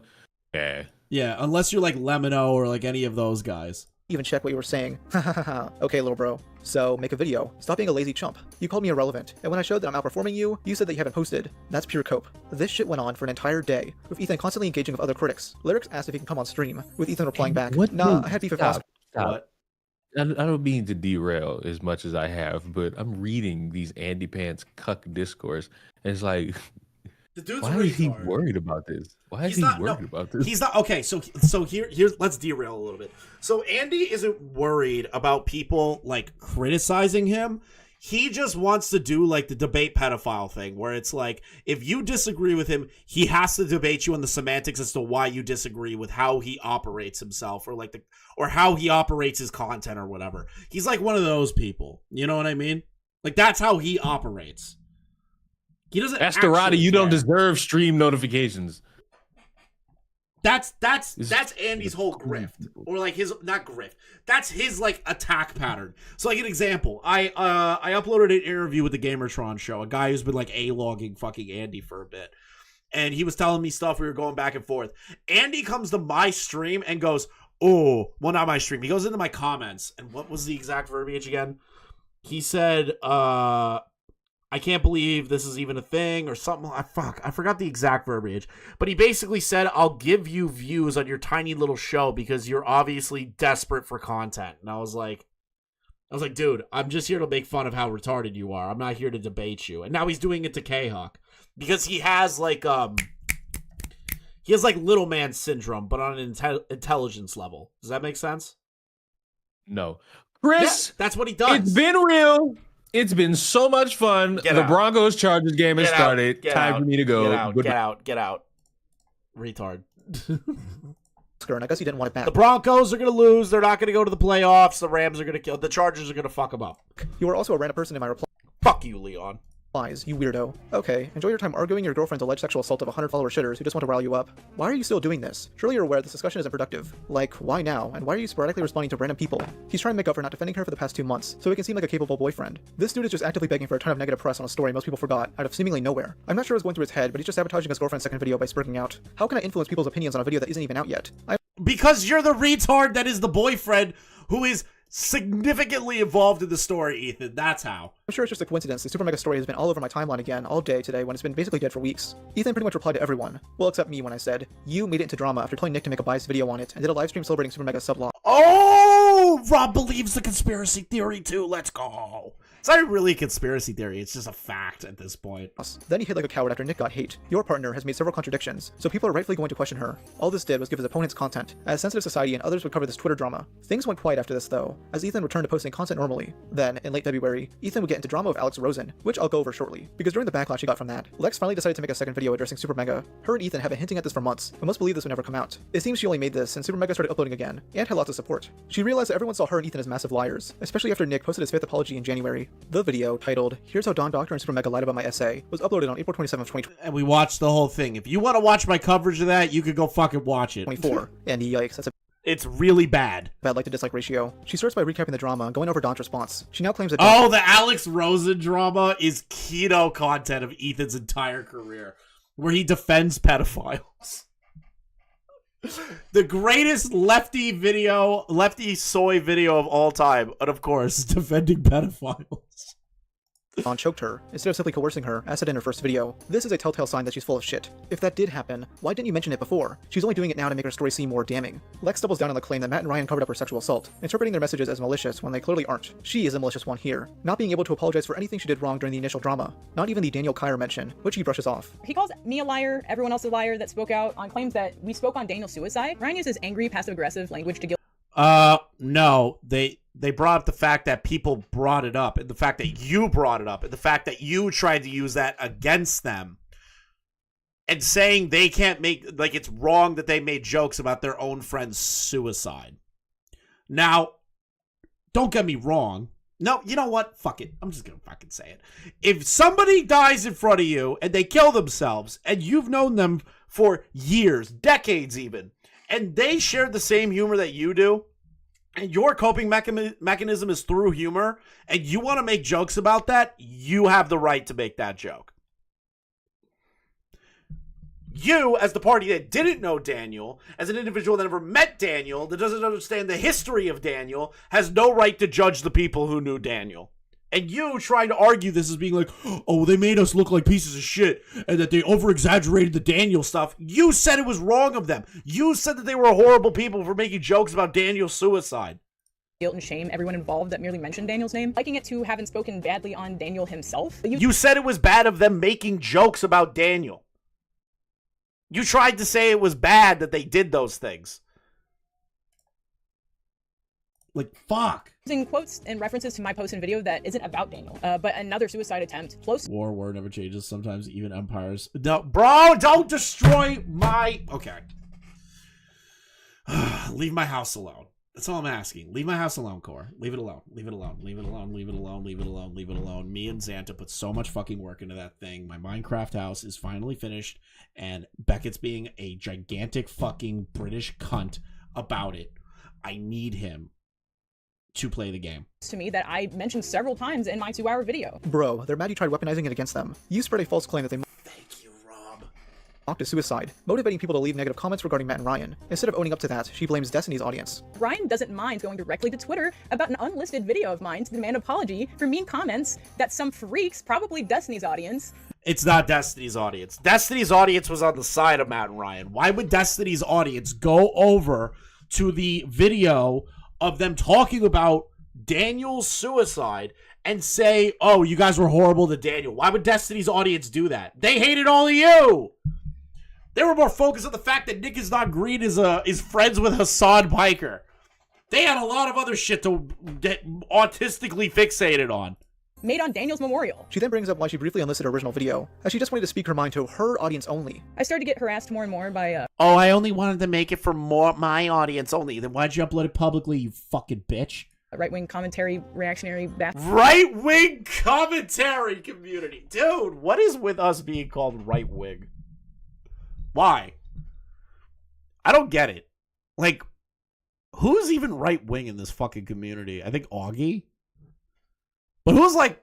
But, like, that's not even a bad thing. Augie's not like a fucking like a Nazi or anything.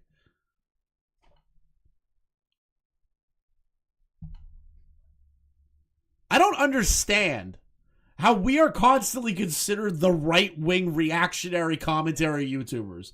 Doesn't make any sense. Just because we don't immediately take you at your word, that makes us right-wing. I never understood that argument. Bastards. Anyway, getting awful comments when I was just not in the mental space to be able to handle them. And without having watched Matt and Ryan's videos until... Yeah, I would call Augie more conservative than anything else. October, I was ignorant to the fact that they had pretty much spent the whole video defending themselves instead of saying anything supportive, and pretty much saying I lied about almost everything except for the assault, and fueling pretty much all the talking points that came to the commentary community. It became pretty overwhelming for... Wait, fueling the talk? Who's the talking points? So, defending themselves until October, I was ignorant to the fact that they had pretty much spent the whole video defending themselves instead of saying anything supportive, and pretty much saying I lied about... They did say supportive stuff. Matt said he was in support of that. That's why they fired Dawn. It was all the other stuff that you fucking overinflated that they defended themselves on. What are you doing? I forgot about that. Fucking Christ. Okay, now all my memories are flooding back. I remember when she said this, and I pulled up Matt's video, and I went to the timestamp where he talks about the situation with Don, or whatever the fuck, and he brought up the fact that he's not trying to invalidate what happened to Lex. He, that's why they fired Dawn. They looked at it, they took too long to get it done, and he owns up to that, and he's not trying to invalidate Lex's situation involving the sexual assault. It was all the other shit that they were defending themselves against. And Lex is trying to say, oh, well, they just defended themselves the whole time. And to be honest, it wasn't Matt and Ryan giving direction or talking points to the commentary community or people that were reacting or talking about you guys to say the things that were said. You guys had such bad framing and so many contradictions that of course we were going to nitpick it. That's on you. That's not on us. About almost everything except for the assault, and fueling pretty much all the talking points that came to the commentary community. That's such bullshit and such cope. You guys were just really bad at fucking putting your story out there. And even then, with that story, if you just said, Dawn did this and Super Mega failed to do this, people would be like, yeah, that's fucked up. That's crazy. Why didn't they do it? Why didn't they work faster? Why didn't they fire him faster? If they just stuck to that, they probably would have been okay. Still nitpicking, but they probably would have been okay. People would still obviously not believe certain aspects, but it wouldn't have spiraled out of control with the additional hour and 30 minutes that is about Matt and Ryan. It became pretty overwhelming for me in the mental state I was in that I was still trying to heal from. So no one gives a fuck about your mental state. About a month later, I felt that the video had at least served its purpose within the people that would have wanted to see it. And so I privated it. I was ready to heal as I'd... No, you weren't. You tried to do a whole live stream with your fucking boyfriend talking about the downfall of them, watching the subscriber count go down. It wasn't just because of the people that you wanted it to see or the audience that you wanted to see it. You uploaded that publicly to YouTube, tried to call out and shame these creators, say that they're rape apologists.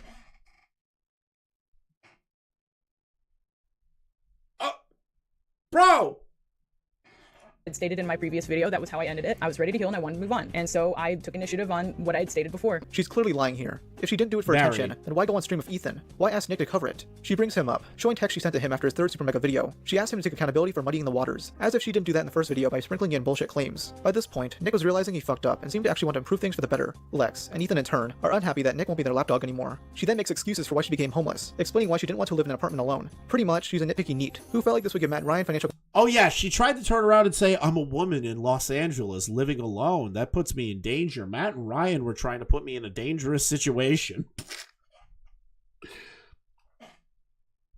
Go home to Tennessee like you should have. You don't have to live in LA alone as a woman. Like,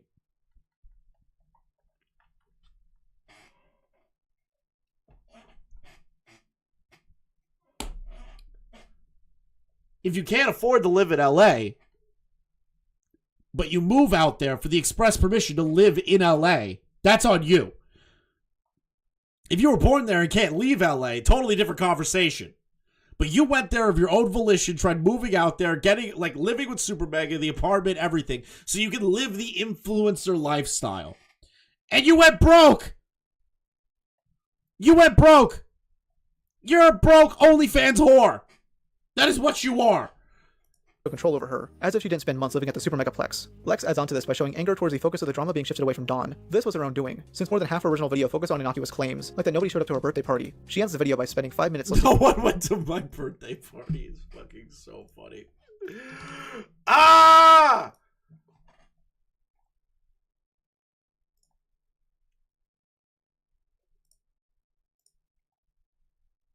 rape and sexual assault stats, which is just her virtue signaling. This video got torn to shreds, with every single comment picking apart her lies and contradictions. Though one comment stuck out, as it came from Dawn's ex-girlfriend. She wrote, Lex, let's not forget about how when I originally talked to you and posted about Dawn grooming me, you backed him up and continued being his friend. I was foolish to make tweets about the situation back in the summer before I realized the full situation. In my experience talking to you directly in the past, you acted like a snake. Yes, you agreed that Dawn fucked up, but you also said you supported me and didn't hold him accountable with me at all. Now you know how it feels to be me, when I felt all alone. Oh yeah, this was the individual that was accusing Dawn of grooming them as a minor. And they, like, tried to weaponize this girl's story so that they could platform Lex's story and make it more important. And then what happened was that they poorly put it together, and then it downgraded her story. That might have had more, more credence to it. Star 2 out of 10. In the words of, yes. I'm afraid when people didn't believe me. Yes, this is a different person. This is not Lex. When my previous account got mass reported by Dawn's followers and suspended, you're so pissed about people not supporting you, but where were you in the past for me? This was the top comment until Lex deleted it. If this is true, which I don't entirely know, that proves how much of a selfish bitch Lex is. Oh, yes. We're at the best part now. Now we got past the Super Mega stuff. Holy shit, I fucking hate. I love the Super Mega drama because of, like, how cut and dry it was, how bad Ethan, Leighton, Mordecai, Nick, all those guys fucked it up. But I have to come clean. The Alex Rosen drama of Ethan's life is maybe the funniest fucking piece of content ever produced from this retard. It is Chef's Kiss, the greatest piece of content of all time. On March 3rd, 2020, for how bad it is. Ethan would upload a video to his Ethan channel called Hunting Predators for Clout. This is actually an edited down segment from my live stream, and I'm glad because I can't imagine sitting through an hour of this. He doesn't take off days, he just sits inside on the internet, probably scrolling Twitter all day long, talking to fucking pedophiles on Facebook, pretending to be a minor every day. Unwell. This video was meant as a hit piece of sorts. You do realize that, like, predator catchers and, like, professional predator hunters, now, don't get me wrong, Alex Rosen fucked up during the easy EDP stuff. I feel like I have to keep repeating that, but the problem that Ethan is going to find in this video is that Alex has actually had successful predator hunts, and he's actually put people in jail. He's had these people arrested. Unlike Mama Max, unlike all these other people, he's essentially like the new generation's version of Chris Hansen if Chris Hansen wasn't retarded. Like, say what you will about Alex, like hate his politics or whatever, but he's arresting pedophiles. on Alex Rosen, who some know as Chet Goldstein. Alex became infamous due to a sting on Cupcake Muncher EDP445. While Alex and his crew did expose him for being a pedophile, many rightfully criticized him for his poor management of the case. EDP would never end up getting legal repercussions because of this, and many began looking into Alex's online past. For instance, Alex has a history of making edgy prank videos, like when he called a Black Lives Matter hotline to spout the gamer word. He also recorded a video of him telling a woman that— Yeah, he did do that. He did call the Black Lives Matter hotline and just scream the N-word at them. Like, fucking Christ, dude. Ah! He had a child locked in his basement. But why doesn't he buy houses for the pedos? Crying face. So has Ethan gone public about being non-binary with his Twitter, or all these weird clickbait video cards actually legit? No, they're legit. They're legit. He has transitioned, or he is transitioning to be known as Aiden. Aiden in Aiden. With plenty of But yes, he is trans now, or non-binary, whatever the fuck. The vitamin part. Oh no, that's not good either. Oh really? Not as a child. Well, I was tired of being a virgin, so. Most importantly, he used actual minors as decoys to lure in predators. So I'll be honest about the decoy pic. So one of the. Yes, these are all things to criticize Alex over. I'm not saying Alex is fucking perfect. He's gotten better, but this is fucked. I will say that. So one of the decoy pics, the Hispanic boy that we use, that's my cameraman's little cousin. And the white decoy that we use, he's 17. And yeah, I met him on PS4. We're playing Madden together, and he said he was down to do it. So you have two minors that you use as decoys. Yes, and their parents both know. Now, these are definitely things to criticize someone over, especially from my professional standpoint. I actually talked about this in a video I posted a month before Ethan's, in order to explain why Alex got banned from YouTube. Ethan starts his video by laying out these criticisms, but the thing is, Alex has changed. He actually successfully catches pedos, and works with local police to ensure they get criminally charged. Besides being an edgelord on Twitter, there's really nothing massive to criticize him for, but Ethan still tries anyways. His video has a pretty bad start, as he says this about EDP. And so he and his weird little cameraman are just harassing EDP and asking him a bunch of really stupid questions like, why do you do this, man? Do you know that this is bad to do? Who cares? Harassing EDP. Did you hear that? Harassing EDP. I'm just gonna let that play again so you can hear that. But Ethan still tries anyways. His video has a pretty bad start, as he says this about EDP. And so he and his weird little cameraman are just harassing EDP and asking him a bunch of really... He takes issue and umbrage with the fact that Chet and his cameraman are fucking with EDP.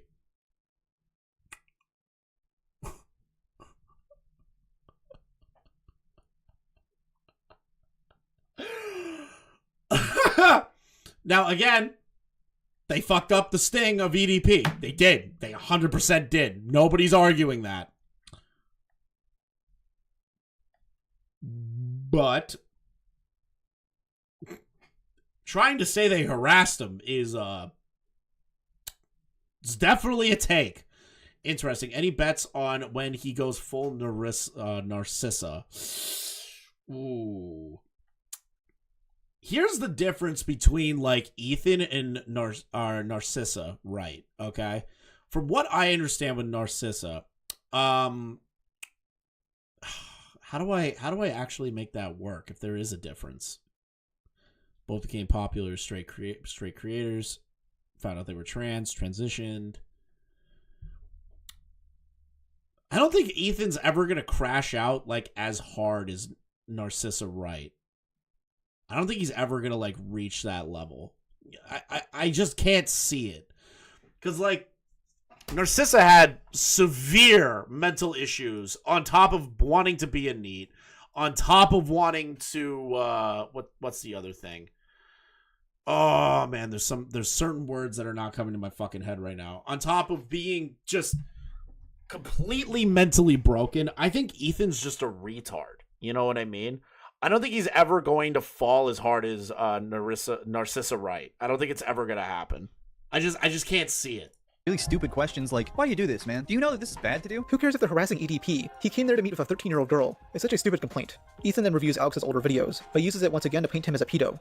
You can't make these kinds of jokes and look like this. Sorry, can't do it. Ethan's other criticisms. What? You can't make fun of how fat EDP is because he looks bald and is a ginger? Amazing criticism. They're okay, but he brings this all up for ulterior motives, because Alex has actually improved over the years, but Ethan doesn't care because the guy— Is Ethan too stupid to be broken? No, I don't think he's too stupid to be broken. I just don't think he's that mentally ill. Does that make sense?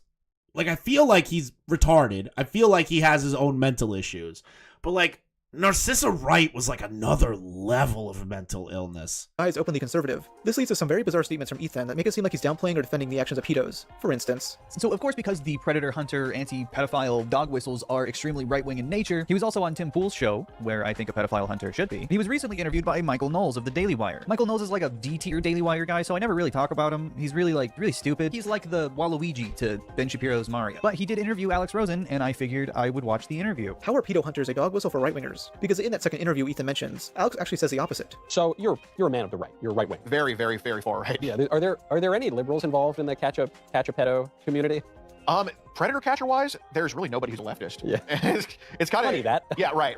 I will say though, most of the people we catch, I guess, are Republican voters. Not conservative in practice, because a lot of them are like on disability and welfare and all that stuff. But we get a lot of comments like on YouTube, on Rumble, for example, like, oh, but look at you're catching another right winger. I'm like, okay, but the person arresting him is a right winger, the person catching him is a right winger, so it's right. He's saying that he mainly catches right wingers. I'm sure Alex is biased against leftists, but he's truthful enough to mention that fact. Ethan isn't truthful at all, as he never shows himself reacting to that part and giving his takes. But wait, there's more. Just yesterday in Georgia, we confronted a person who was out on bond for child porn charges, and we just showed up at his house with no messages, no nothing. We just had a phone number associated with an app that we know to be child porn related, and we talked to him for like 2 hours, and he admitted after he got out of... You have an app that gives you Predator's phone number if he uses child porn, and then you found his address that way and then went to his house. Like, what is any of this technology? He won't name...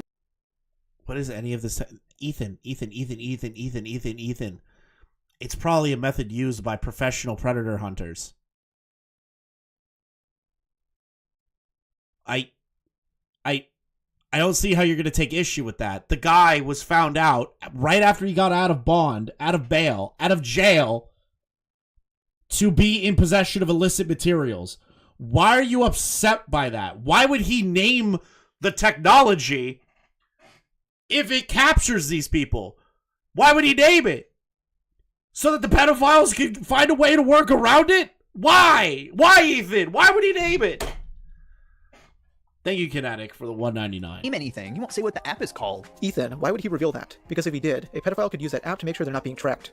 Oh, God, thank God, Rob. Thank God, Rob's smart. Thank God, Rob's smart. Thank God. So what got you into this?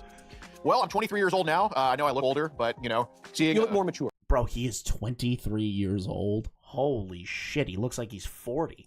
Right, I look more mature. Thank you. This man is 23 years old and spends all day pretending to be a child on the internet to talk to pedophiles, and then goes to their house. This guy's not normal. 19 years old. And gets them arrested because he believes that child predation is like a horrible, disgusting thing. See, this is the difference between Alex Rosen and Mama Max, right? Alex Rosen gets results and then shows the proof of said results. Okay? He does that. Unlike Max. I am not a fan of predator hunting content, but if somebody does that and they do it in a way that has the local police, the FBI, they get actual arrests, they get these people on rap sheets, they put them on the sex offenders registry so other people know who they are. I might not like predator hunting content because I think, why upload that shit? But at least they're doing good. At least they're doing good in the world. At least they're putting them in fucking jail. Alex Rosen isn't doing what Vitaly does and has boxing matches with the pedophiles to see who escapes, or has them sumo wrestle Japanese wrestlers to see if they can get away with their freedom. I feel like one is for entertainment purposes, which is Vitaly's, which, yeah, Vitaly does get I don't even think he gets arrests. I'm pretty sure half of that shit is totally fake, or 99% of it is fake. But with Alex, it's sitting down, talking to these people, making them admit on camera what they're doing and getting them arrested. That's a net positive. I've always wanted to be a police officer. I couldn't do that in Houston, Texas, where I'm from. At 19, you gotta be 21 to graduate the academy. At least that's what it was a couple years ago. I don't know now. He doesn't want to be a cop anymore. He's having way too much fun, trying to be a little boy all day. Okay, so you're rightfully going after him for using a minor as a decoy, but now you're saying it's weird for him to act as a minor to catch them? What should he do then, Ethan? Has he never seen To Catch a Predator before? Because Alex is using the same tactics as them to legally obtain confessions out of pedos. You texted her 4 times in a row, multiple times. She kept taking me first. I do think that because this guy keeps repetitively engaging these people, clearly, you can't arrest him for that, because he wasn't. Ethan. Hold on. They obtain confessions out of pedos. I need you to listen very carefully to the exact same point that we are listening to Ethan listen to this, okay? Alex is showing them the text logs and saying that this minor, you were texting them. I want you to pay very fucking close attention to how Ethan responds after what the guy says, okay? Pay attention to what the fat fuck says in the chair with the walker. Texted her like 4 times in a row, multiple times. She kept texting me first. She kept texting me first. He's like, hey, you kept DMing this minor. You kept texting this minor continuously 4 times in a row without interruption. His response is, she texted me first, so I thought I'd hit her up. Listen to how Ethan frames this. I do think that because this guy keeps repetitively engaging these people, clearly, you can't arrest him for that. Because he wasn't talking to a little girl. He was talking to a guy pretending to be a little girl.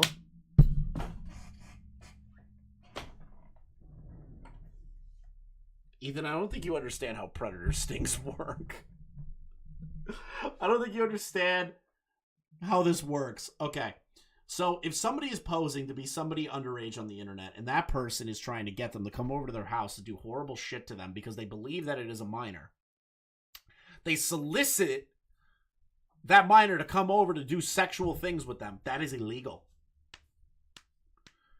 Even if it's a grown adult behind the camera, getting this person to do these things, or like making them feel comfortable enough to do these things, they prevented an actual child from being harmed. The police can look at that and go, hey, this guy had the intentions of meeting up with a minor. That is enough. That is and should be enough to put someone away.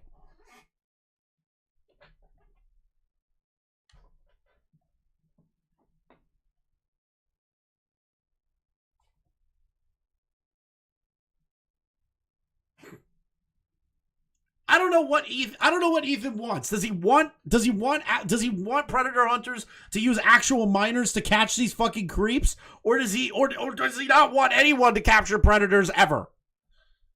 It's not illegal, unfortunately. Playing pretend, you can't bring that into court. You absolutely fucking can. Come on, Ethan. Imagine being so bad at research that you don't even know it's illegal to send sexual messages to someone you think is underage. It's called soliciting a minor, and you can be arrested by intent. God, he's retarded. Do you ever go to the movies or something? Do you ever have a day off? Well, I don't take off days. I'll love... Probable cause to get a warrant to search phones and computers where the case can be built. But that gets them to open up and say, hey, I'm trying to meet with this minor. That gives probable cause to the warrant. The warrant is used to search phones and computers. That information leads to them finding illicit material on their hard drives or on their phones or other conversations with other minors and puts that person in jail. That's the point. That's what I would assume the point is to get these people to open up, to feel comfortable about it, to be confronted by it. The police get their warrant, and then boom, that person gets caught with more information. But Ethan doesn't understand that. Love to work. So luckily, I think catching predators is the funnest thing somebody can do. So it really works out well for me. Oh, he's so brain broken. He doesn't take off days. He just sits inside on the internet, probably scrolling Twitter all day long, talking to fucking pedophiles on Facebook, pretending to be a minor every day. Unwell.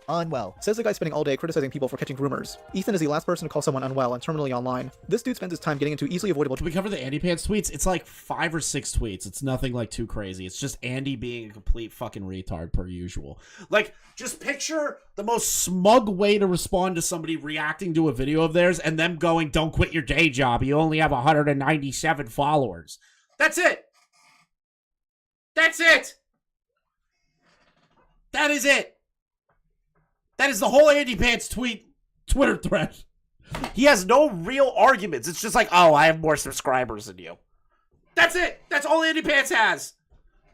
Drama and smoking weed of his mentally unwell girlfriend. I'm not a fan of Alex, but I heavily appreciate what he's doing. I don't think I can ever do what he does. Yet Ethan treats this like a waste of time. He goes over a recent pedo that Alex caught, not understanding Alex's interrogation tactics. Every single person has a vice. Every single person does stupid stuff, okay? I'm not immune from that. You're not immune from that. Dude, he watches so much fucking like propaganda and like interrogation on... Propaganda. What is this new term that I am learning today? Propaganda. So propaganda made by the police for interrogation purposes is propaganda. To try to relate to another human being. That's not even propaganda. That's just basic human-to-human interaction, is to try and get somebody to relate to you. Is that you go down to their level and try to have them understand and make them feel like you understand what they're going through. It's a basic 101 of talking to people. How is that propaganda? I hate that's a term in my life. Propaganda. On YouTube. God, I fucking hate this guy. Where he's trying to establish rapport with this old man in his recliner. Does he think this is an interrogation? Well, it is an interrogation. What do you expect him to do? Start waterboarding the guy? He's coaxing him into revealing his crimes, not torturing him. He's doing things the right. No, it shows that valorize the police, like Blue Bloods and Law and Order. But like, bro, what? Like, that's such a gay fucking term. That's such a gay term to call it propaganda. I fucking hate that word. Right way. But Ethan just needs an excuse to live. It was a term for TV they used by cops to make them seem better. That's so fucking weird. That is the dumbest fucking goddamn thing I've ever heard in my entire life. Well, Alex is a pedophile sympathizer. Yet only a minute later, he says this. Like, this dude probably makes plenty of money off this shit, but he's not paying for therapy. He's not getting these guys into, like, housing that's away from, like, anyone they could do any harm to.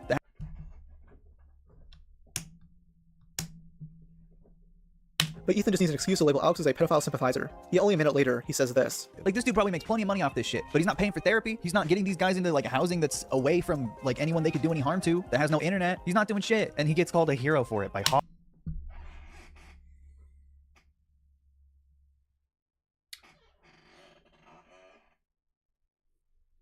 Alex isn't doing enough to redivest his money into pedophile rehabilitation.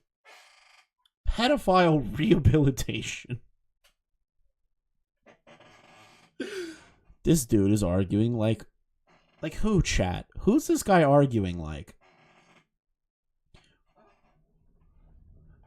Didn't we cover a pro-map, pro-zoo brony recently that is using the same talking points as Ethan here?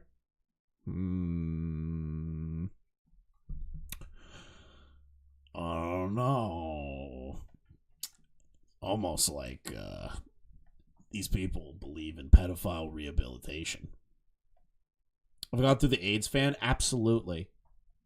Absolutely I did. But he believes that because Alex Rosen makes money, he should redivest that money into making pedophiles' lives better and rehabilitate them.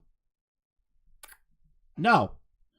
Alex should make millions upon millions upon millions of dollars if he's doing it the right way, which he has been recently, and not give a single goddamn penny to any form of rehabilitation for pedophiles at all. Nobody should be giving rehabilitation to these people. No one.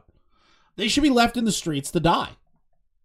Why is everybody doing this? Why are there people out in the world trying to defend pedophiles? Like, I don't get it recently.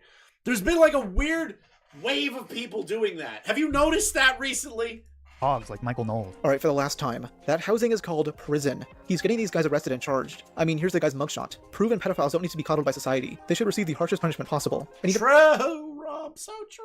never claims what he means by this. Because if Ethan was referring to getting non-offending pedophiles therapy, then okay, I guess. But instead, this implies he wants convicted pedophiles to receive treatment. People like that won't ever change. Did EDP change when he was revealed? No. He kept doubling down because redemption... And he kept getting caught. He got caught like 3 other times. He literally... I'm pretty sure we covered like other instances of EDP being caught like last year or like a year and a half ago. There was like another sting that some retards put together and he fell for it instantly. These people can't be rehabilitated. It was never possible. You know, I think our videos, or at least the intent of them, is to leave no doubt that these people getting exposed and arrested deserve the rest of their life, if not, you know, death in prison. So what? Oh, Jesus Christ. Okay, I was just about to ask what his like solution is. Like, oh, the humanity. Someone please think of the... Yeah, what? Why did Ethan take offense to that? Why did Ethan take offense to the idea that pedophiles should be fucking executed? Did you see that? Where Alex is like, yeah, these people should get the harshest punishment imaginable, maybe even the death penalty. And Ethan's like, whoa, buddy, that's way too far.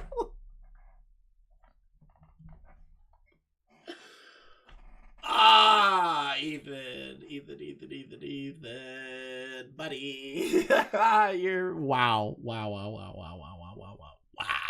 dude, wow. The child rapists. Because they think that I'm a little older. Yeah, they think that I'm mature enough to have a 9-year-old daughter. And be a pedophile too, because you look like a pedophile. You know, in 6th grade, you know. So he calls Alex a pedophile. He says Alex Rosen looks like a pedophile. That's crazy. Kid had his phone now. He's like, oh, Alex, look at this. And it was like porn. But I don't like 11-year-olds. I don't like 14-year-olds. I like adults. Just when I thought I was out, they pulled me back in. I don't like 11-year-olds. I don't like 13-year-olds. I like adults. Guy who is definitely only into adults. Thank you for specifying.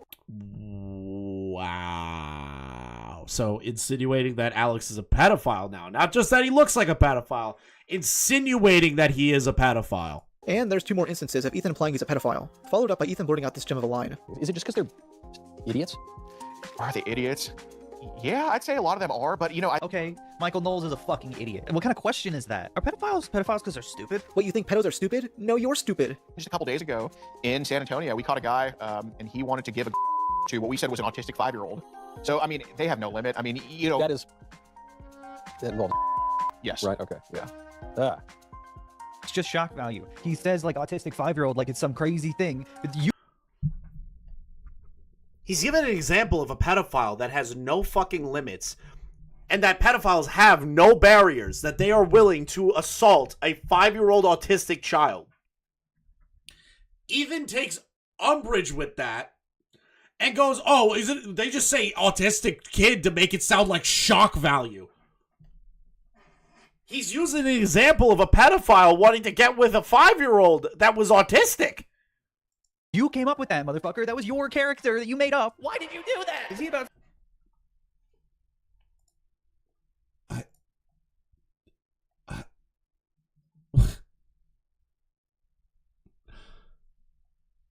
Maybe it's because it was just like they popped off in their head. They're like, okay, we're gonna make up this character today. This character gets this predator, this character that predator, and we're gonna work with different kinds of characters to see which ones worked. And that one worked. And Alex uses an example in the interview to show the depravity and the depths that these people will go with no shame, no nothing. And they feel confident enough to do something like that.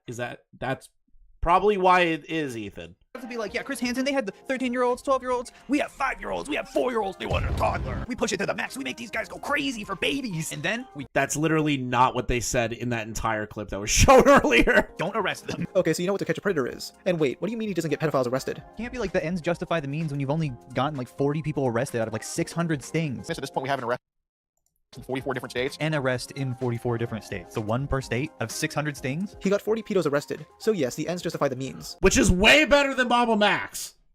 Way better than Max. Way fucking better than Max. Max had 0. Max lied about getting one arrested. If I had to choose who's the okay, here's an example. If I had to pick, if there was a gun, if a loaded firearm was in my hand, and they said, shoot the worst predator hunter, and I had to do that, or else someone would get dropped off a bridge somewhere. And I had Mama Max in front of me and Chet Goldstein. Chet has done more benefit to society getting 40 of them arrested versus the 0 that Max did. And I just, like, fucking, bah! Like one of those. Wouldn't even think about it. I would let Chet live. How many creeps have you caught, Ethan? None? Okay, shut the fuck up. Let's be real. Ethan mainly made this video because Alex is conservative. If he just focused on that aspect, then I wouldn't complain. But nitpicking how he catches criminals is stupid, and it makes it look like he's offending them. Him being conservative doesn't change the fact that Alex is doing good. He's doing what pedo hunters should be doing. But the thing is, that's the brain rot that Ethan has and like all these leftist creators have, where they'll sit there and go, this person's bad. They show examples as to why they're bad, which is predator. Here, let's use an example that Ethan's using, predator hunting, right? This guy is a bad guy because I think was confronted by a guy dressed as a literal cupcake. Exactly. He got caught by Gideon. Let's use his example. There is a predator hunter guy. Ethan, like, assholes that make videos like these go, this guy's bad. They explain all the things that he's doing bad, which isn't really that bad. It's just him arresting pedophiles and confronting pedophiles. And getting the cops involved and making sure arrests go through. And you watch the rest of the video, and then he goes, well, he's also he's conservative, and he has conservative values and hangs out with conservatives, so that makes him evil. It's not the actions that make that person evil, it's their ideology. And Ethan can't break out of that sphere of, if somebody's conservative, they can only do wrong. Which is not true. There are good leftist people, there are good progressive people that do good things. And there's same thing for conservative people. There are good people that are conservative that do good things. Like, they just attempt to discredit people due to political beliefs, and it's so fucking retarded to me. Condemn other predator poacher channels like Anxiety War? No, he's too politically brained for that. He's got to defend the groomers to own the chuds. This pedo hunter stuff is really gross, really exploitative of people's emotions, and ultimately it's very self-serving for this particular predator hunter. You couldn't even put EDP in jail. Anyway, go touch some grass. This is easily Ethan's most hated video, and rightfully so. It even got many online leftists to agree that Ethan is a piece of shit, though many didn't take note of it until commentary channels started covering it, leading to Alex Rosen taking notice of the video and calling him out. Yeah, I'm pretty sure Alex Rosen saw The Big Bungie video. On March 6th, Alex reposted part of the video and tweeted, When did Big Bungie's video come out? Because I swear to God, that's probably when Alex started tweeting. Whoa, God, just shut up. No, Beckett can fuck. Oh no, Beckett's doing the short fat otaku video. Try to get them destroyed. Try to have them. Yep, he's doing the short fat otaku video. Hold on. When did the Big Bungie video come out? Ethan, 7 months ago. May 6th? When did... Alex started covering it, leading to Alex Rosen taking notice of the video and calling him out. On March 6th... March 6th? Okay, so that is after, so he didn't watch the Big Bungie video. Alex Rosen should have watched Big Bungie.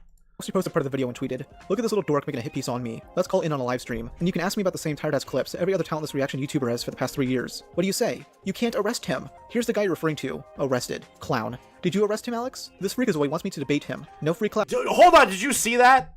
Here's the guy you're referring to. Arrested. Clown. Did you arrest him? Ethan says that Alex Rosen does not get arrests.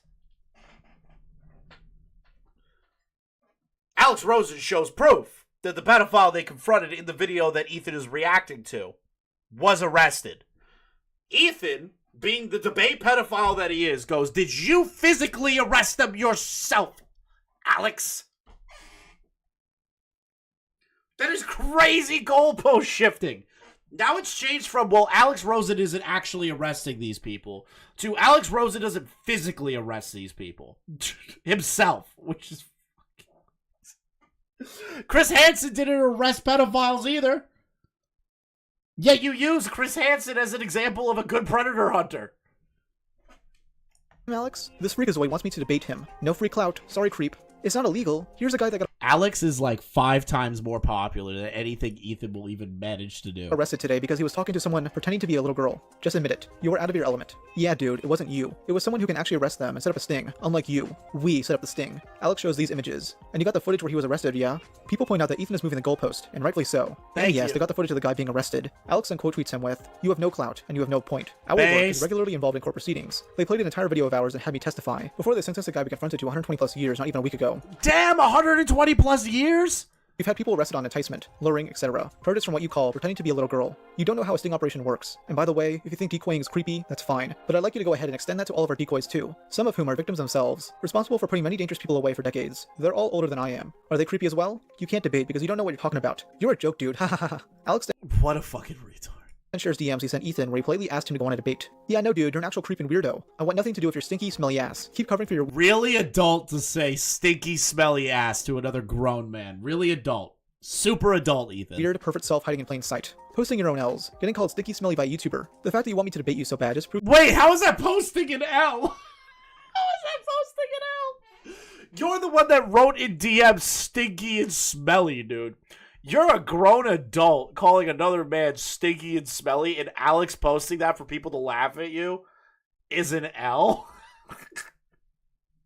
How is that an L? Proves that you're exactly the clout shark I know you are, brother.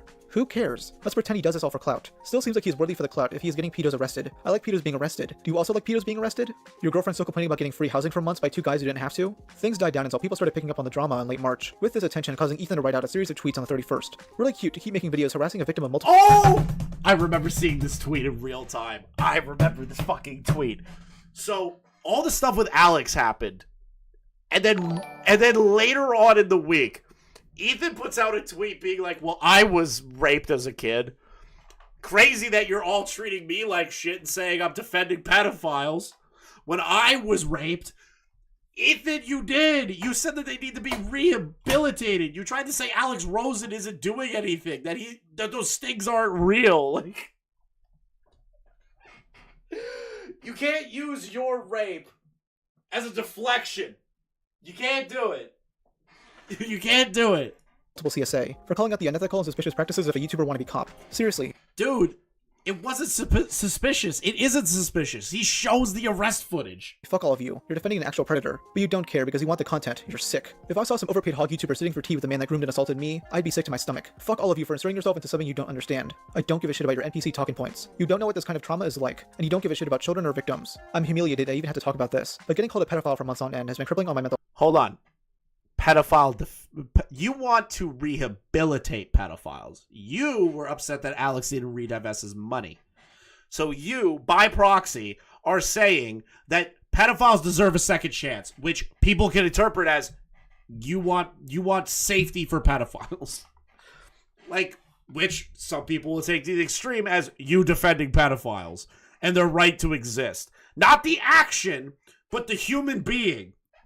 Mental health. Fuck you all. I hope you get exactly what you deserve. Okay, a few things. 1. How is he going to complain about being called a pedophile, when in the same thread he referred to Alex Rosen as a predator? And remember, he insinuated 4 times in his original video that Alex is a pedo. No self-awareness from Ethan here. 2nd, Alex doesn't have tea with these groomers. He's coaxing them into having a confession. He's pretending to be nice to get them to confess. No matter how many times you explain it to him, Ethan will never understand. 3rd, of course this guy is playing victim. He started this drama, of course, but he can't stand the same amount of hate that he dishes out. You getting assaulted as a child doesn't make you automatically correct. The comments— Oh my god, why is Rob so based? —were turned off, so the quote tweets are filled with— Why is Rob so based? —responses. A lot of them just call him a pedo, but some give valid criticism. Translation: I made a garbage, bad faith hit piece where I was being a dishonest piece of shit, and people called me out for it and disputed my claims, so I'm going to weaponize my story of CSA to play victim, instead of admitting or understanding why I was wrong and apologizing. Harassing? You made a shit video and put it out there for the public to react to, exactly like you wanted, but because you're not getting the reaction you wanted, you're crying victim. That's not harassment, you disingenuous piece of shit. I said, here's all the Ethanisonlineisms exemplified for this drama. Make a video in bad faith with weak evidence. Bring politics into it for no reason. Make fun of someone's looks despite fighting for body positivity. Spurg out on Twitter in response to reasonable criticism. And then Alex wrote, you wanted to make a dumbass hit piece about me. Now you're getting your reaction. Are you mad that I'm not just allowing you to steamroll me and making you look like a complete coward by publicly asking you to debate and you refusing? Poor you, bro. This is the face of a clown that can't take the heat. Okay. This is where the funny keto content comes in. Now, I wish to state that I am not okay with brigading people's live stream chats except for Aiden. But like, I can't say that. All right? I won't avow it. But I will say Larix's chat was very fucking funny that night for the first time ever. That was funny. Smaggle owned him. Cadmus owned him. There were a lot of my chatters were in there. You guys owned Ethan. You guys were funny for the first time ever in Larix's chat, dude. You guys were the first time your Larix chat has ever made me laugh. By mid-2024, the condemnation against Ethan was the highest it's ever been. His uploads still get decent views, but they'd slowly dip below 100,000 views on average. I guess normies don't want to watch. The celebrity blackout is a mess. New York's unhinged cop mayor. And fake fruit is taking over TikTok. Nobody was really talking about these videos, but instead some of the live streams Ethan did on Twitch. Okay, I want to read some of the chat. And fake fruit is taking over TikTok. Nobody was really I want to see... Yes, vigilantes can put all pedophiles in prison because the law is too strict. They often need to go around it involved to prosecute. Letting them go teaches how they got caught and they get better next time. What the hell is going on? We're not predator hunters, and evidence he's fucking inadmissible. It's not. Can we put it in sub-only mode? Literally, the guy makes videos saying, don't do it again and nothing, dude. LOL, I'm getting ads now, so I'm gonna go. Only here to see my name in the vids tomorrow. Yo, base swoodle.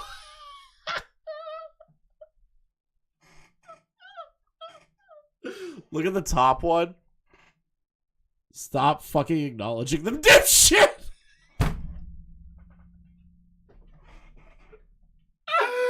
Oh, God. Talking about these videos, but instead some of the live streams Ethan did on Twitch. The first stream of note is from July 9th. This one is where he melted down on Nick is Not Green and then got mad at everybody for being like, hey, you guys... So we were right that you and Nick are no longer friends. He got so mad that we called it out. Ethan gets asked about queef jerky. Do you still fuck with queef jerky?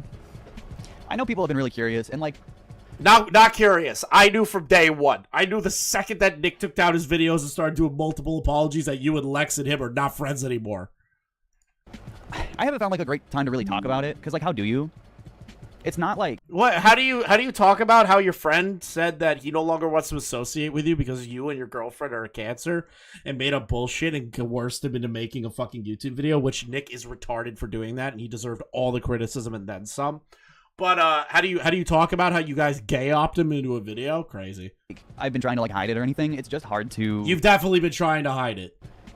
make that space and know that people are actually going to understand and metabolize what I'm saying. He drones on for a bit and starts getting into the nitty-gritty. Ethan begins elaborating on why he and Nick is not green stopped being friends. Some of you guys might know that Nick covered what happened with Lex's story. His first video was sort of a recap of what had come out. It wasn't really a recap. It was 5 minutes of a recap. Then the rest of the video was him talking about the Super Mega subreddit and all the other bullshit claims and allegations by all the other retards, and then also tried to say that they were rape apologists. So please remember, Ethan, that that's not what the video was truly about. And an overview of the subreddit, of the guys that covered up what happened, and really talking about how the subreddit was making fun of them. And he engaged in a lot of similar making fun of. But he didn't lie. He didn't get anything wrong. Yeah, he did. He did. 100% he did. Then the responses came out, and they lied about everything. I mean, bar everything! They lied about everything. For bar, line by line. Lying through their teeth. And I think Nick believed them, but wouldn't tell me. At least for some things. Because his second video, he didn't come back to check anything. He didn't come back to be like, you know, whose side is right? He actually didn't speak to Lex once. She talked about... It's almost like he recognized that Lex is a liability and not a good narrator of her own drama. It's crazy. This in her video. Can you name one? It's almost like he recognized that he fucked up and he needed to fix some shit and understand that he was dragged into a situation that he had no fucking business being in. Things Super Mega lied about? Or are you just saying that to cover your own ass? You can watch the full segment below, and not once does he give a good example. He says something similar about the commentary community. Because, like, I don't want to watch hate videos. I think a lot of people are in that boat. Not that they even know anything. They literally get everything wrong. Every hate video is just factually wrong. Oh, every hate video is factually wrong when we go over Lex's video, Leighton's videos, Morkpie's videos, Rev's statement, Don's statement, your statements, your live stream. We got it all wrong when we went line by line by line by line on all that stuff. We got it all wrong. It was just 100% wrong. Every single video and live stream that was ever done is factually wrong. How, Ethan? That's the funniest part about them. How? How is it wrong? Not one hater video has ever gotten like even like where I come from, right? Like they don't know anything about me. The one example he gave on Twitter was shit, so as others would be. They don't know anything about me. Dude, it is obvious based on your actions that you are a weaselly little fuck. Just as bad. Nick's second video comes out about the situation and he's like conforming to their narrative that contradicts what Lex said, but doesn't like fact check any of it. With us, with Lex, he just like, you know.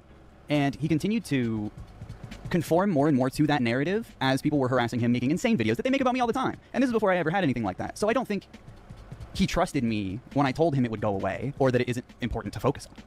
Because I was comparing it to how people treat Hassan, which is very accurate. It's very similar. The way people were lying. Oh, no. No! I forgot that he's a Hassan fan. He has to compare Nick's situation to Hassan's situation. That's fucking crazy. Now remember, this is before the Twitch adpocalypse. This is before, you know, the pro-terrorism stuff. Like, it's... Oh. Lying about Nick was disgusting. The way they were using him in their thumbnails was racist. Racist? Who had a racist thumbnail of Nick? Let me check my channel. Whoa. Oh my god, I'm so sick of hearing that. I'm gonna go to my channel real quick. Let's go to playlists, Super Mega. I'm gonna take a look at all of my... Oh god, just shut up. Shut up! I hate listening to me. Not racist, not racist, not racist, not racist, not racist, not racist, not racist. So I don't... Any of the things involving Nick is not green, I have no racist thumbnails. I don't think Shut It is even racist thumbnails. I don't think the video that got over 1 million views on Turkey Tom's channel was racist. I don't think anything Nick did was racist. So I have no idea where he's getting these racist thumbnail ideas from. And disgusting. Almost every single video. Without exception. Wait, is he saying that every single Nick hate video has a racist thumbnail? Where? He obviously doesn't show an example, but it's such a bizarre claim to make. I'm not denying the existence of a so-called racist thumbnail, but Ethan's track... I'm gonna deny it, because I don't think I've seen one ever. And I watched like a lot of videos covering the Nick is Not Green stuff to see different perspectives and the Lex stuff. I don't think I ever saw a racist-ass thumbnail. I don't think I've ever seen that. Record leads me to believe he's making this up. And of course, Ethan is comparing himself to Hassan Piker. What a shocker. But when Nick's second video came out, he didn't get shit right. He just got shit wrong, and it made people think Lex was lying. And he continued making posts and videos about it when I asked him not to, because he kept getting shit wrong, which would send harassment to Lex. Or he would post. I would have passed DK and Shud. Every thumbnail that I remember from that situation was mostly just using Lex's like OnlyFans and bikini photos, and then like showing Nick to look like a retard. Nothing racist. An Instagram story that, you know, might not be that bad, but is something that people are screenshotting, making videos about, and harassing Lex with. And I told him to stop. Oh, by the way, I want to say thank you to everybody that's watching this whole time. Thank you for all the likes so far. Thank you for the generous donations. You guys are fucking awesome. If you're new, subscribe.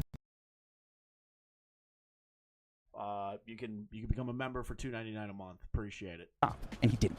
I sat him down and I said, you have to stop talking about this.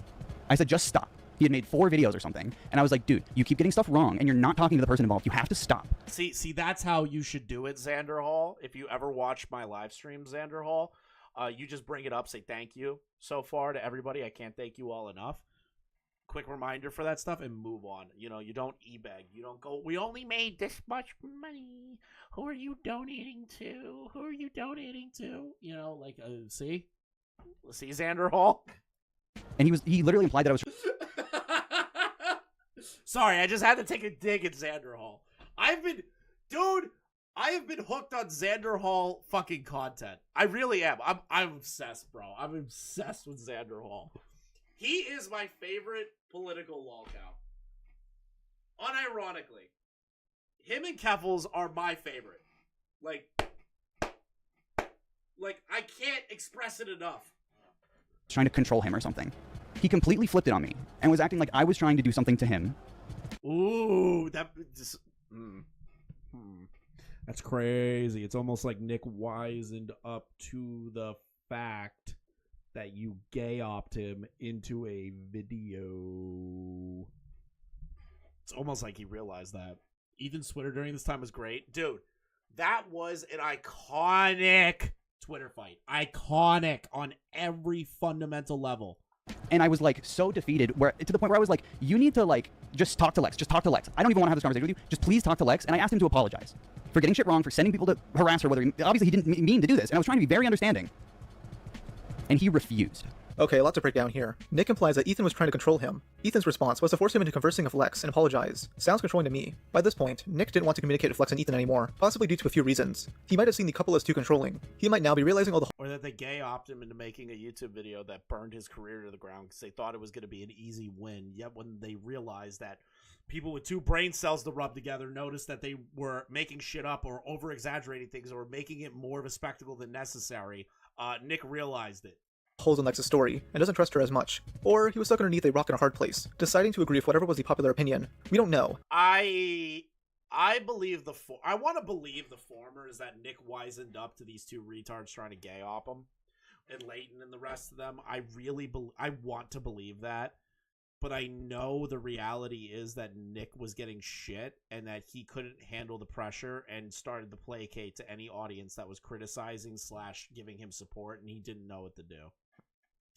Like, that's probably the legit reality, is that he panicked because he's never had, like, this big of a fuck-up, and there's so many different eyes watching him fuck up and pointing out, like, how wrong he is that he didn't know what to do.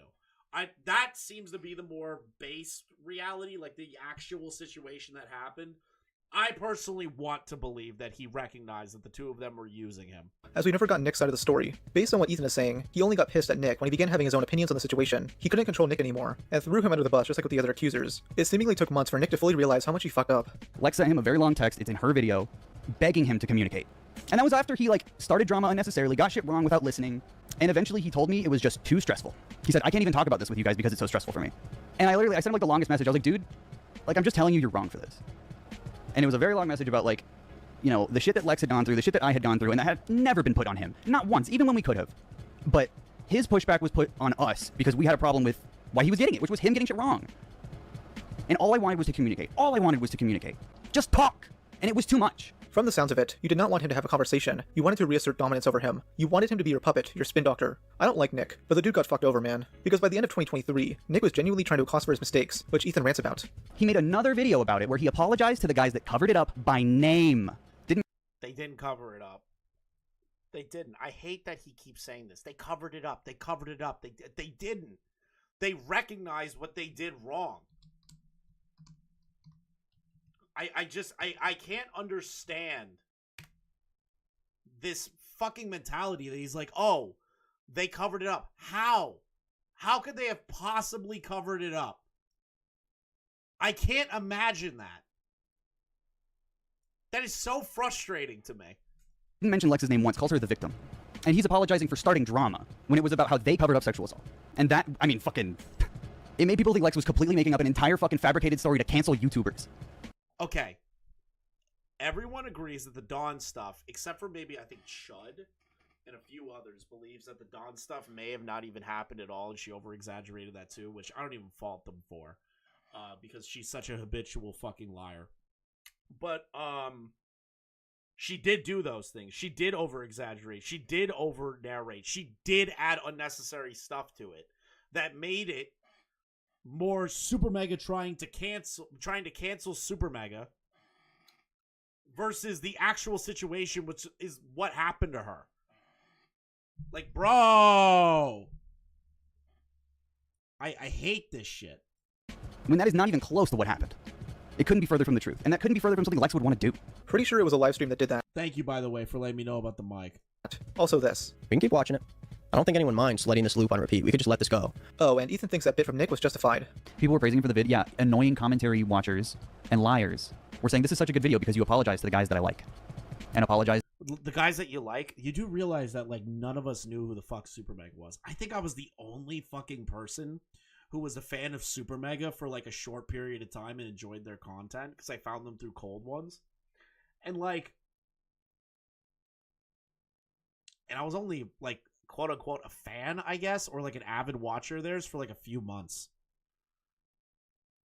Like, it doesn't make any sense. It's still low? Why? That's so weird. What the fuck? It's literally a max. You think my mic blew out? Hold on. See, now you got me thinking.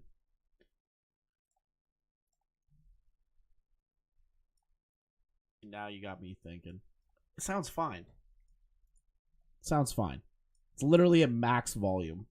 For, you know, hurting their feelings, I guess. He literally apologized for playing the gif of fucking Matt Watson getting punched in the face. You're really apologizing for that? He's a rape apologist. He's not a rape apologist, though. He's literally not a rape apologist. Play it 10 times, 100 times. I can't be friends with people who are that, like, easy to fold. Says the guy who made this tweet. The rest of the stream is just Ethan victimizing himself. You like Ethan? Yeah, okay, buddy. Bringing up the hate he got from the Alex Rosen drama. I've obviously, like, deleted a bunch of old shit. Not videos or anything, just, like, I deleted all my TikToks. I deleted a lot of Instagram posts. Partially because people were brigading them, calling me a fucking pedophile, which is disgusting. Pedophile defender. Completely wrong, and literally a lie. Didn't stop you from calling Alex a pedo, though, huh? Oh, and a troll came in to mess with Ethan and spam Fish Tank Live buzzwords. Fish Tank Live? Season 3? What even is that?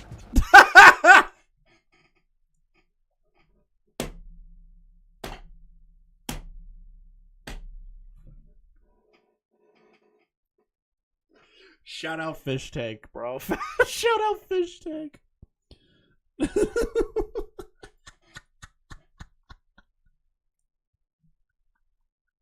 Shout out Fish Tank, bro. Oh god. The Candyman always wins. So true, Quack. He always wins. He never loses. It's impossible for the Candyman to lose. Bert W, so true. Yo, Bert was entertaining. But let's see here. I don't think anyone was watching the first season. I'll tell you right now, the joke of what is considered the cabal was watching Fish Tank Live. And we donated to Fish Tank Live and said Smaggle Daggle's always watching. And they were like, who the fuck is Smaggle Daggle?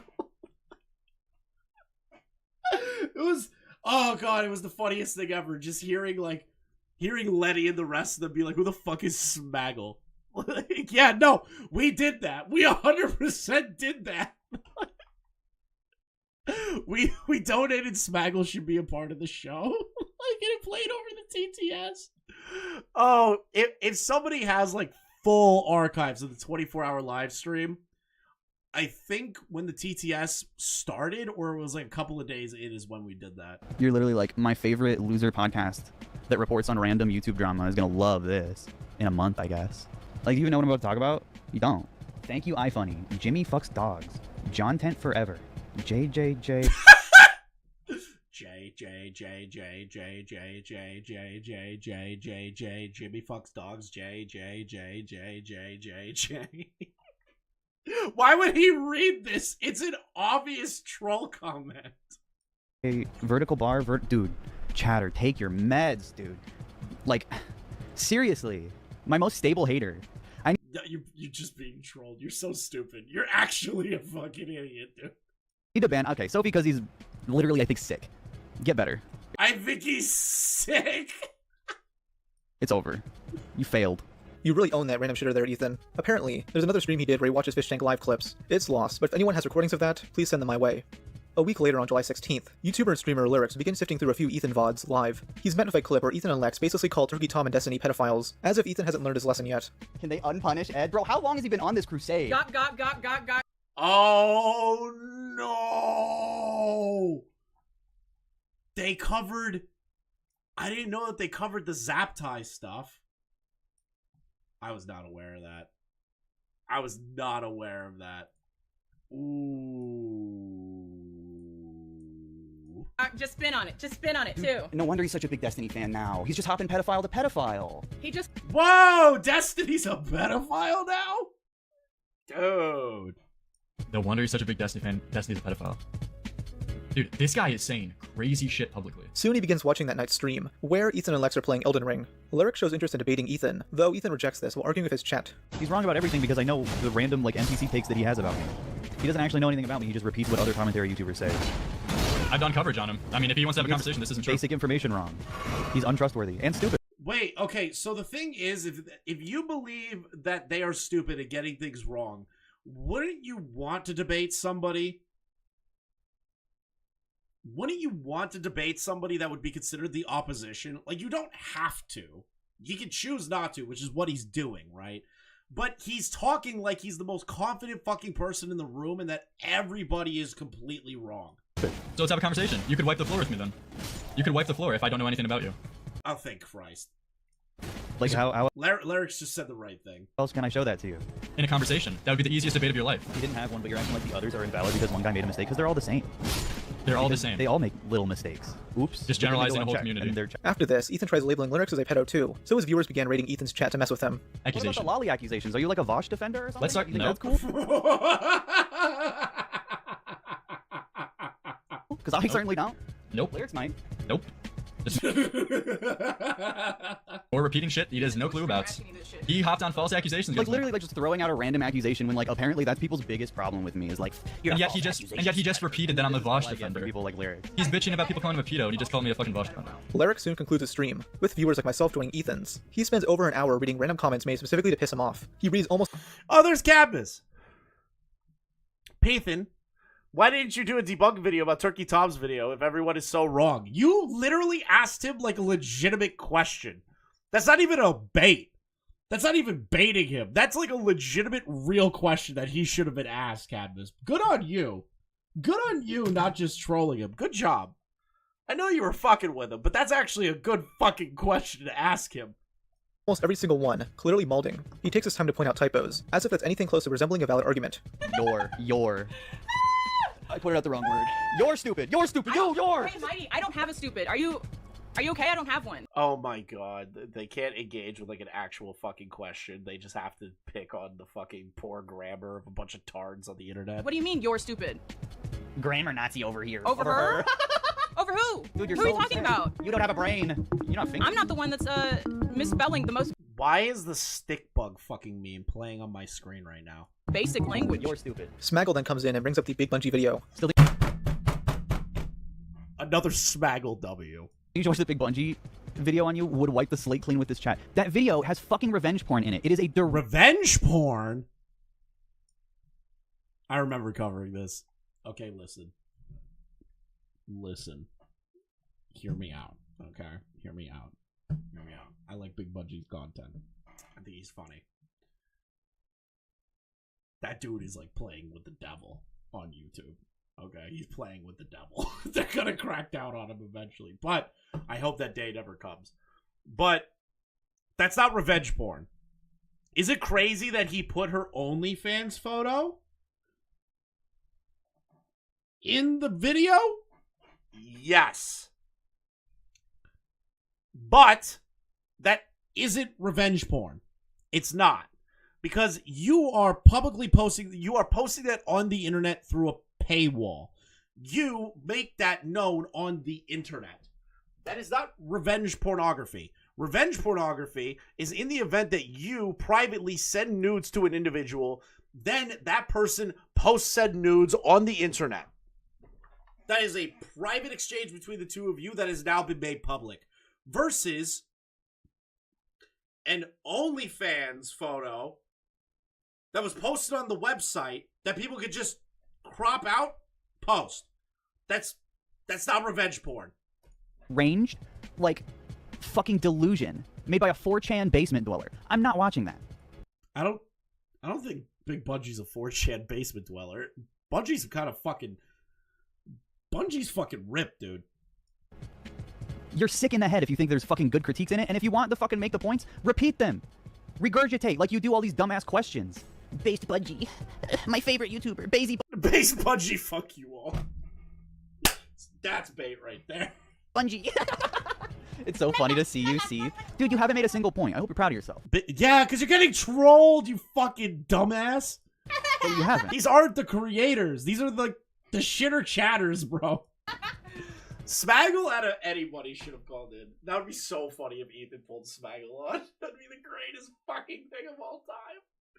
Oh, the content would have been keto. Call your mom, yeah. Yeah, we're not going to look at that on stream, actually. We're not going to look at Basie Bungie and his fucking dumbass, fake-ass video. Based Bungie. For real. What's one point he makes in that video? He literally theorizes that I have diabetes. Fucking real. You look like you have diabetes. You're fat. Real hard-hitting critique there. You know, he's just making fun of you, and the chat is now making fun of you, too. You're just letting this happen. Wait, I'm noticing a lot of my chatters in here. This is a problem. You guys need to stop doing this shit. Coping and seething? Bro, watch my stream more. Copying. You got bigger problems to sort out. Okay, first of all, how is this revenge porn? At worst, it's piracy. It's a photo Lex posted online herself. It's just under a paywall. And he censored the image, so who cares? These are the people spreading the whole sex work is real work narrative, and then treat OnlyFans leaks as revenge porn. OF photos aren't intended to be shared privately. It's a business. A morally bankrupt business, but a business nonetheless. Also, Ethan calling Big Bungie a 4chan basement dweller is hilarious. Comparing them is basically the Chad versus Virgin meme. Bungie is jacked. So true! And Ethan looks like the trap image of the Pillsbury Doughboy. Here's a few other funny moments from the stream. Why did you make your soy friend Nick defend?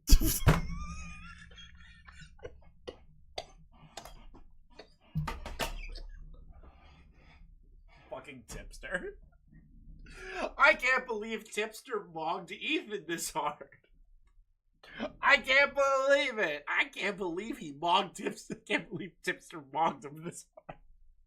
That's totally Tipster. Tipster won. Defend your GF. He didn't defend her, by the way. We made him do he it. didn't do it. No autonomy. He's actually a trained dog. In a You're so suit. stupid. Who? Tipster owns you. Titty? Is that you? A brown guy's. I'm a brown person. What do you mean? That is Tipster. You're not brown. What are you talking about? You are a white person. You're trying to make this seem like racist shit. You little fucking snowflake. Weird. Tipster's a Mexican. You can't treat him like that. You got mogged by Smaggle Daggle and Tips. Confusing. You got mogged by Smaggle Daggle and Tips. Why would he do this? This is like the stupidest fucking thing. You're obviously being baited to look like idiots for us to make content and laugh at you. It's like so fucking obvious. Bragging Ethan's chat say he worked for you. Yeah, that is an L. That is a huge fucking L. Massive L on Confusing's end to fucking flex who he works with. Confusing, never do that again. Okay? Dude, that's even better than Glep Shitto. Smaggle Daggle. Yeah, you got mogged by Smaggle, bro. That's not a fucking real thing. It is totally a real thing. That's the guy that was like having intrusive thoughts about me jerking off a child. A Cheeto owns you, Budster. sensitive society owns You're you. just, Yeah, like, do you want to naming name guys. any more? Dude, how's it feel to be an actual NPC? You're just pressing the different like four. An actual NPC. They can't use any other talking points than an NPC. I should dock Confusing's pay. I'll just fire him. button combinations you got. Chud Logic owns you. Yeah, the racist guy. Yeah, falling off. Wait, Chud's a racist? When was Chud a racist? Listen. Chud is not a racist. He is a race connoisseur. The only allegation against Chud that is 100% real is that he likes gawk. He likes gawk. He wants to be with a trans person. He likes the gawk. He's like ugly as fuck. Really? It's totally real. Totally. There we go, more Star Wars characters. Let them all out. Just remember, bad dogs get put down. What's that supposed to mean? Don't make me horny making dog illusions. Ronald Riz. What the fuck? Bro, Ronald Riz! Ronald Riz owns you, little bro. Foreplay. Do I need to put a collar on now? Dude, come Put on. the puppy ears? Ronald Riz. And yes, Ronald Riz is goated. Lex is a furry. I had to verify that the hard way.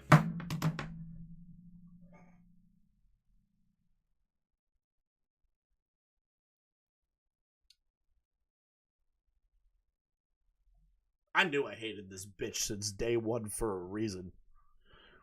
I did not know that. I did not know that Lex was a furry. You know what? I knew I hated this bitch for a reason.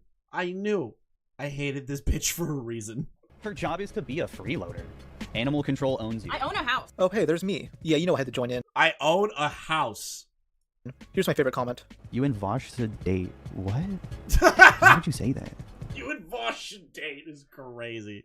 He's a pedophile. Well, shucks. I got banned from his chat, guys. Show's over. In all honesty, this stream is pretty pathetic. Ethan is just sitting there smoking. I am so fucking happy that Rob did not show Confusing saying that he worked for me in a Cheeto. Thank God Rob graced me not to have that cringe be put in a video with over 164,000 views. Thank Christ. Out of a bong, while his chaotic girlfriend hangs in the background and does her Kamala Harris hyena screech. Oh my God, you're so stupid! God, that laugh is just horrid. It's like an old Jewish woman. Is it? Wait, I'm You're so getting fucking gaslit. stupid. Average intelligence of my fucking haters, dude. Right fucking here. Innocent people don't act this way. They're trying to laugh things off and seem chill, when in reality, they're spiraling. If they were being truthful, then Ethan would make a video debunking all the lies about him. He won't, of course. That's why he needs his BreadTuber friends to do it for him. Ethan would delete this VOD. Bro, that was totally a shot across the bow. Rob. If you at any point watch this stream back, dude, please immediately notify me when Noah makes that fucking video. I'm begging you. Chat, keep an eye out on Noah's channel for the next few months. If he makes that goddamn Ethan is online defense video, please, immediately, I will drop everything. I will leave work. I will sit down and come home immediately just to watch that video.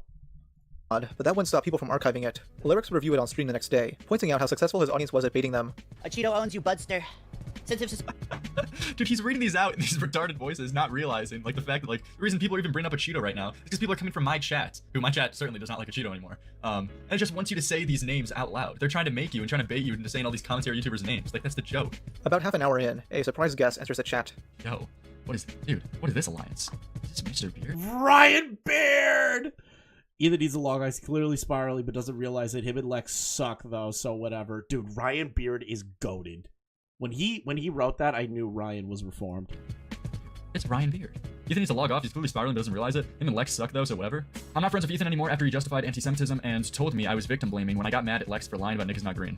Ooh! Let's fucking go. Base Ryan Beard. The first part of that message is actually referring to a Twitter argument Ryan had with Ethan at the beginning of How am I still on this spot? Because I put a lot of effort into my reactions and I get excited very easily. 2024. It has a lot to do with the Israel-Palestine stuff, but the gist is that Ryan didn't like the interview Hassan did with the Houthi pirate. Ethan is a Hassan dick muncher. I don't know if Ryan is a they, them. Just know Ryan is goated. Thought the interview was based, and downplayed that person as just a random Yemeni kid. I did not know that Ethan was defending I didn't. Whoa! Wait a fucking minute. Wait a minute. You're telling me that Ethanisonline defended the interview with the terrorist, the Houthi terrorist. Why am I shocked by that? I shouldn't be, but I am.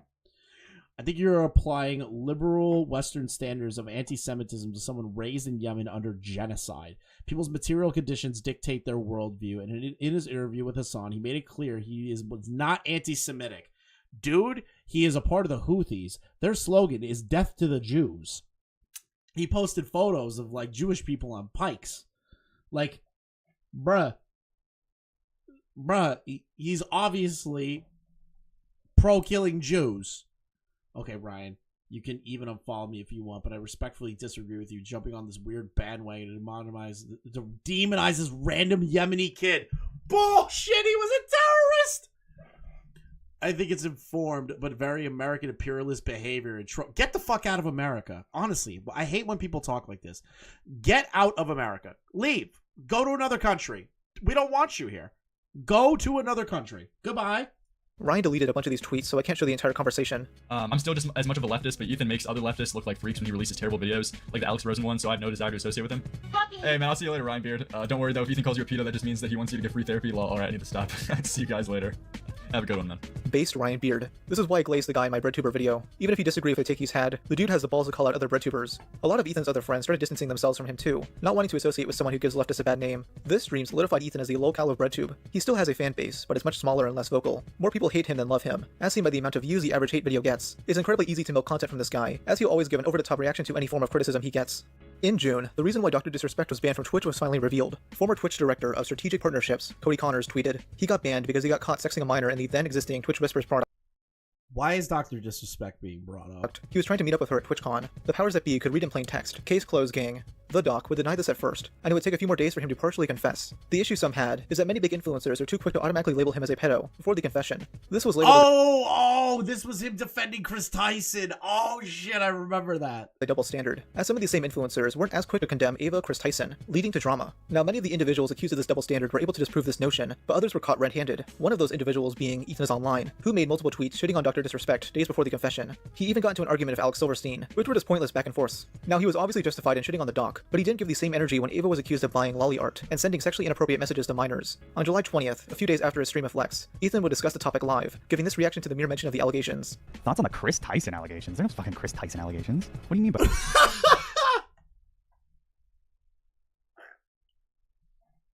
that? The fuck? Allegations of what? Before starting this video... Dude, this is not... Oh my god. This is insane. This is a random channel with 9,000 subscribers. This video... Does that devalue what that person said if it was accurate? Video will make you hate Chris Tyson. It's only 7 minutes. Ethan skips through the video made by Idubbbz, which helped bring the allegations against Ava mainstream. So the synopsis is... Ava used to like... Stop skipping? No, because the synopsis of the video is Ava used to like Shadman in 2017. I don't need to look at a bunch of his fucking Nazi pedophile art to go fucking figure that out. That's gross. Don't watch that fucking dog shit video. So bad. Such an awful fucking... Oh my god, he is going bald. Terribly formatted video. Literally the worst fucking YouTube video I've seen in a long time. Literally just to be like, Mr. Beast's friend 7 years ago had some inappropriate tweets that were a really bad look. You're avoiding the video? That's the whole point. What am I avoiding? You're avoiding the fact that this individual was talking to minors in a Discord and sharing Shadman pornography in a Discord. Whoa! Is it me or does trans Ethan imitating Chris look? Yep. What am I avoiding? You're avoiding the main topic and trying to excuse Ava's behavior by saying it happened 7 years ago. Dr. Disrespect messaged that minor 7 years ago. Does that make it okay then, Ethan? This is the double standard. I mean, Ethan will basically call other people pedophiles, but when there's evidence against Ava, he avoids addressing it. He even chastises Aidrox for showing censored Shadman art, as if Ava didn't repost it herself uncensored. Kai, thank you for the prime. Do not post these! Oh my god, why are you posting this Nazi pedophile's art? A chatter hilariously named I Get Blacked then starts arguing with Ethan, mentioning how he keeps dodging the topic. I Get Blacked. He's getting one guyed by a guy called I Get Blacked. You know what? I can't laugh at that. Fucking Aiden pretend to be called Mr. Lips and one guyed me, so you know. Can't really get mad at that. Topic at hand. I'm literally discussing the video, which is so funny. I don't need to see the whole thing. It's bad. It's a bad video. Chris has liked images with under 8. See, now what I'm thinking is that Aiden has one guyed like random fucking people, like large YouTubers and shit. Like he's just been one guying everybody under alt accounts like a fucking schizo. Characters. Bro, you were talking about a Nazi pedophile artist that was like massively popular on YouTube at the time. I'm sorry. It was fucking 7 years ago. Showing it to me is fucking gross. Okay, the thing is, and the argument that people were making is that you would call Dr. Disrespect a pedophile for this stuff. And that happened 7 years ago. But you wouldn't have the same energy for Chris Tyson. I don't want to see it. It's irrelevant. Oh, Ava loves jerking off to underage characters? That's just irrelevant. Who cares? That's not going to hurt anybody. His bias towards Ava is pretty apparent, as I Get Black because they're trans. Points out that he follows her on Twitter. Since this time, Chris transitioned and is now Ava. To give you an idea of how fucking long ago this was! It doesn't matter. Dr. Disrespect 7 years ago, DM that minor, it doesn't matter. Stop being defensive, you follow Chris on Twitter? Dude, this was a completely different time. I was in high school when this happened. I had no idea who fucking Mr. Beast was, and neither did Mr. Beast. He wasn't even around. What are you saying? Yeah, your username, by the way, is I Get Blacked. You're also fucking weird as fuck for that. Only weird the video. Weird as fuck for that. It's an obvious troll bait. But you're arguing with him, and he noticed, so now he's actually debating you. It's like this only came up after she came out as trans? Yeah. Ethan is biased towards Ava because she's one of the most well-known transgender influencers on the internet. She was part of a YouTube channel that has over 300 million subscribers, being the best friend of Mr. Beast. She's also taken part in trans activism, calling out Nick Merckx for his transphobia only a month prior. Ethan's bias is because she's trans and she's a leftist. It shows maybe a bias for reality and 2024. I will say that. I have a recency bias. I have a bias for shit that has actually happened in the last 5 fucking years. But you'll say what Dr. Disrespect did was terrible, but you won't condemn Ava. This is why you're a Lolcow, Ethan. I mean, Jesus. It shows a bias. I can say that what Chris was doing on the internet in 2017 is fucking gross, unacceptable, but she doesn't do that anymore. She doesn't do that. It's not acceptable. I agree with you. I literally agree with you. It is not acceptable. But that hasn't happened in 7 years. Okay, then should Dr. Disrespect be forgiven? I don't think so. This recency bias argument is stupid for multiple reasons though, as some of these tweets are from 5 years ago, and some of the accusations against her are from the past couple of years. This recency bias seemingly only applies to people Ethan likes, as it doesn't apply to other individuals he's talked about. I mean, the most popular video on his second channel has him calling Matt Walsh a pedophile for stuff he said 11 years ago. And for context, Matt made a blog post back in 2013, saying that 16-year-olds are the most fertile and should be impregnated. I'm not going to defend that, and I actually agree with some of Ethan's criticisms of him. I bring this up because he reveals contradictory logic to the recency bias. Ew, gross. Point. I think you should absolutely. Matt Walsh needs to be strung up. What the fuck? Give people the benefit of the doubt that they have changed when you see them have an old take. It's a bad take. But when you dig up something from 15 years ago on Matt Walsh and it's still perfectly in line with his worldview and there's no evidence that he's ever changed and he still thinks that way, and you can reasonably assume that he still thinks that way, and he's publicly saying these kinds of things, it doesn't matter how old it is. He might as well have said that fucking clip yesterday because he's the same stupid incel pedophile fuck. And isn't that like what Ava was doing the entire time throughout that Discord logs and keeping the Shadman artwork and all that other shit? Like, what's the difference between that? I agree with that, though calling a married man with kids an incel is typically funny, but he clearly doesn't use that same logic of people like Alex Rosen, who have changed, yet Ethan still criticized him for things he's done in his past. And with Ava, it's still reasonable to assume she's still into Lolly. I mean, there's no proof otherwise. That's Ethan's own logic. Ethan is not defending Ava. He's minimizing her actions while at the same time making it seem like he's condemning her. He's downplaying it. He should just say, yeah, this is gross and unacceptable, and that's it. None of this, oh well, it happened so long ago, so who cares, bullshit. Why are you being defensive? Well, you're just changing the complete conversation because you don't have anything to say. Being defensive. I'm literally saying it's bad. Bring to her. I literally said it's an unacceptable thing to do, and you're like, why are you being defensive? Ethan would stop posting as much on Twitter after this, and never gave updates on the Ava Tyson situation, like he did with the doc. I don't think Ethan is a pedo. I just think he's so comfortable defending gross people, because his ultimate goal is to own the conservatives. Oh, conservatives are going after Ava? Guess I gotta minimize her actions. Oh, this conservative catches predators? Gotta sympathize with the predators? Oh, conservatives think gay people are groomers? Nah, they're the real groomers. None of this is productive. It just makes his side look bad. He's so politics-brained that he can't even take a step back as how optically bad his content is. On September 25th, Ethan would tweet, "This edible ain't shit." A few hours later, he'd quote tweet this with, "I think I'm a girl?"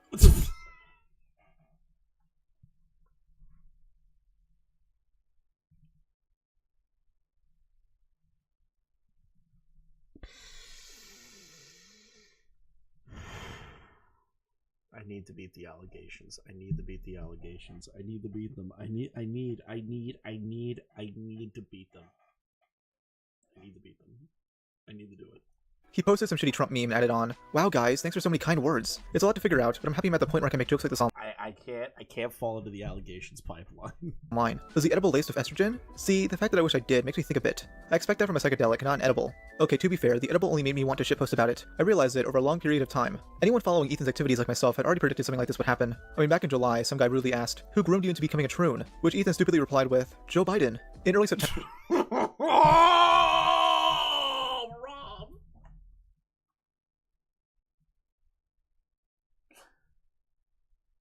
Oh god. Rob, that's so fucking goated. Holy shit. What is this? Yeah, there it is, the gay bomb. Look it up for yourself. I mean, this is what they're... What do you think tap water is? It's a gay bomb, baby. And I'm not saying people didn't naturally have homosexual feelings. I'm not even getting into it. Quite frankly, I mean, give me a break. You think I am like, oh, shocked by it, so I'm up here bashing it because I don't like gay people? I don't like them putting chemicals in the water that turn the friggin' frogs gay. So true. Joe Biden did that. It's all Joe Biden's fault. September, Beazle posted a screenshot from a Twitch stream where Ethan was wearing makeup. I quote tweeted this with, "He looks like Tom Girl Chris Chan." Ethan would continue tweeting with, "My first official act now that I'm out is to apologize for having ever been a man. Please forgive me. I'll never do it again." Oh my fucking god. Oh, please just let me get through this without saying something crazy. My second act is streaming tonight live and having fun catching up with chat. My birth name is so goofy because it's not gender neutral, but it's not like masculine. I don't know. I want a pretty name too, so I found one, but honestly it's not a huge deal until it is. Others being trans. I'm just.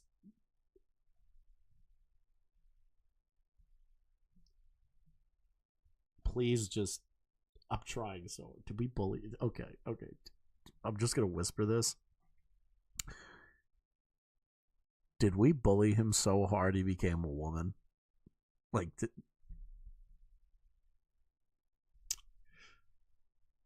did the drama get to him so bad that he became a woman? Like,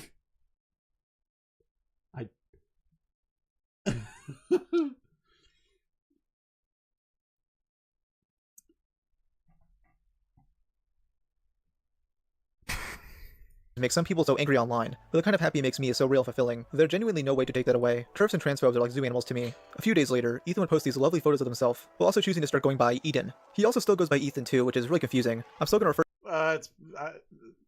to him as Ethan for consistency. I'm just gonna refer to him as Ethan too. Sake, and also his channel is still called Ethanisonline. Who is this cute little lesbian, and how tight is her pussy? Many commentary channels began trolling Ethan, as to be expected. Can we collab? Stunning. Ethel works better because you look like a grandma. Whose lost grandmother is this? You should.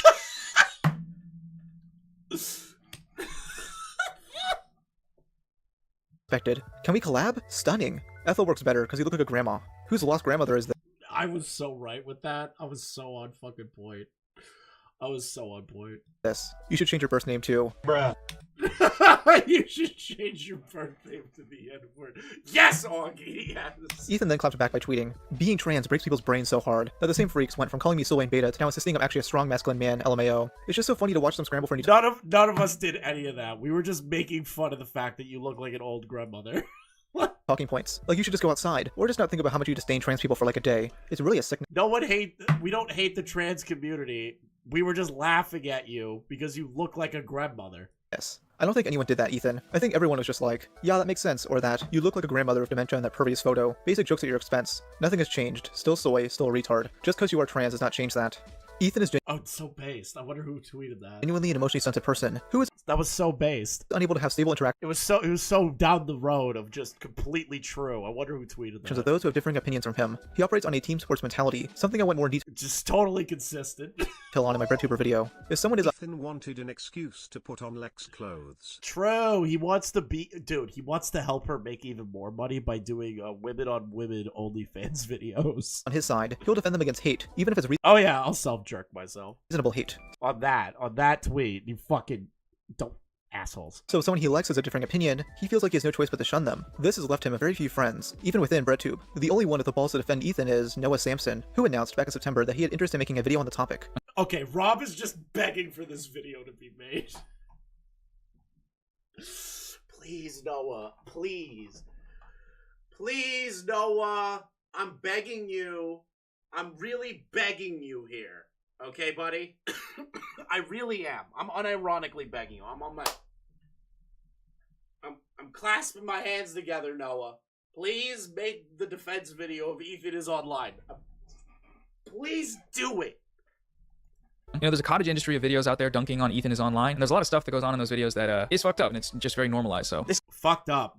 Okay, the big Bungie video where he called him fat. This guy is not unique. There's like 500 of this exact dude. They got the same politics, the same IQ, the same smugness, but you know what they've not got? They've not got his blood cholesterol percentage. They've not got his BMI score. You can't take that away from him. I think I'll probably do a separate video called In Defense of Ethanisonline, because regardless of what you personally think of a guy, I feel like the amount of backlash he's received is very much not proportional to the crimes in question, at least from what I've seen, such as examples such as this. As of recording that. Oh man, I really can't wait for him to tackle the super mega drama. I'm so excited. Noah has yet to release such a video, and I wouldn't be surprised if he doesn't at all. Many leftists online have made it very clear that they don't like Ethan, mainly due to his poor handling of the super mega drama and feud of Alex Rosen. Here's a Reddit post from a user on Ethan's own subreddit reading, "As we all know, Ethan has been getting a lot of shit recently. Like, a lot. People are already calling him a lolcow. And honestly, He's been a lolcow.